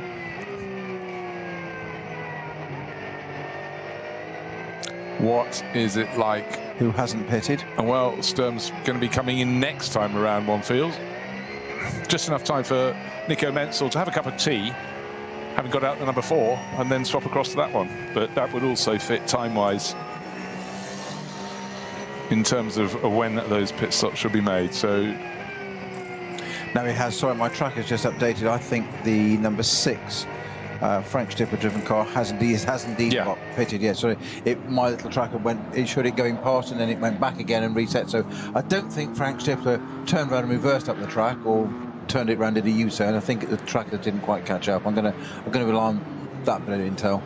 Okay, what we can tell you is the number 4 Porsche is back onto the circuit. Dorian Boccolacci, the driver who started it, then Nico Menzel did the middle part of the race, but Menzel's got a busy dance card, if you will. He's hopped out of that, and we wait for the number 3, the sister car from Falcon Motorsports, coming next time around. Remember, the gap between them was, what did he get up to? About 1 minute and 15 seconds, so you definitely have to say the advantage is in the hands of the number 4 car, but it's by pitting for your final pit stop a little bit later, that gives you a chance for a shorter final pit stop, and then the gaps can swing. But you'd have to say the number 3 has a major advantage over number 4. Number 4, the damage done on that collision on the opening lap into the back of one of the 2 Haupt Racing Team Mustangs, in for repairs, and that has cost. But in between both of the Falcon Motorsport cars, but I would say particularly the number 4 car have looked number 3 car have looked very, very good indeed. So our other Haupt Racing Mustang into the pits as well. That's Shearer, and then the number 9 car. That's Fabio Shearer has brought that in as well. Was he going to swap over to does either Patrick Assenheimer or Dennis Fetzer in that car. Well, they've been running on because the way it's this race has fallen. They didn't want to. It was probably planned as a double stint for Fabio Scherer, and then 2 individual stints over the next half of the race. But because he had to stay out longer, because they came in, scrambled in to do a pit stop, a change on to rain tyres, they've kept him in to do sort of effectively 2.5 stints. So it may well be the other driver would do 1.5 stints. And in fact, we're getting close to the point where someone could just do one more. They come in at the end of this lap, they could take it through to the finish. So it may well be Dennis Fetzer. Patrick Assenheimer doesn't get to race that the car of which we speak, which is the number 9 Haupt Racing Team Mustang.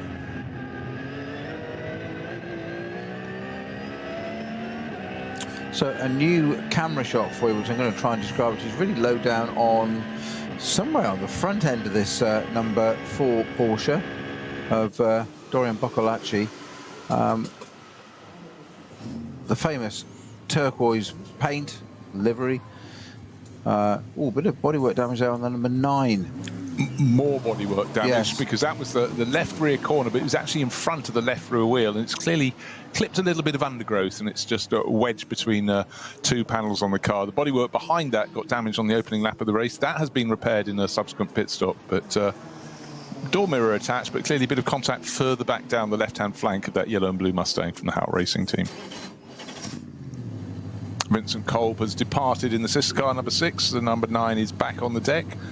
Now, who's on board? Is it Patrick Assenheimer or Dennis Fetzer? They're having to sit in the pits, waiting. They've got a countdown clock in their car. Cuckoo, 5 seconds to go. And driver not allowed to go too soon, because we keep seeing punishments. Actually, today hasn't been too bad as yet in terms of penalties. But one of the cars that got hit was one of the 3 crews that came here gunning for the outright championship. Adrenaline Motorsport BMW car number 500. It was 45 seconds at a standstill, and you're not allowed to do that, then serve your pit stop. You have to come in subsequently for your next pit stop, so that would have hurt. 45 seconds at a standstill, plus pit in to pit out as well, so you can wave goodbye to way over a minute in that. That would have been potentially something of large consequence.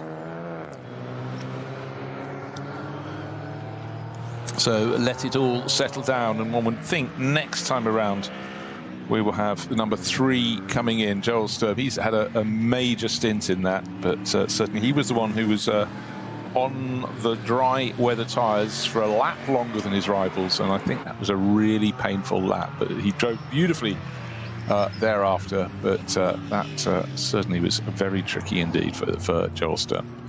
And for the first time in a very long time, with just over an hour, in fact 1 hour and 6 minutes to go, we've gone back to full course green, Bruce. So no code 60s, nothing else. It's all nice, and it's a clean racetrack. Well, it's not, is it? Because it's a very greasy racetrack. Entirely so. I'm just looking at the screen, waiting for the next yellow flag notification. Can he finish his sentence before it comes up? Well, yes. So far, so good. Right, stop and go for car number 410. That's not one of our front runners, so. But still, those penalties will be coming, so it's always super, super tricky.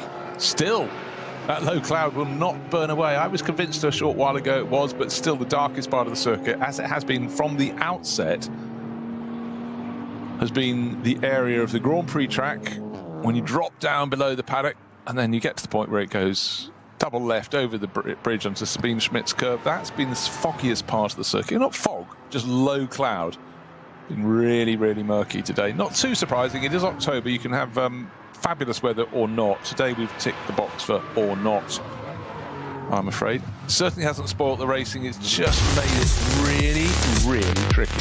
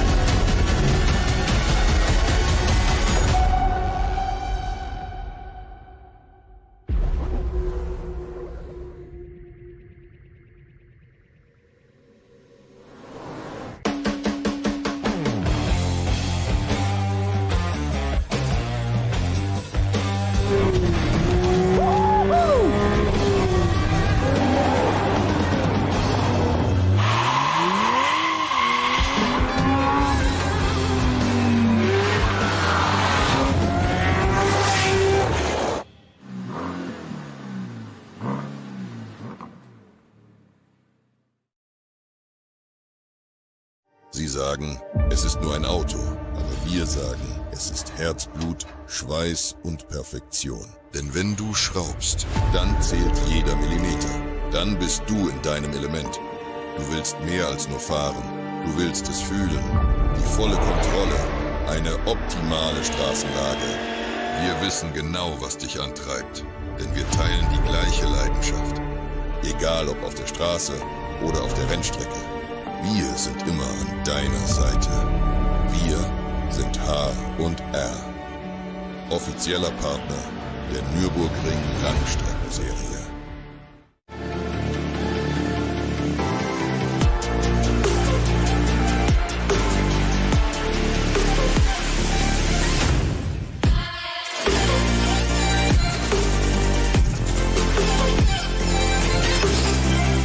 Falkenreifen.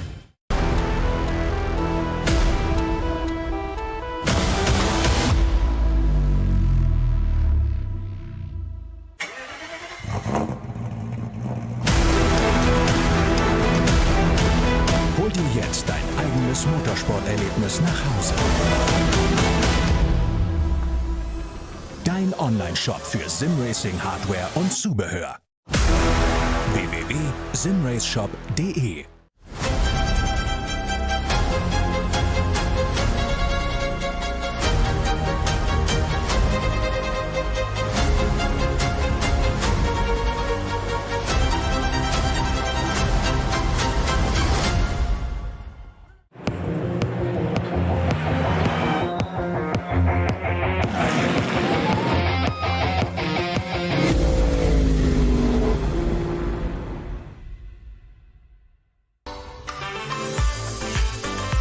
Liebe Fans, Lovely Fans, besucht uns auf unseren Social Media Kanälen. follow us, auf Facebook, Instagram, YouTube und TikTok. Willkommen bei der NLS.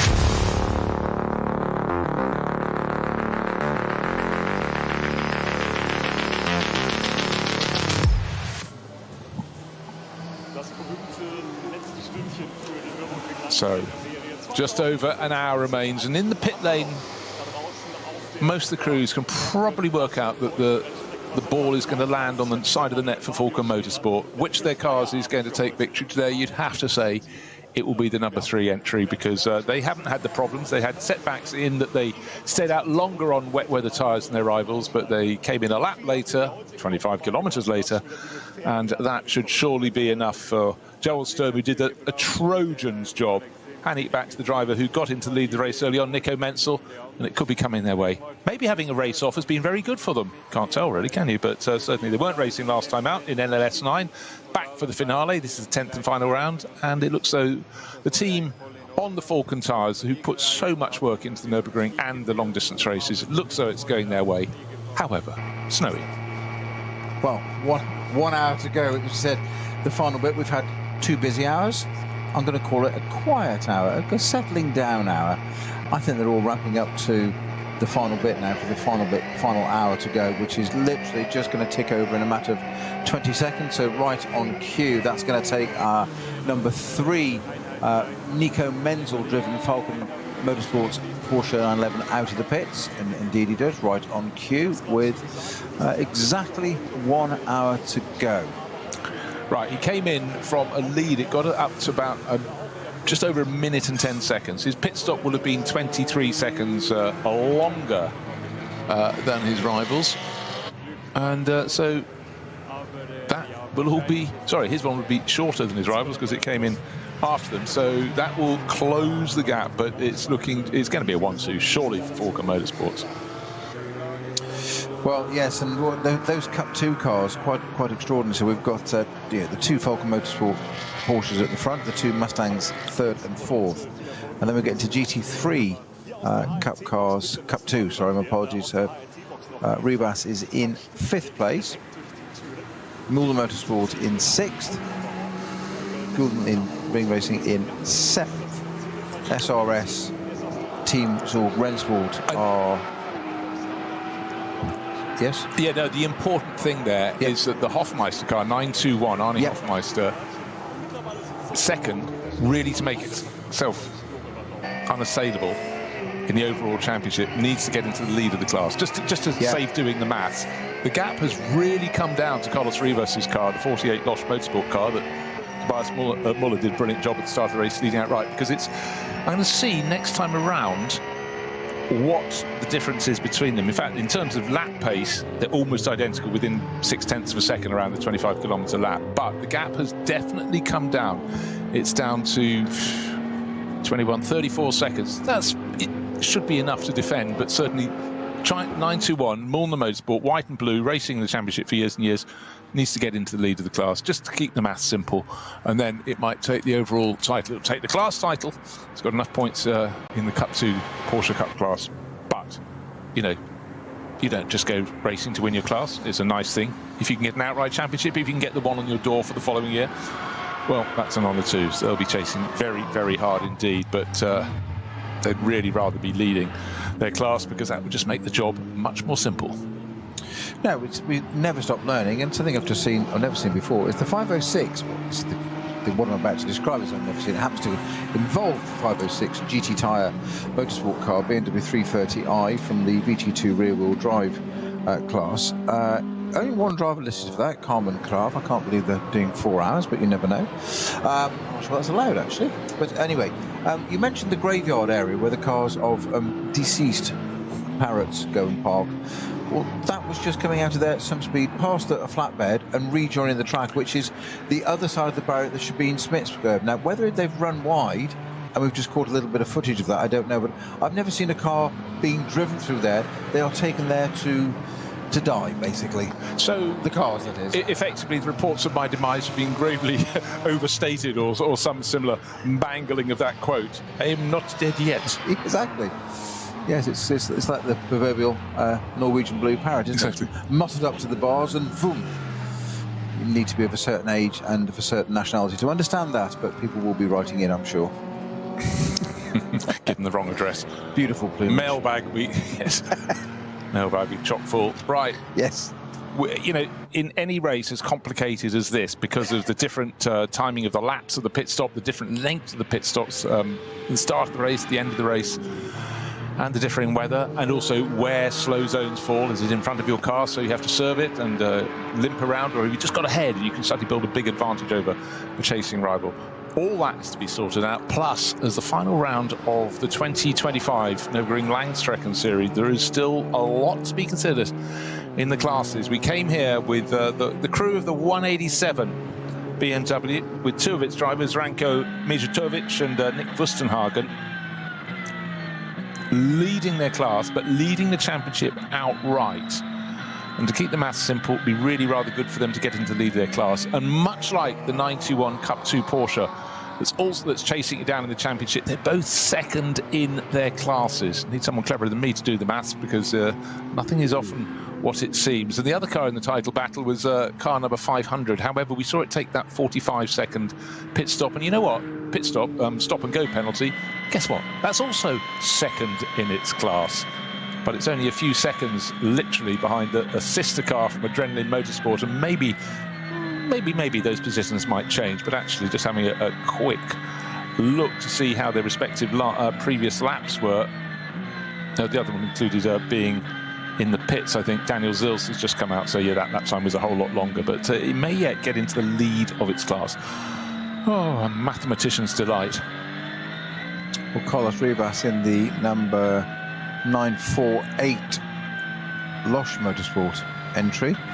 In Cup 2, as you said, Hofmeister in the Muller Motorsport car right behind it needs to catch him, does he not? And that is 7, a bit too much of a gap at the moment. It is. They're also, last time I checked, last time around, they set lap times within half a second of each other. There's no gain. No ebb and flow, is there? But I said, just looking, anytime you need to check what's happening on the circuit, you always want to look to see what's hitting the windscreen. On a day like this, it's been in and out, but at the moment, I'd suggest as dry as it's been since the start of the race, which probably makes it a lot easier. Good news that Just double checking. We had the Schnitzel arm Is that the Mercedes 144 back in the race, and it's just gone flashing past. And looks so, unless there were two, but I'm fairly sure there was just the one in the SP8T class. It is. It's on the pit straight. Yeah, SR Motorsport. Okay. Obviously, that was someone that should have been running at the front end of its class, and I think early on it was.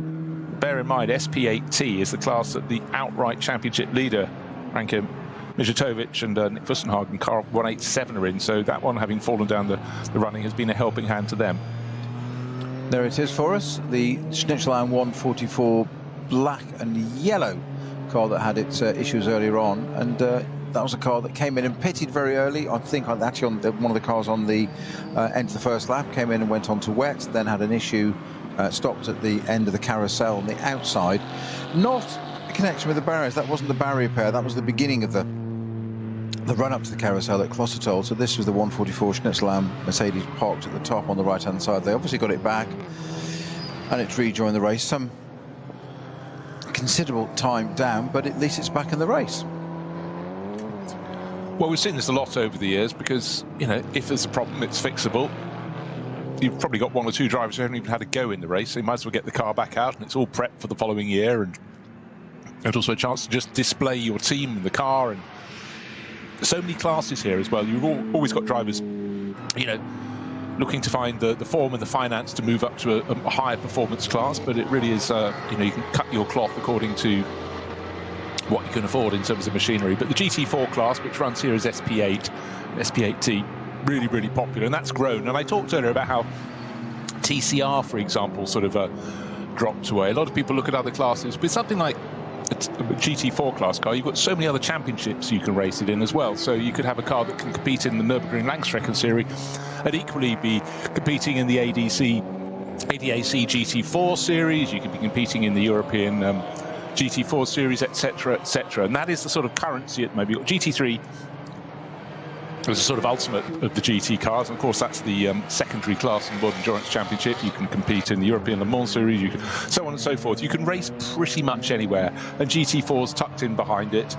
And for example, this weekend it's the final round of the GT World Challenge in Barcelona. You've got a field of 60 cars in the endurance round. It's a 3-hour round, and that is a lot of GT3 cars. And then I think it was about 48 cars in GT4, so that's a big paddock you need just to fit those two classes in. But again, and you see the sort of the bounce back from that, those sort of cars, GT3s, GT4s. That's why there are more of those on this grid than there used to be 5 or 6 years ago. Yeah, it's great to see them out there. It's grown enormously. These amazing cars, the GT3 cars, as you say, very much the top level, but also that's they're so expensive to run. That's the problem. The proper GT3 cars, whereas a GT4 car is the happy hunting ground for, dare I say, the amateur driver, but the gentleman driver, that's somebody that's successful and takes it quite seriously. And you don't tend to have, I don't like the phrase amateur, you don't really have amateur drivers like we used to have years ago, where it's have a go. It's people that take it very seriously and come and buy some decent cars, and they're still not small amounts of money, nor are they to run. So you need to invest in them properly. But it is, the jump from GT4 to GT3 is quantum. It's massive, and that's why the pro teams run those. But if you notice, as we notice, many times, I was talking to the listeners there, not you, Bruce, but there's a lot of top running GT4 teams might run one, maybe two cars, but they might run 2 or 3 GT4 cars as well, for people that they can then bring on through. It's like a kind of a feeder series. You can start on this different level, cut your teeth, bit back to what we were saying about harking back to the license, getting it, understanding it, cut your teeth on it, learn it, and then you know, if you've got the funds, you can be promoting. There's something smoking there, like a tyre lockup, which is very, no, that's got to be engine. It can't be a tyre lockup on a wet track. Yeah. No, it's a Porsche Cayman, which is absolutely, couldn't quite see. It's been just whistled past, but first we saw a puff of smoke and a cloud of smoke. Couldn't see a car round the corner. A camera car went past, car number 150, one of the BMW M4s. Went past, but the other one limping home. Not going to get to the end of the race, may get to the end of the lap, but bit of oil on a greasy track shouldn't cause any problem to anyone. Well, I said things would happen in the last hour, didn't I? Yeah. Okay, but let's just talk about the gap between first and second. It's Falco Motorsport from Falco Motorsport, we know that. Dorian Boccalacci, he came back out a lap before the sister car, was handed out. He took the car over, number 4, from Nico Menzel. Menzel then waited. Number 3 came in a lap later, would have had a shorter pit stop, and that's why the gap's come down from, what was it, a minute and 15? It's come down by almost the requisite amount, but it's Menzel now in the number 3, so he could be first and second, couldn't he, in this race? He's driving both the Falken Motorsport cars, but the second place car, with Menzel on board, 58 seconds down at the end of the previous lap. I never thought of that angle. I was thinking earlier... He'd have to be quite busy on the podium, wouldn't he? He could then win the race in either car, but you're quite right, he could be first and second in the same race. That's try explaining that to somebody that doesn't quite understand it. How? Well, he's driven both cars. Yeah. How? He'll have to be very quick on the podium. He'll have to have get the photographers on slow, long exposure and nip from one side to the other, from the second place step up onto the top one. So it's like you're at that old school photograph. You had the long panoramic cameras in the 70s, and you'd run from one end to the other and try and get yourself in the school photo twice. I did manage to achieve it once. Only just, but right. Finally getting a little bit brighter. The Porsche that was smoking, by the way, was the Schmickler Performance 950 718 km Cayman. Oh dear. Car 500 was one of our 3 championship challenges. It was running in the VT2 rear-wheel drive class, and about an hour ago I reckoned its chances were very good, but it's had the 45-second stop-and-go penalty, and now it's got the black and orange disc warning flag. So that has... Waiting to see any punishment coming their way, but black and orange doesn't mean you have to report back into the pits. So I think we can strike that one. It was running second in its class. All of the 3 crews challenging for the outright title running second in their class, but 45-second stop and go, and then an extra visit to the pits, I'm afraid. Surely that's taken it away from them. If you're new to NLS or indeed any kind of racing, a black flag with the orange circle on, was often referred to in the paddock colloquially as the meatball flag, because it looks like a meatball, is for something technically wrong with your car that you may not be aware of. So it could be something like fuel's coming out of it, or there's a piece of bodywork loose, or there's a piece of exhaust hanging underneath, or something that you may or may not be aware of, but is deemed dangerous to continue and must be brought to the pit box and rectified. Well, what we're getting here is it says check timekeeping transponder, no signal. So how is that a danger to anyone else? Could you explain that? Because it was not a danger to anybody else, but it's a requirement that your transponder must absolutely work for the organisers, because you might then speed through a code 60 area and not be punishable, etc. So you've got to have that working. It is a requirement, I'm afraid. And it's also very frustrating because it's a technical issue that you've got no control over. The team or the drivers, you're issued a transponder. If that fails, that's galling. If that fails, and you have to cost time in the pits to do that. Well, I think one can say, and then there were 2 rather than 3. 187 came here with the championship lead, the outright championship lead. That is in the pits. It's having to be pushed backwards because another BMW is near at hand. That's having to be pushed out of the way. This is Ranko Mijatovic and Nick Wustenhagen. I think it'd be Ranko going out to finish the race because came here with high hopes. They've kept their nose pretty clean. Nick Wustenhagen out of the car. Can't see if he's happy or not. He's still got his helmet on, but they had Reinhold Renger to help them in the early stages of the race. Very Mika Hakkinen style crash. It is, isn't it? Colours, yes. Shades of blue, descending order. White on top. Nice, clean helmet design. Little thing, yeah, it's quite nice to see for a change. Little thing I spotted there with the 2 cars you sent to push back there. The GT4 car we were describing being one down from GT3, if you like. We spec GT3 cars, air jacks, central centre lock wheels, on air guns, all very quick and speedy. GT4 drops down a level. You've still got air jacks, but you have a 4 or 5 stud, whatever the manufacturer was, wheel with battery operated guns to take them off. The car that is being pushed away from was a 330 that's also on 5 or 4 studs, but it's not even allowed air jacks. It's got a trolley jack underneath it. So these tiers, if you like, of things that make all the difference for pit stops, etc. So you've got to get a trolley jack out and get it under the right position and jack the car up and not be pushing it, if it's a rotten floor, pushing it up. And I'm going back to my days of early cars.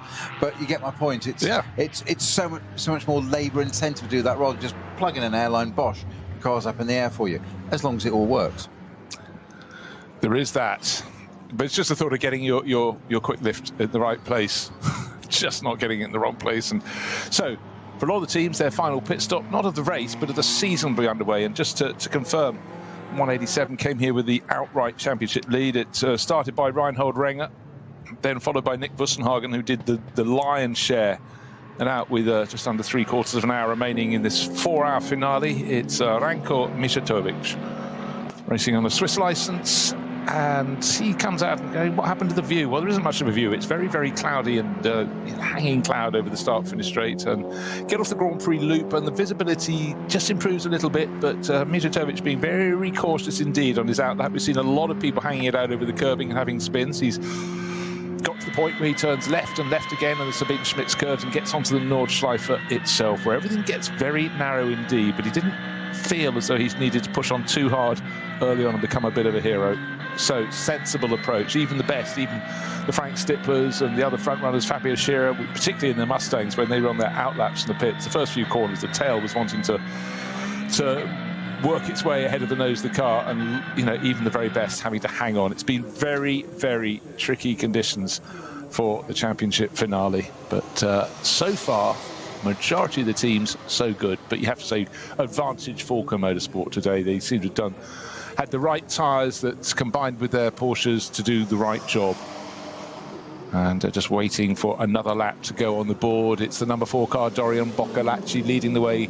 He took over from Nico Menzel, and you know what? He's also leading Nico Menzel, because Menzel's doing double duty. He started in 3 with the middle section of the race in car number 4, and he's gone back to the sister car number 3, waiting for him to cross the start-finish line to complete lap 20, and I'll see what the margin was. It was 50-something seconds last time around. And it seems like an age waiting for that timing beam to be broken. Waiting for Nico Menzel to come through. Still waiting. That's what 50-plus seconds seems like when you're looking at a timing screen, looking at your moving image screen to see how that gap has gone. Has it increased or has it come down? But, right, 50, well, almost no change out of a minute. So let's call it a minute. 59.853 seconds, the gap between Boccolacci and the number 4 Falken Motorsport and number 3 Nico Menzel sister car. A lot of smoke in one of the team garages. That's the 950 that was coming back smoking. Ah, okay, yes. Slow as smoke. It still is. Yes, now it's even slower as smoke. It's not moving. It's the Schmickler Motorsport. Okay, that's what you were talking about. Yep. So they're working on. There's somebody they've opened the rear deck, and somebody's got a mechanic sitting in there, quite literally sitting on the rear wing, the rear apron, looking there. It could be something quite simple as a hose or an oil pipe, something that was spraying oil onto the exhaust. As long as it doesn't take it all out of the engine, it's not the end of the world. They appear to be attempting to get the 950 back into the race. Yeah, well, why not? Why not, indeed? Season finale, end of term, why not, indeed? Right, I've been looking at the gap between Carlos Rivas, who's leading Cup 2 in 5th place overall, and David Yarn. David in car number 921 is gunning for the outright title, but the gap has actually increased between them. It was about 34 seconds, and it's about 53 seconds now, so that is probably making the maths a little bit easier. Up front, though, there's nothing the two Mustangs from the Hout Racing team can do about the pace of the Falken Motorsports cars. When things were greasy, the Falken tyres clearly worked absolutely beautifully there. But just remember, the 911 GT3R has been running for a long time with evolutions and stuff. The Ford Mustang is still the new kid on the block, second full season, and certainly Hout Racing team in the last handful of months have been getting a bit of a grip on it. Car looks great, sounds even better, but of course it was a handful when it started. They all are. It's quick, but it's not fully developed. That's not to say it's underdeveloped. It's not fully developed. I think it's got potential to come. They'll work on that car over the winter, and it's. I'm sure in 2026 it'll be an even stronger contender, and it's up at the front anyway. They'll line it. They'll work on the areas where it's not quite quick yet. But a Porsche 911 GT3 run by any of your decent top teams, it's a known entity. It does what it says on the tin. You know it's going to. It's really down to you as a team how you run it and how your drivers drive it. Yeah, I mean, it's been built on the back of other cars that have been built before it, isn't it? It hasn't wandered a great distance away. Of course, the Ford Mustang, it's still very, very short in years. And you normally expect, maybe if you're lucky, the second year of a car hitting GT3, you might pick up a win. Third year is when you start aiming for titles, and maybe even year number 4. But this is a rotation, and not all the manufacturers have their new car in the same year, so you get the sort of staggered effect. But just great to have so much manufacturer variety in GT3. That's something that really is such a feature of it. Gosh, just looking in that Cup 2 battle, there was a 15-second difference between Carlos Rivas and David Yarn. There must have been something interrupting David Yarn in the 921, because he's, if you put them side by side, I'd put my money every time on David. So he's been very quick across, well, the years, sort of decades really. But so again, this is something we have to keep emphasising. Around the full lap of the Nordschleife, you can get points where you've got waved yellow flags, you've got points where, various points, you have a slow zone, and it might only be in place for a short period of time. But if it catches one driver and not the driver they're hunting down, then that really can swing a race battle very, very swiftly indeed, with no blame attached to either drivers at either side of it. You're either lucky or unlucky, and you hope across the course of a season you come up sort of evens. Some years you probably get ahead of the curve, but you know, in this final round it does seem as though the last lap, or the previous lap for David Yarn, was not a helping hand in hunting down the overall title. So our Carlos Rivas in our 948 fifth place car. There's a bit of on-ball there. It's going to come across the line. He pits immediately. So that's, but it's some 52 seconds to Yarn in the Müller Motorsport car right behind at 921. And when do they owe us a pit stop? You know, I think they do. I think they do, yes. Because, yeah, I think what's happened is the Rivas car, it's had its 2 stops, which is standard at this point in the race. This should be your 3rd stop, which they're just doing now. So I think they basically guessed right. They didn't have to have an extra pit stop to change onto the correct sort of tyre. When I say that, I mean rain tyres versus slicks. So I think that's why the Rivas car. But bear in mind, this was the car that led the race outright in the early laps, with Tobias Müller doing such a great job. But I think they didn't fumble it. They committed to wet weather tyres when the change was made. They didn't put a second set of slicks on and then have to come in and rectify, which a lot of the outright front runners did. And it does seem as though the 921 car, driven now by David Yarn, has had that 3rd pit stop already, but needs to come in next time around, I would think. It would be a shorter pit stop for them, but they won't be clawing back 54 seconds, I don't think. So the Müller car's not long left the pits, hasn't it, if I'm right? Only about 5 minutes or so ago, I would say. The Müller car is sitting in the pits right now because it's the car that Carlos Rivas has brought in. I don't know if we've seen Noah Nagelsdijk in it, but Tobias Müller was a driver. But I'm sure he did a double stint. No, Rivas is in the Losch car. Oh, Mullner. I thought you said Müller. No. Mullner Motorsport, Mullner David car. Yarn car. No, that's the one I'm discussing. Yes. It's due to come in. Yes, Müller and Mullner. Simple mistake. I need to get my enunciation better.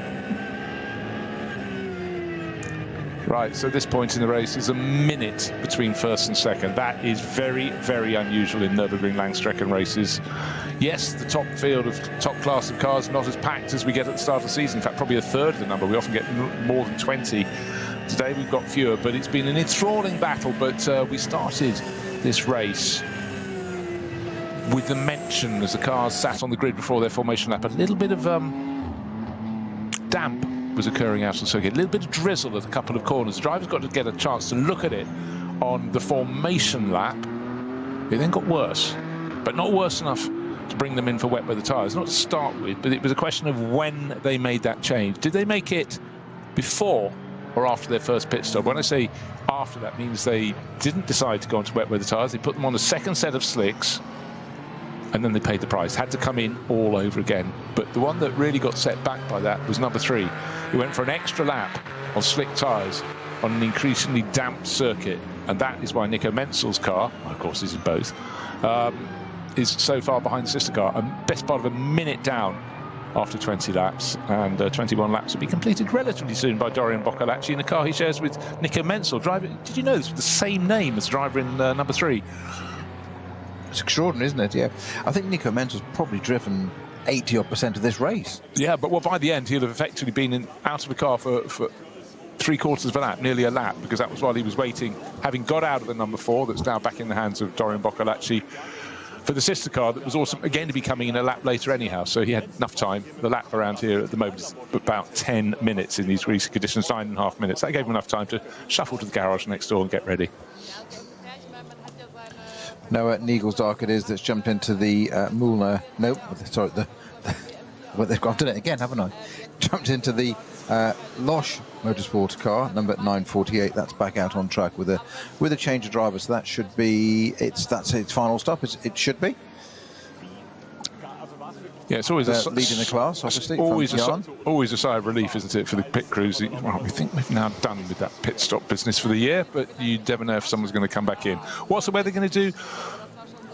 Well, it's not set fair, it's just set grey. The visibility being poor, it's neither been wet, properly wet, nor dry, but it was enough for wet weather tyres to be the ones to have. I think a lot of the crews expected, having fitted them, the rain would become heavier, but it was never a great deal more than drizzle, and that's made it complicated. But in those mixed conditions, there's been no doubting the form of the Falken Motorsport tyre has been supreme, and that's why its Porsches are first and second, 4 ahead of 3 at the moment.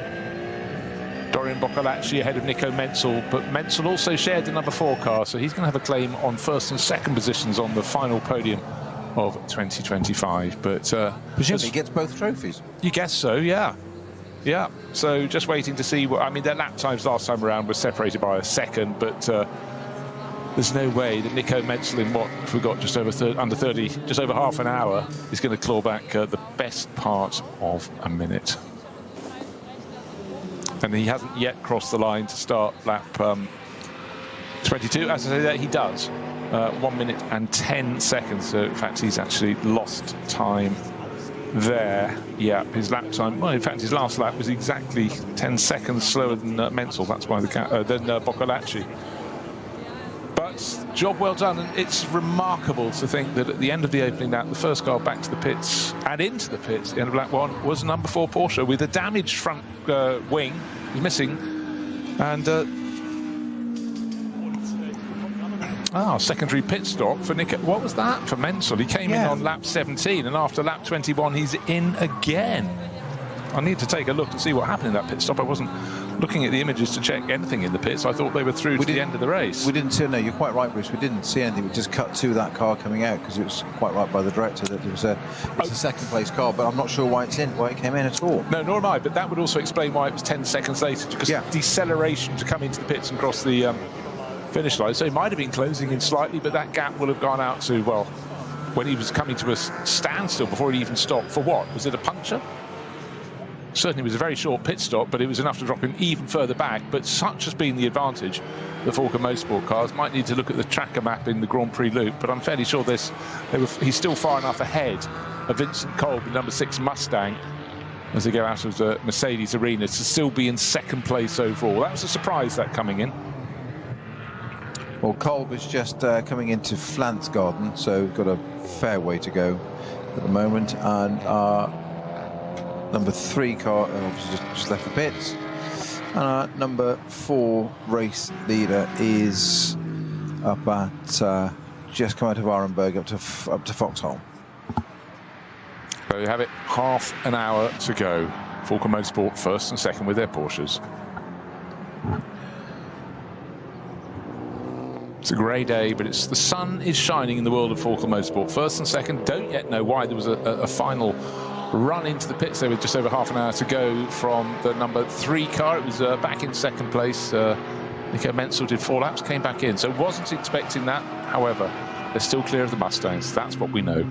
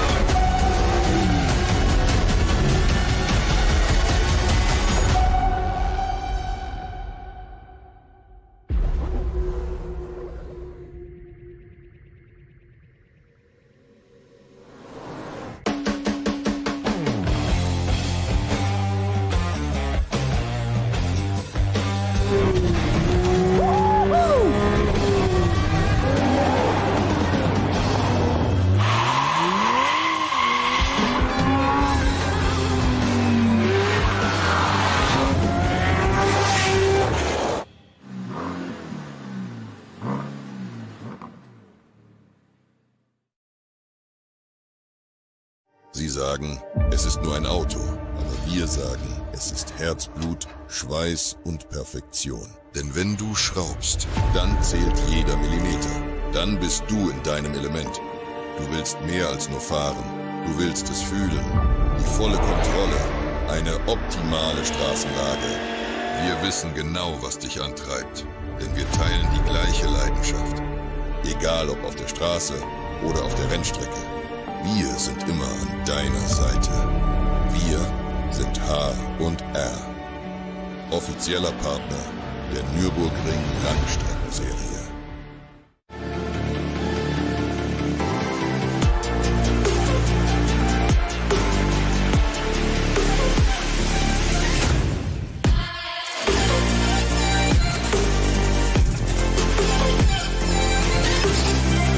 Faltenreifen.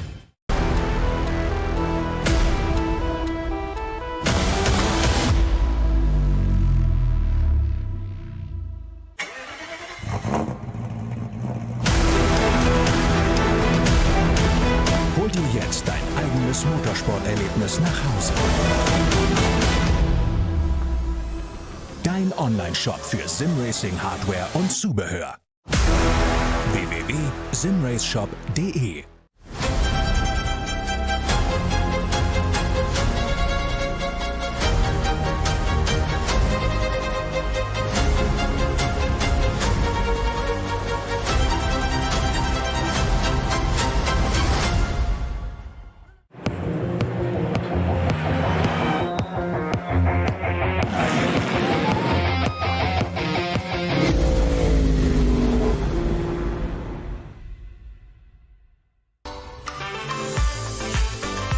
Liebe Fans, Lovely Fans, besucht uns auf unseren Social Media Kanälen. Follow us, auf Facebook, Instagram, YouTube und TikTok. willkommen bei der NLS.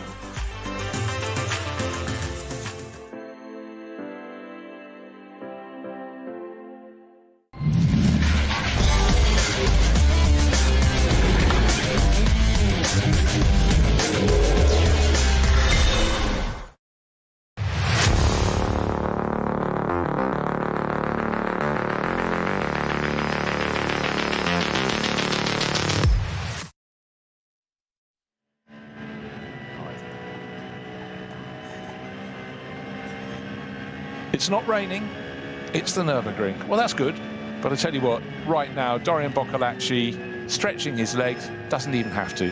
Snowy, he's sitting on the lead, it's 25 minutes, 26 minutes.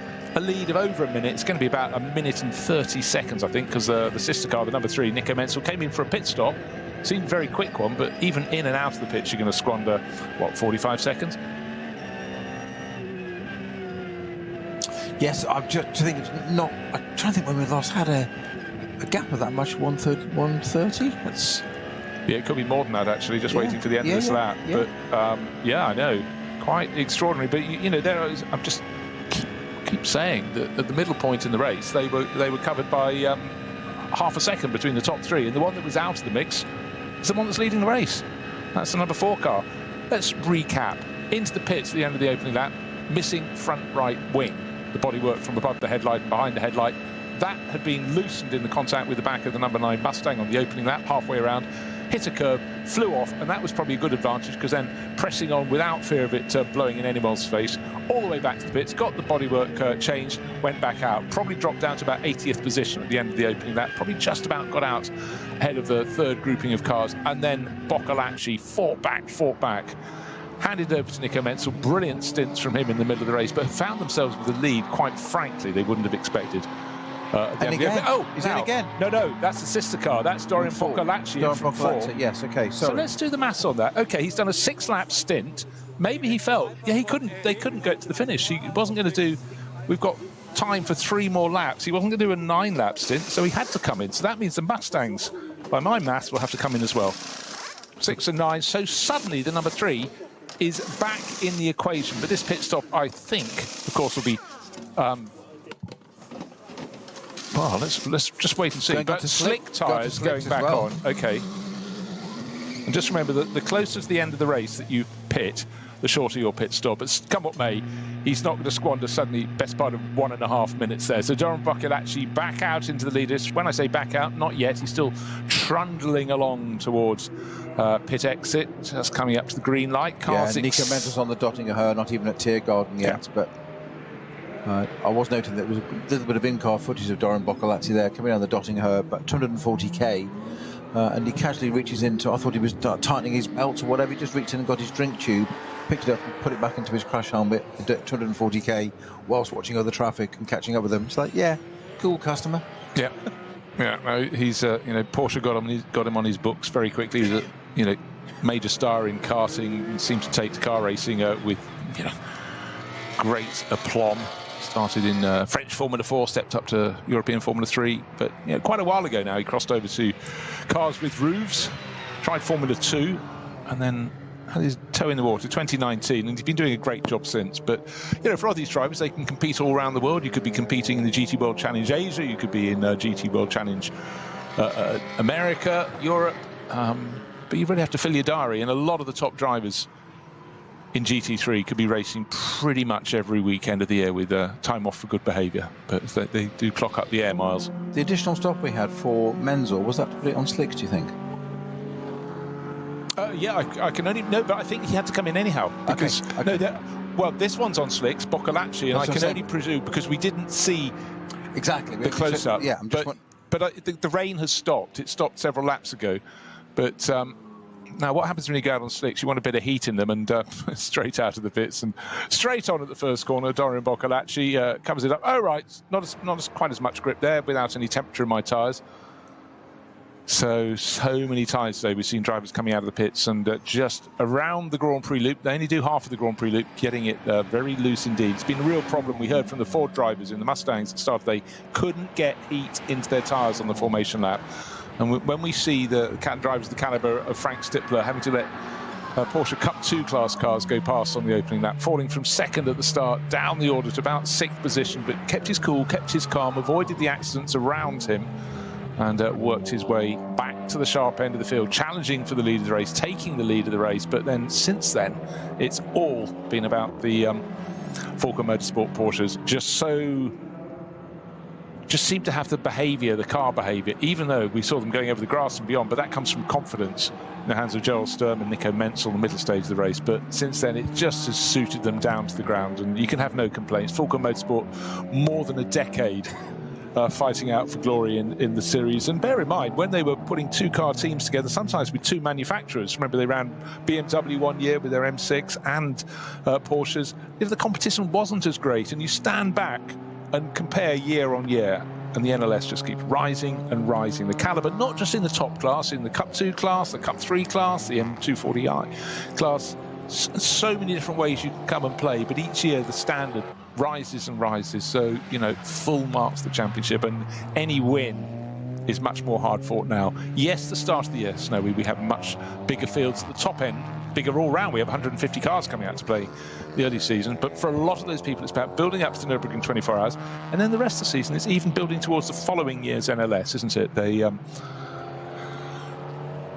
build towards what's always going to be a higher target, and just had confirmation the number 3 Nico Menzel driven car did come in for slicks, as we presumed but couldn't confirm at the time. So 20 minutes to go, and our championship, I can't even say it, championship positions are, you predicted 115, 114 and 113. Yeah, well that's changed because that's out the window, of course. Well, it sort of had, because I thought for number 500 entry, which is the third place of those crews, that's the Adrenaline Motorsport BMW 330i, running in VT2 rear-wheel drive category. I thought their punishments would make them plummet. And in fact, had the 45-second stop and go, didn't it? Yeah, yes. And then there was this other question mark. And I'll tell you what, in the space of the last lap, I think they've had to come in and serve a penalty because they've disappeared from my first timing page, which means they're further down the order because they were leading the class. And you know what? They're still leading the class, 44th overall. Let me just double check that my screen is updated. No, I need to flick it round one more time. I think this last lap has been a problem for them because somehow they were still leading the class. I sense there was a penalty. still to serve, and they've fallen to third in class. They've just served that penalty, so I think we can put a line through them. So it comes down to the Cup 2 class Porsche. That's car number 921 with a start of this race a 4-point deficit. That's a Müllner car. That's the Müllner, not the Muller. Yes. The Muller Light. And 187 running in a different class, not in Cup 2 but SP8T. Ranko Mijatovic, Nick Wustenhagen and Reinhold Renger. And they, in 187, sort of are third in class. It's not been good the last handful of laps, so I'm thinking it's suddenly looking very strong for 921. It's second in its class, but will that be enough in their Müllner Motorsport Cup 2 Porsche? Tell you what, I'll leave it to see who gets to the end. Different classes aiming for one title. It's always something that's a bit of a mix. For a lot of the drivers in this championship, they'd love to win the title outright, score the most points in their class most frequently. It's about racing your classmates, though, isn't it? Those in class, it's very easy to focus on the SP9 class. They're the fastest cars, and see where they end up today. But that one's become quite simple. It was super close. Now it's not. Falken Motorsport Porsches 1 and 2. Gap between them after those pit stops, 1 minute and 22 seconds. That's not going to change with under 20 minutes remaining. But one person is maybe not going to get to the end of the race. Driver of car number 400. It's by the Heuchmers. It's a Porsche 911. Schmickler. That's a Schmickler car. Thomas or Christian Heuker and that. And as you say, that's the first corner. It is turn SWAT 1. 10 just gone in, and it's done the inevitable. Got it in gear and beat itself, dug itself in even further. So that should be just towed out. There's a lot of runoff over there, as we described before, in a big area of beach, which it's found. Hasn't quite found the. Lucky the tide was out, but it's not too far in. It's gone in. It's gone in sideways, which is obviously just locked up the rear and sent it in. Well, some of the closest moments there have been people coming out of the pits, going down to the first corner and just being on the wrong tyres, and maybe they thought, hey, we've got a set of slicks that'll be quicker for the last couple of laps, let's whack those on. And you never know, but a little unfortunate there to end your season possibly. Yeah, we saw Joel Sturm doing exactly the same, but just of the vital part being missing the gravel. Yeah. Not actually getting into it. So, well, shouldn't cause. It's going to be obviously a yellow flag, which it is. It's actually Marshall Post 4, Hooghaken, turn 1. Flags. Now we've got the 175. That's the Aston. Yeah, that's been going really well. That was leading its class with a driver called Alboreto, not spelled quite the same in inverted commas as Michele Alboreto. Pro Sport Racing Aston Martin, also off at turn 1, but that's almost just gone diagonally across the gravel trap. So it was turned into the corner and something just completely outbraked itself right through the depth of the gravel trap, across all the bumps because it's been raked across the angle of travel, but nose into the tyre wall. Driver's still on board, but that's very unfortunate indeed for Alboreto and the gang. Again, late in the season, late in the final race of the season. Do not relax, things can still happen. And again, I think it's people with late pit stops onto new sort of tyres, possibly a driver who's just getting in for the first or second stint of their race and off into the gravel. Age old thing, tyre drivers make mistakes, but the complete opposite of the Porsche there, and the Aston couldn't have got further off if you've tried. Porsche just dropped itself into the first bit. The Aston's got itself right up to the conveyor belting. So just coming up to 15 minutes to go of our 2025 season. It's hard to imagine saying that already. I know. We start the season full of hope. We still end it with, then the number 400 Porsche for the Heuchmers has been extracted from the gravel. That was the one that had a half spin, but the Aston Martin just went directly across the gravel, no deviation of angle. So I don't know if there was a mechanical problem that stopped it from turning, but good to see that the 400 doesn't end its season waiting for the race to end in the gravel at the first corner. And again, run by Schmickler Performance Engineering. What we get in the NLS is a lot of teams running a lot of cars in quite a few classes, because you've got real preparation experts, and also if you're bringing a whole big truck and all your mechanics, you can split it across a number of cars. It helps pay the bills. And don't forget, championship like the NLS, we do get a lot of drivers not doing the whole season. Some might start the season, only have the money for the first few races. There really is a sort of a cycle of people driving for various teams, and also people just trying cars from a different class, maybe trying to work out what they want to compete in next year, or convince their friends to come and join them. And so you do see an awful lot of people running a group of cars, and that expertise also, we talked about the rule book earlier, understanding how the championship works, how the penalties work, and so on and so forth. So get an experienced team, and it really is a huge, huge support network for you. We do see a lot of cars in individual garages. 5 or 6 cars can be piled into one. The garages at Nürburgring are very deep as well, and certainly at the 24 hours it becomes a real fight to walk through the garages. But and never feels like there's enough space around to do your job properly. You get sort of GT3 cars are, the physicality of them. They've got a massive footprint as opposed to the cars that are pretty well more road based. You go and stand next to it. I mean, I've taken friends along to meetings before. They've never seen these cars. They see it on TV and go, "Oh, it's a Porsche, it's a Mercedes." They relate to it. Then they see it for the first time in the flesh and they go, "Oh." Didn't realise it was so big. It's like, yes, it's all those stretched arches and the wings and bits, and it suddenly it looks like whatever it's based on. But I always think when you get into, especially the 24-hour garages, you're so busy there that you say you get 6 cars in there, and it's like they're trying to run a bit of string lengths, we call it, the plumb lines, corner weights and stuff, and people they must hate all the spectators wanting to come in and see them. Some do have little ropes across and guards, and you get in with a media pass or whatever, but it's don't kick it over, don't knock it over, because when you're setting up it's precise, and there's never enough space to work around them, I think, as opposed to some of the other garages. When you go to Le Mans or something, there's so much space. Yeah, exactly. And as a journalist and a commentator, you sort of want to get in and have a look, but you just don't want to impinge upon the working space of the crews. It's you small want the enough story to without start being with. barred, don't you? Yeah. It's that balancing act. Yeah, you want to see what the state of the car is without causing it. Right. Yes. So, last lap. Here we go. Dorian Boccolacci, 9 minutes 15. That was 55 seconds slower than Nico Menzel. But of course, he was in the pits. That included the start of the lap in the pits. But what we have is a gap after 23 laps of 28 seconds, first to second. Boccolacci will have that one covered, you can be sure. But it just goes to show the ebb and flow through the course of an NLS race. This one has been very atypical because there was a flurry of drivers coming in. Vast majority of the field, they decided to go out to their second stint on slicks. Did a lap, sometimes 2. It's like, that ain't happening. We're coming in for rain tires. So that sort of rather threw the pattern. And the one that lost out in that sequence was the number 3 Falcon Motorsport car. Extra lap when conditions were at their wettest. Joel Sturm did a fantastic job, but that really, really cost them. And since then, they've been fighting back. But the sister car, conversely, had a problem halfway around the opening lap. Bodywork falling off after contact with one of the 2 Mustangs. That is leading the race. It could have been so different from both the cases, both the causes, but come what may, Falcon Motorsports were the class act.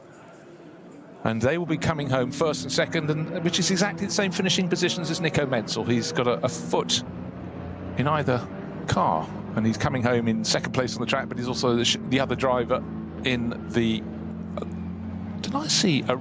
slowed right down? I think I saw a red... Is it, we had a red flag? No, it's a yellow flag for the cars off at turn 1, because the Aston, the 175 Aston, the Porsche has been recovered. The 175 Aston is now being dragged back out onto the track, so that's just a yellow on the pit wall there. I thought, the reason I jumped, I apologise for scaring people, particularly those trying to close in on a championship victory, yes. I thought I saw a great big warning board above the pits in red. I'll have a look next time. It's probably a sponsor's logo or something. Right, the Mustang's still pressing on, but all is not been too good for them in the race. They struggled when it was greasy at the start. As the track dried out, they became good. Vincent Kolb, he's 4 minutes a bit behind the second of those 2 Falcon Motorsport Porsches. It ended up being close in the middle, but thereafter it's been all about the Falcon Motorsport cars. And Patrick Assenheimer is only a few seconds behind him, only 3 seconds further back. In fact, as one turns towards turn 2, the second of the Mustangs is only turning out of turn 1. Patrick Assenheimer trying his best to close in. Let's have a little comparison of their last lap times. I think it's been good for the chasing.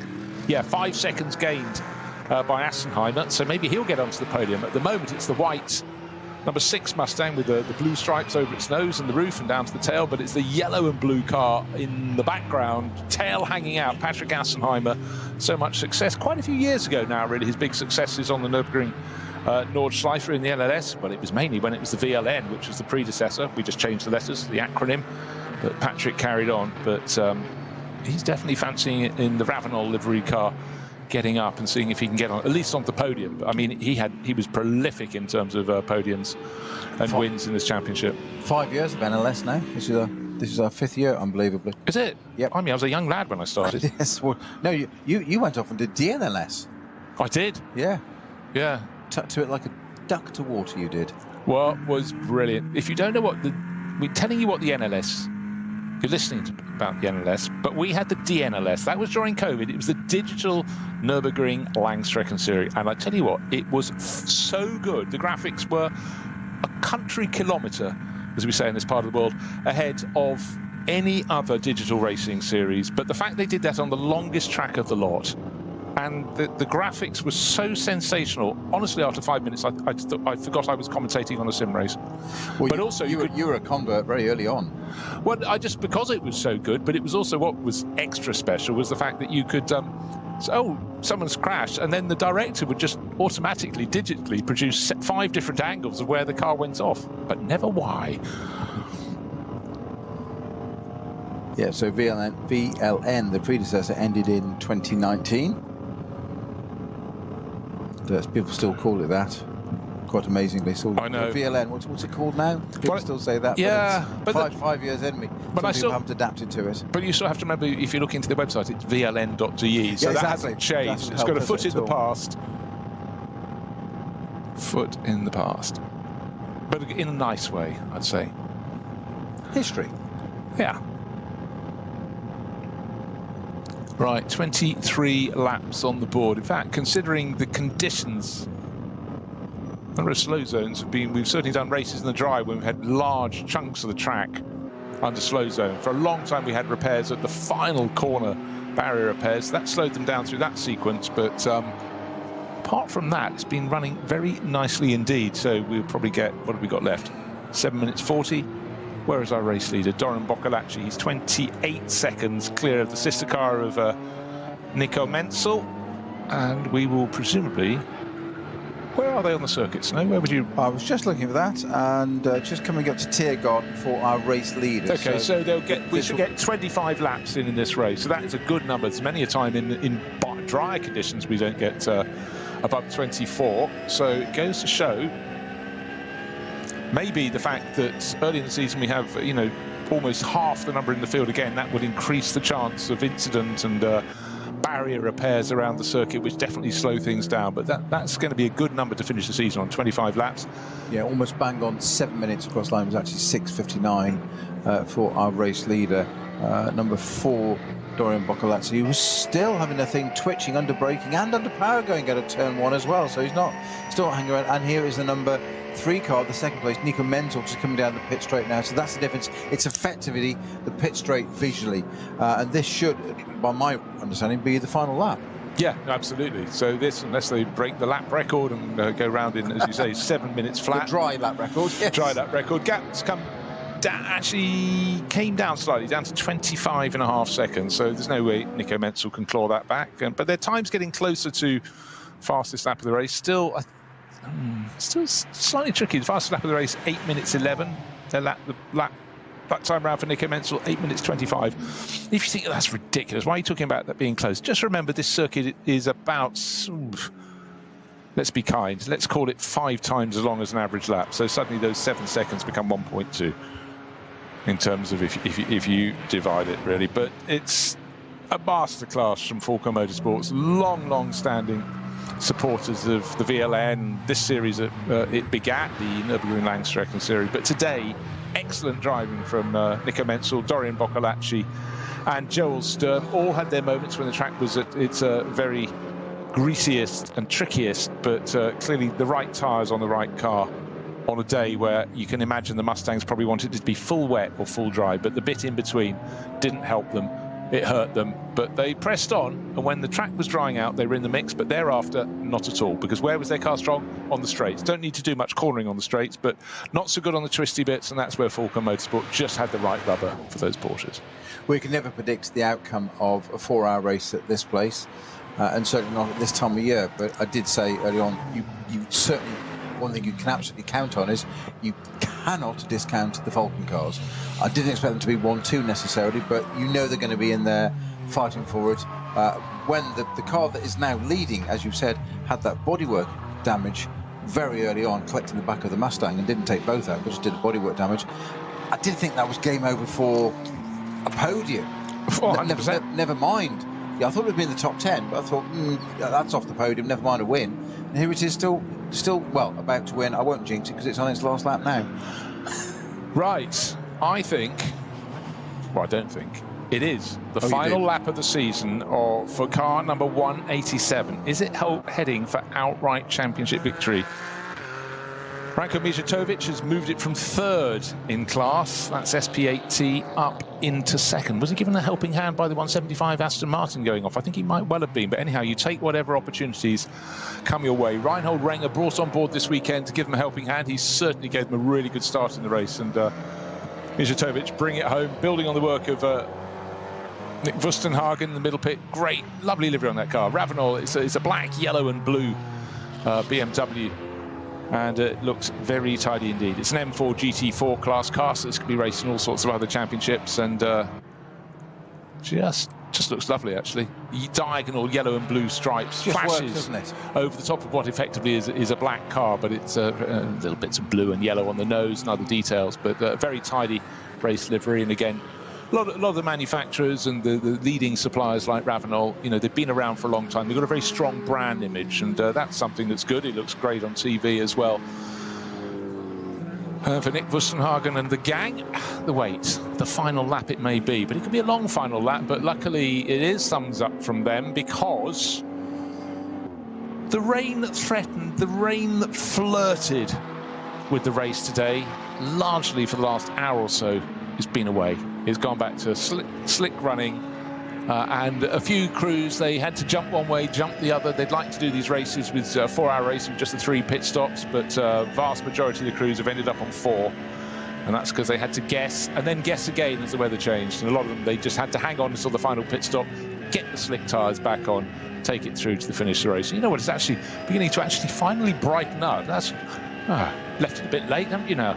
Right, the clouds that hung over the circuit, but certainly the trees looking a little bit brighter, and the shades of sort of amber through to gold. Beautiful place to be with all the forest, the Eiffel Forest here, but certainly the cloud that's hung low over the high points of the circuit, the drizzle that's been through, seems to have gone away a little bit now, but it's all about Falken Motorsport. Whatever Nico Menzel does as he chases home the race leader, he knows he is a race leader because his car is leading. His car is second at the moment. The car that he started in did the middle stint of the race, and I beg your pardon. Number 4 car, Doran Boccolacci's taking it to finish, but Menzel did the middle stint in that, so he's going to have a first and second, a really unusual feature of any race in any championship, but it can happen here at the Nürburgring in the Langstreckenserie, and by golly, it's about to. Frank Stippler would have hoped he'd have good results in 2 cars. As it is, he's going to have to make do with coming home 3rd overall in one of his cars, and the other car he was supposed to be racing, the Juta Racing, he's going to be, what's he going to be? He's going to be 3rd and 9th. There's a little bit of difference. That's an unusual element. 2 drivers finishing in the top 10 in different cars. I'm not aware of how much seat time he had in the Juta car, though. He may not have been in, actually. I haven't really been watching. No. But he's in it now. So he's in it now. It must be at the very end, because it says his name on the bar. Well, he did a double stint in the Mustang, and it was slightly longer because they came in. Oh, hold on. Suddenly the class... That's a 948 class leader in Cup 2 has slid off. Bit of rain on its screen. Is that just a slip-off? He's running across the grass. Is this suddenly going to flick the outright champ? It is. He's getting back on. No, he's not. But has he been passed? Has he been passed by 921? David Yarn was 10.5 seconds down. We may see him flash past any moment now, and that could suddenly... That could wipe the smile off Nick Wustenhagen's face. He's in the 187 car in a different class, but leading the championship outright. But at the moment, is he just looking for somewhere to park? I would have thought by now he'd have rejoined the circuit. I think he's going to have to stop it. I think it is. He's stopping it. He's stopping it. It's out. We're saying that 12 seconds until the checkered flag could fall. That means 4 hours are being completed, and suddenly, head in hands for Noel Nagelsieg. Oh, that is awful for him, but it's very, very good news for Mühlner Motorsport, who must have thought we gave it our best shot to win the championship outright. The balance swung behind a car from another class, also running second in its own category, but now we're leading ours. Quick. Well, 921. Reach for the calculator. Is on the Dottinger already. There you go then. So that will swap around. God, there isn't a sport like this. It's never over until it's over. Quite extraordinary. 10 races, as you say, 10 different circuits because of the conditions. 4-hour races, 6-hour races, and we have 12 seconds to go and there's a change. Unbelievable. So Falcon Motorsport, Dorian Boccolacci it is, it's leading in the number 4 car coming down the Dottinger for the final time in 2025. Can't believe I'm saying that. No, quite extraordinary. I'm sorry, just suddenly having to flick to a timing screen, just check if there are any penalties coming, but they are, but not for the front-running drivers. So job very, very well done indeed. 3 corners to go for Dorian Boccolacci, and the French racer sitting on a margin of about 25 seconds at the middle point of this lap, but he's not at the middle point of the lap. The 921 Muller car's crossed the line. Our race leader hasn't, so the Muller car's got to complete another lap. Okay, but he's got ahead of the car that's not completing any more miles, which is 948. So yeah, as long as he doesn't have a problem exactly on this my lap. point. Yes. Yeah. As in, it's not over yet. He's in the class lead, but it's at a poison chalice. So the checkered flag falls, the lights are flashing, and Dorian Boccolacci finishes the 2025 season in style. Falcon Motorsport first, within about 20-odd seconds. Yeah, just coming through Tiergarten into Hohenrhein. Windscreen wiper on, just a quick flick. That's for the cameras, of course. Comes Nico Menzel. He has come first and second in this race. He brings home the number 3 in second place. He's very happy with that. The margin 22 seconds at the end, so came down slightly on that lap. But Falcon Motorsport, well, what a tidy race for them. First and second, and the best of the rest, the Ford Mustangs from the Hout Racing team, will be 3rd and 4th. They were running very close at the start of the lap. Vince Cobb only just ahead of Patrick Assenheimer. We'll keep an eye who's going to come through in 3rd place. Will it be 6? Will it be 9? Well, at the end of the race, just trying to work out what happened to the 948 Porsche. Ran wide. Leading the Cup 2 class, ran wide, ran along the barrier, left-hand side of the car, bang, bang, bang. And I would think that probably broke the steering. And that's why he struggled to get back to the track, and that has parked up, and it means into the lead of the Cup 2 class will be David Yard, and bear in mind he was 2nd in the championship. Will that have a bearing? Will that have given him enough of a margin to overhaul the car that came here with the outright points lead, car number 187? Don't know as yet. Marshall's letting off coloured flares, only so we can see where they are, of course, in this very gloomy day at the Nürburgring, but for them, that's probably the end of a season, and obviously we never go racing without Marshalls, and they enjoy this enormously, but, you know, we have to take our hat off. They do a phenomenal job. And today would have been a grim, grey, greasy day, but it was a day of great intrigue, and it's great to see the way they applaud the people who are their heroes, the people who go out and put on the show. Yeah, so it was on the downhill approach of Wipperman that the 948 finally stopped and just ran out of track. He was trying to keep it going down the grass, but there's a little error with sort of some seconds to go of the final lap. Running wide, clattering into the barriers, and it was a double slap. Unfortunately, it was the front left and then the rear as well, and that didn't do it any good. And number 4 there, Dorian Boccolacci, just trundling down the grass on 2 wheels for the sake of it. Yeah, going across because he can. He's doing the same on the other side as well. I know what he's doing. Ride height. So, still waiting to tell you who comes home in 3rd place overall. So far clear with a Falcon Motorsport Porsches. Dorian Boccolacci ahead of Nico Menzel. Remember, the gap was 22 seconds between them. He is being flagged towards Parc Fermé, and still waiting for the Ford Mustangs to come through. Just doubly quickly refreshing my screen to check they still haven't completed lap number 25. But will it be Vincent Kolb or will it be Patrick Assenheimer? Will it be 6? Will it be 9? Can't tell you yet, but they're that far behind. Stayed in the mix, but middle point in the race, I'm going to say it again, as number 4 Falcon Motorsport car has gone round the back of the pits and is now back into pit lane, followed by the sister car with Nico Menzel. They will be at Parc Fermé beneath the podium, still waiting for Kolb and Assenheimer. Or did they not get onto that final lap? There's a point. They should have done, though. They were only a minute back, weren't they? Also. So there's our first Falcon car in already, P1, and literally seconds behind it is its teammate, sister car, Nico Menzel, as you say. What time have we seen in-car footage today? Not seen Nico Menzel's helmet at some point. Very distinctive, yellow and blue. Well, Falcon Motorsport, there's the dream shot for them, and just positioned beneath the podium And as we say that, the clouds droop a little bit more. So just that little flurry where we thought, yes, it's picking up. They've got clear.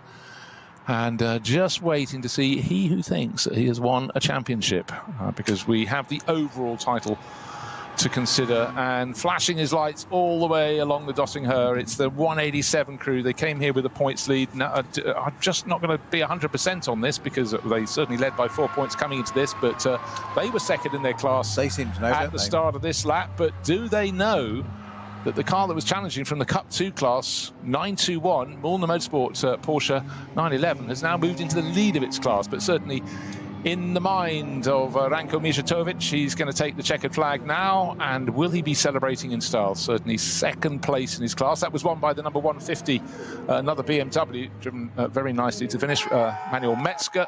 But the applause ringing it out, you can hear it. I think they've done the maths. Hopefully they've got a good mathematician in the team, and certainly for 187 FK Performance Motorsport BMW, they seem to have taken the 2025 title. Well, as is traditional, they have the tube of gold foil to spray onto the track as winners of the championship. I just hope they are right and it's not 921 after all that as well. Yeah, they didn't put the notebooks down. They're on to the final lap. What could possibly go wrong? But there is no doubting the outcome of today's race. And it was a victory for Dorian Boccolacci and Nico Menzel ahead of Nico Menzel and Joel Sturm. Nico double timing today in the nicest way possible, two timing and getting away with it. And the Mustangs, it's still 6 ahead of 9. It's still Vincent Kolb ahead of Patrick Assenheimer along the Dottingher. Through the left-hand kink they come, but it's still Kolb hanging on. He was at the start of the lap. He was just under 3 seconds clear. The yellow and blue Mustang is much, much closer, but you're not going to do it if you're not ahead into Hohenrein. Sideways, almost chucking off in Hohenrein, goes the number 6 white and blue Mustang, but rescued there from oblivion. Vincent Kolb gets it done, takes third place, gap between them eventually. Well, they were best part of 6 minutes down on the race-winning Porsche. They were separated by under a second, 0.6 of a second between them. Kolb hang on, but that could have been the ultimate embarrassment. Couldn't it just? Yes. Very, very near. Nice to start. A bit of showboating there. I'm sure he knew exactly what he was doing. So that was entertaining. I think eventually 0.6 of a second between the pair of them, or there or thereabouts. But they gave it their best shot. They didn't have seemingly the tyre performance today. But just remember, the Ford Mustang still early in its development cycle. It has had a win in the NLS this season, and I'm sure more will be coming in the years ahead. But today there was no answer to the expertise of Falken Motorsport. Clearly the Falken rubber developed over many years. They must have reached through their back catalogue, worked out what's good when it's 6 degrees and greasy, and it clearly worked for them and their Porsches today. And it feels as though it's 8 minutes past 4 in the afternoon. It's so dark. You do feel it's almost time to put the cars away for winter or go to warmer climes. But the Nürburgring Langstrecken Series for 2025 is over. It's provided huge number of thrills and spills and excitement, and certainly having Max Verstappen coming to play not once but twice. Once in a junior league car as he got his accreditation, and then to pop up in a Ferrari with Chris Lullum 2 weekends ago while his fellow Formula 1 racers were doing whatever they were doing in a weekend off. He was having more fun than they were, and he blitzed it, and that's put a whole new crowd of people watching this championship. Maybe some people who are going, you know what, I want to go and race in that series in the years ahead. The circuit does its own talking. It is a phenomenal series, and it's also one you could enter at all sorts of different levels, and you can bring your mates along if they've got a racing license. But obviously once you get towards the upper classes, you have to have, you know, a lot of races under your belt. But for a lot of people, they didn't even believe this was a real circuit when we were racing during COVID, and they might have picked up the digital NLS. It very much is a real circuit, and it's one with weather, and that was something that was a real factor today. I think that was one of the most amazing things, that it was a belief because of that digital series, not just in COVID, when we all went that way and went online so much more and everything was done that way, that you had a whole generation of people that we had time to watch and do these things, and they heard you talking about it with John and stuff, and it was like, oh wow, but they thought it was digitally created. You would. And then to say that it was actually, oh no, this is a real circuit, and people are like, no, don't be silly. No, you can only do that in the virtual world. Like, no, this is a representation. It is a simulation of. I think the thing about Verstappen and that is that having him in a series like this, it's a win-win. Not just for him and Chris Lullum, but it brings it to a new audience, as you say. Right, I'm still trying to do the maths. I've got my shoes and socks off because the Mulliner Motorsport car, 5th overall, forget that, importantly has won the Cup 2 class. Remember, it went on to this final lap, 2nd in class, thinking, oh, it's going to go the way of the 187 crew from the SP8T crew, but suddenly having 948 that Noel Nagelsteig just slid off. You say it was just around Wipperman, and that was super cruel, but it suddenly gave a class victory and a whole heap more points to Mulliner Motorsport. And it just goes to prove that this late, the final round, the final lap, things can still change on the Nordschleife. It's a long lap, it's a tricky lap. The weather made it very, very difficult indeed. And even the very best we saw coming out of the pits and running straight on at the first corner, no grip in their tyres. Tricky today. You mentioned it's never over until it's over. There might be penalties and things to affect things at the end of the race. There is a car that's under investigation for causing a collision. It's the 921 Müller car. Get away. Doesn't mean to say it's been applied yet, but it is under investigation. Now, just remember, we started today with 96 cars in practice, 92 started the race. Plenty of cars to look at and plenty of offences also, or possible indiscretions or misdemeanours that can be considered by race control. So plenty to consider, and yeah, we'll have to keep an eye on all of that. But Nick Wustenhagen has got the smile of a champion, and he's being interviewed. So it does seem the 187 crew from SP8T have got the job done. Yeah, the fist is raised, but that was super tight. And how he thought, yeah, I've just got to relax, the car's got to go around the final lap, and then suddenly seeing the points balance almost being overturned from a car from another class being given the lead in its own particular category. But Wustenhagen absolutely delighted. But just extraordinary. You have, as we say, the 10 rounds. You have the different weather conditions. You have wet, you have dry, you have cold, you have warm. And you can still have someone else's error helping you or hindering you. They could suddenly... The car from another class could take you out of the race, and suddenly when all is looking set fair, you've done 3 hours and 50 minutes of racing, and it gets taken away. But Nick Wustenhagen, it's not been taken away from him, so the mechanics on the pit wall didn't throw the gold confetti for no reason at all. And again, it's a building block in a young driver's career, Snow. You get a title like this, nobody backs into a title win in the NLS. So across the course of a season, they've done a good job. We talked about digital NLS and real-time world and that kind of stuff, and it's no greater measure of that is that I've just had a notification on my phone from on the X platform, or Twitter as I still call it, from Nürburgring themselves, announcing the results of the last race of the season already. We haven't even interviewed the winning driver yet. It's a long lap. There's plenty of time. But it's up on the... Well, he's not. He's in the pot Ferme already. But we've already got the result announced by the circuit themselves. So obviously somebody's there typing into all that, and they just, when it happens, just go click, send. There you go. Brilliant. It's the way to do it. Obviously, There may be some further moments, but right now, great to see the joy on the face of Nick Wustenhagen's teammate, Ranko Mijatovic. Swiss driver and a German driver. You have many multinational lineups, but, you know, young drivers in a BMW on a circuit that makes you work. It really squeaks your pips, or pips your squeaks. I never know which way around that goes. But they've got the job done. And I tell you what, at the end of a day like this, by the time they get into their road cars to leave this evening, it's going to be almost fully dark here. The sky is settling upon them. But walk into Parc Ferme, Porsche, Mustang. But today, as hard as the Hout Racing team pressed on towards the finish of the race, it wasn't their day today. It wasn't for lack of trying, but certainly for the crew, there was nothing they could do about the pace of Falken Motorsport with their Porsches. Well, no, but Frank Stippler there was in his blue and yellow Ford overalls, despite driving the white and blue car and the Audi. So he's got the wrong overalls, different cars. He just can't make his mind up, can he? He just drives so many cars. He's in such demand. It's which overalls am I supposed to wear today? Who owns me today? What's my branding? Yeah, it's when you leave early in the morning, you can't see, and you haven't turned the bedroom light on, just reach in and get a race suit, wrong race suit. But no, again, that was of the sister car, chopped and changed through the season, but certainly in terms of bringing the car on, you know, you can just imagine how much use, particularly for his experience of the Nordschleife that Frank is. You know, he may have more candles on his cake, as we say in the world of charity, and but that expertise, it doesn't go away. Plus the pace is still very much there. You look at the number of pole positions Frank has taken in recent years in the NLS, and that tells its story. It doesn't matter for him if it's an Audi or anything else. He'll just get in and drive the wheels off it. But he keeps it on the island. Very important on a day like this. And again, we're extolling the virtues of somebody like Verstappen coming and racing cars here from Formula One world.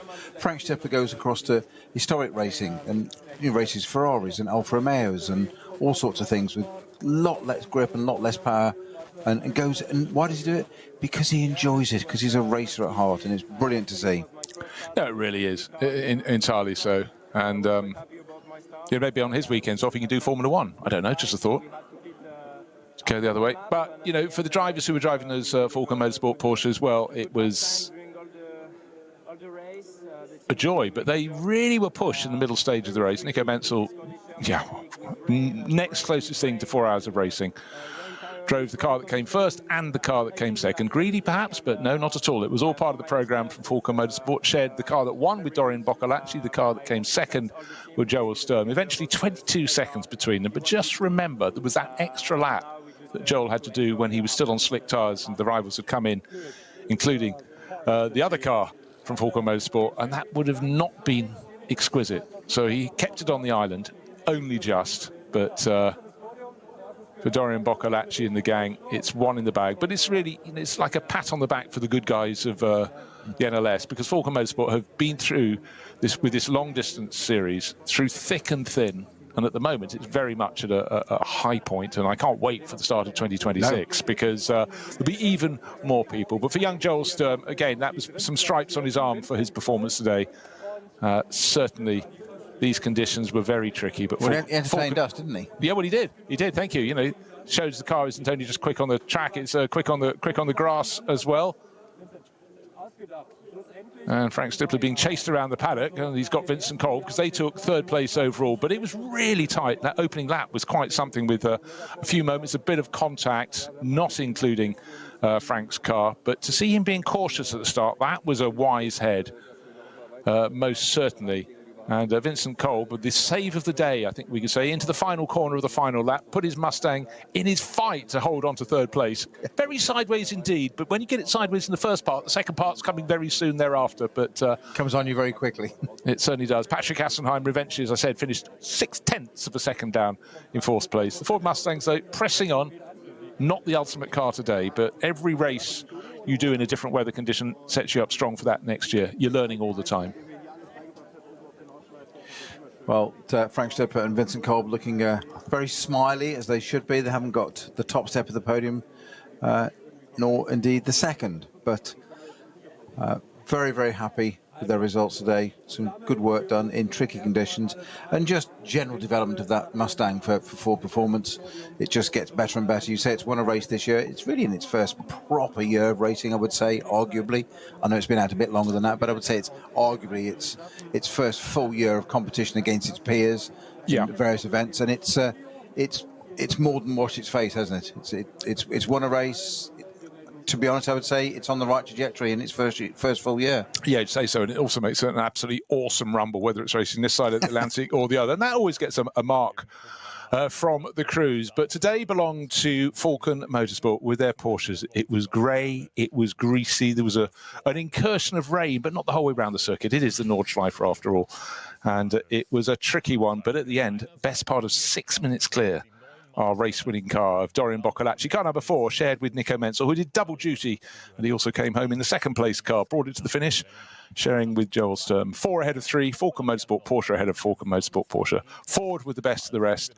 But the outright championship for 2025 went to a crew who came home in 22nd position, but importantly, they were second in their class. And Ranko Mijatovic brought it home. Reinhold Renger started the race, and Nick Bustenhagen did the bit in the middle. FK Performance Motorsport down in 22nd, second in class, but they take the overall title. But today it was Boccolacci and Menzel as we run down the results table.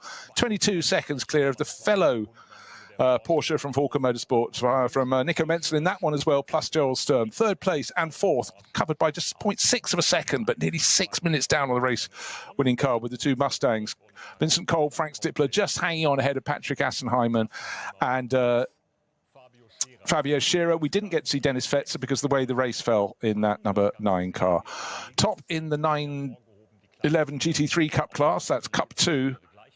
They won their class overall today. but it wasn't to be enough to take the overall title. Hofmeister, Jahn and Scheerbarth. 5th overall, great run for them, but the car that looked set to win the Cup 2 class went out with just a lap to go, clattered along the barriers. Number 948, it led the race outright. They will be feeling very sore and sorry for themselves. Only 5 cars on the lead lap, best of the rest, also in Cup 2. It was car number 901, Grutter and Fabio Grosser, and another car that has been very nicely driven in the Pro-Am class of SP9. 7th overall, Frank Stipper in that one with a driver pseudonym is Selv and Alexei Veremenko. 7th overall, another class represented. SP7, 8th place overall, Oberheim, Mimois and Goodman in their Porsche 718 Cayman. SP9, Am went to Nana, Breuer and Dieter Schmidtmann. That's the Renazzo Motorsport team Lamborghini. Good to have a Lamborghini in there. And top in SP Pro was Goulden and Henrici, 10th place overall. But today, absolutely, the final round of the year absolutely belonged to Falken Motorsport with their 2 Porsches, first and second, by nearly 6 minutes. But just remember, at the midpoint of the race, top 3 cars were covered by half a second. Second half of the race, the sun shone on them, didn't shine on anyone else. It was a very grey day, misty day, drizzly day, but they came out not just on top, far, far on top. So they'll go into the winter going, yeah, we finished in massive style.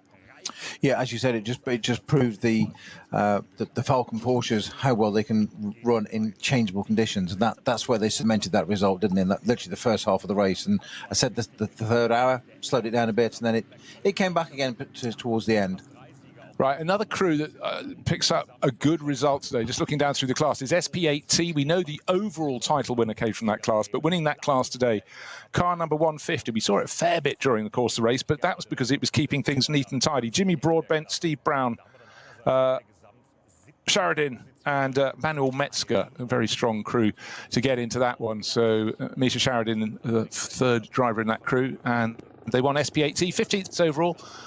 And again, look down the timing sheets, you always have this incredible mix of classes. A TCR car coming very nicely within the top 20. Gorian, Mavlentov, Fitka and Brink, who is one of the former champions, outright champion in this series. They don't all race in the top class. In fact, people who win the title outright very seldom come from the top class.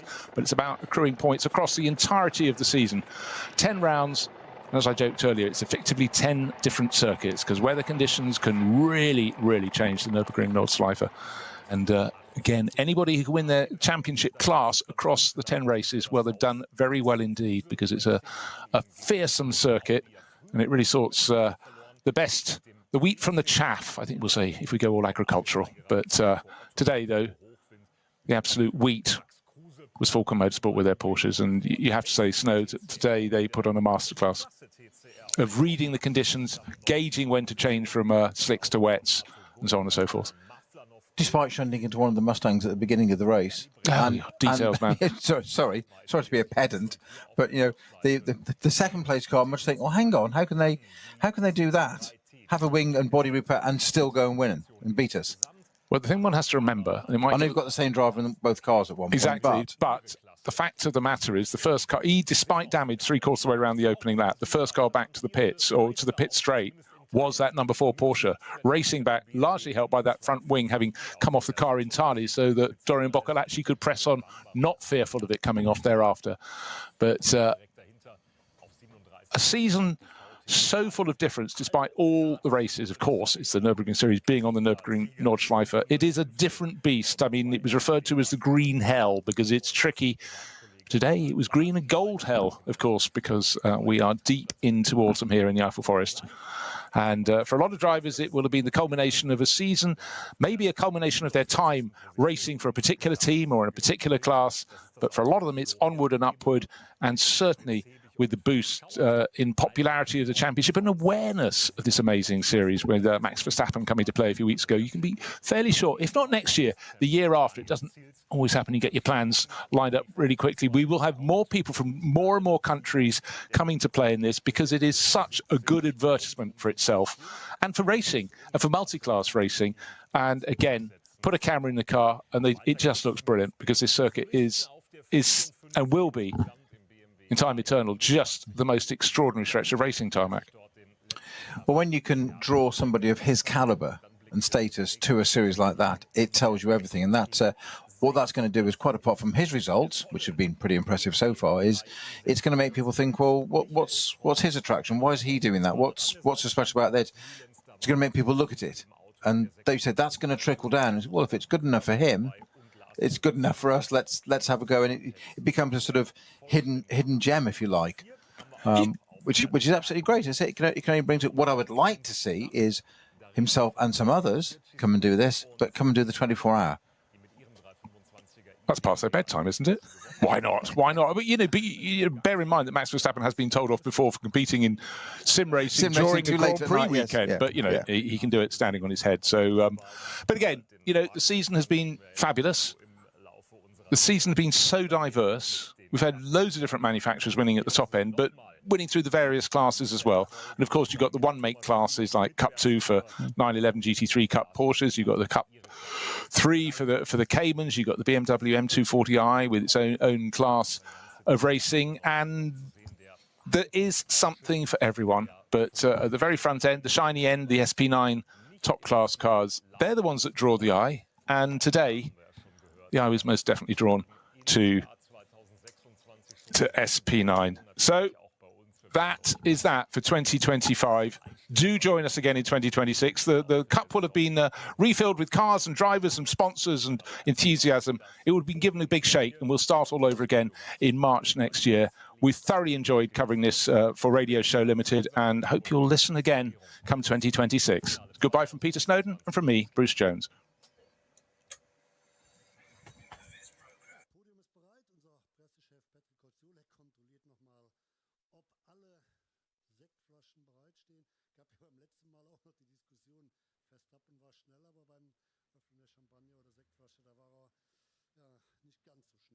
Ist aber völlig egal heute, die Jungs, die werden es hinbekommen, werden ordentlich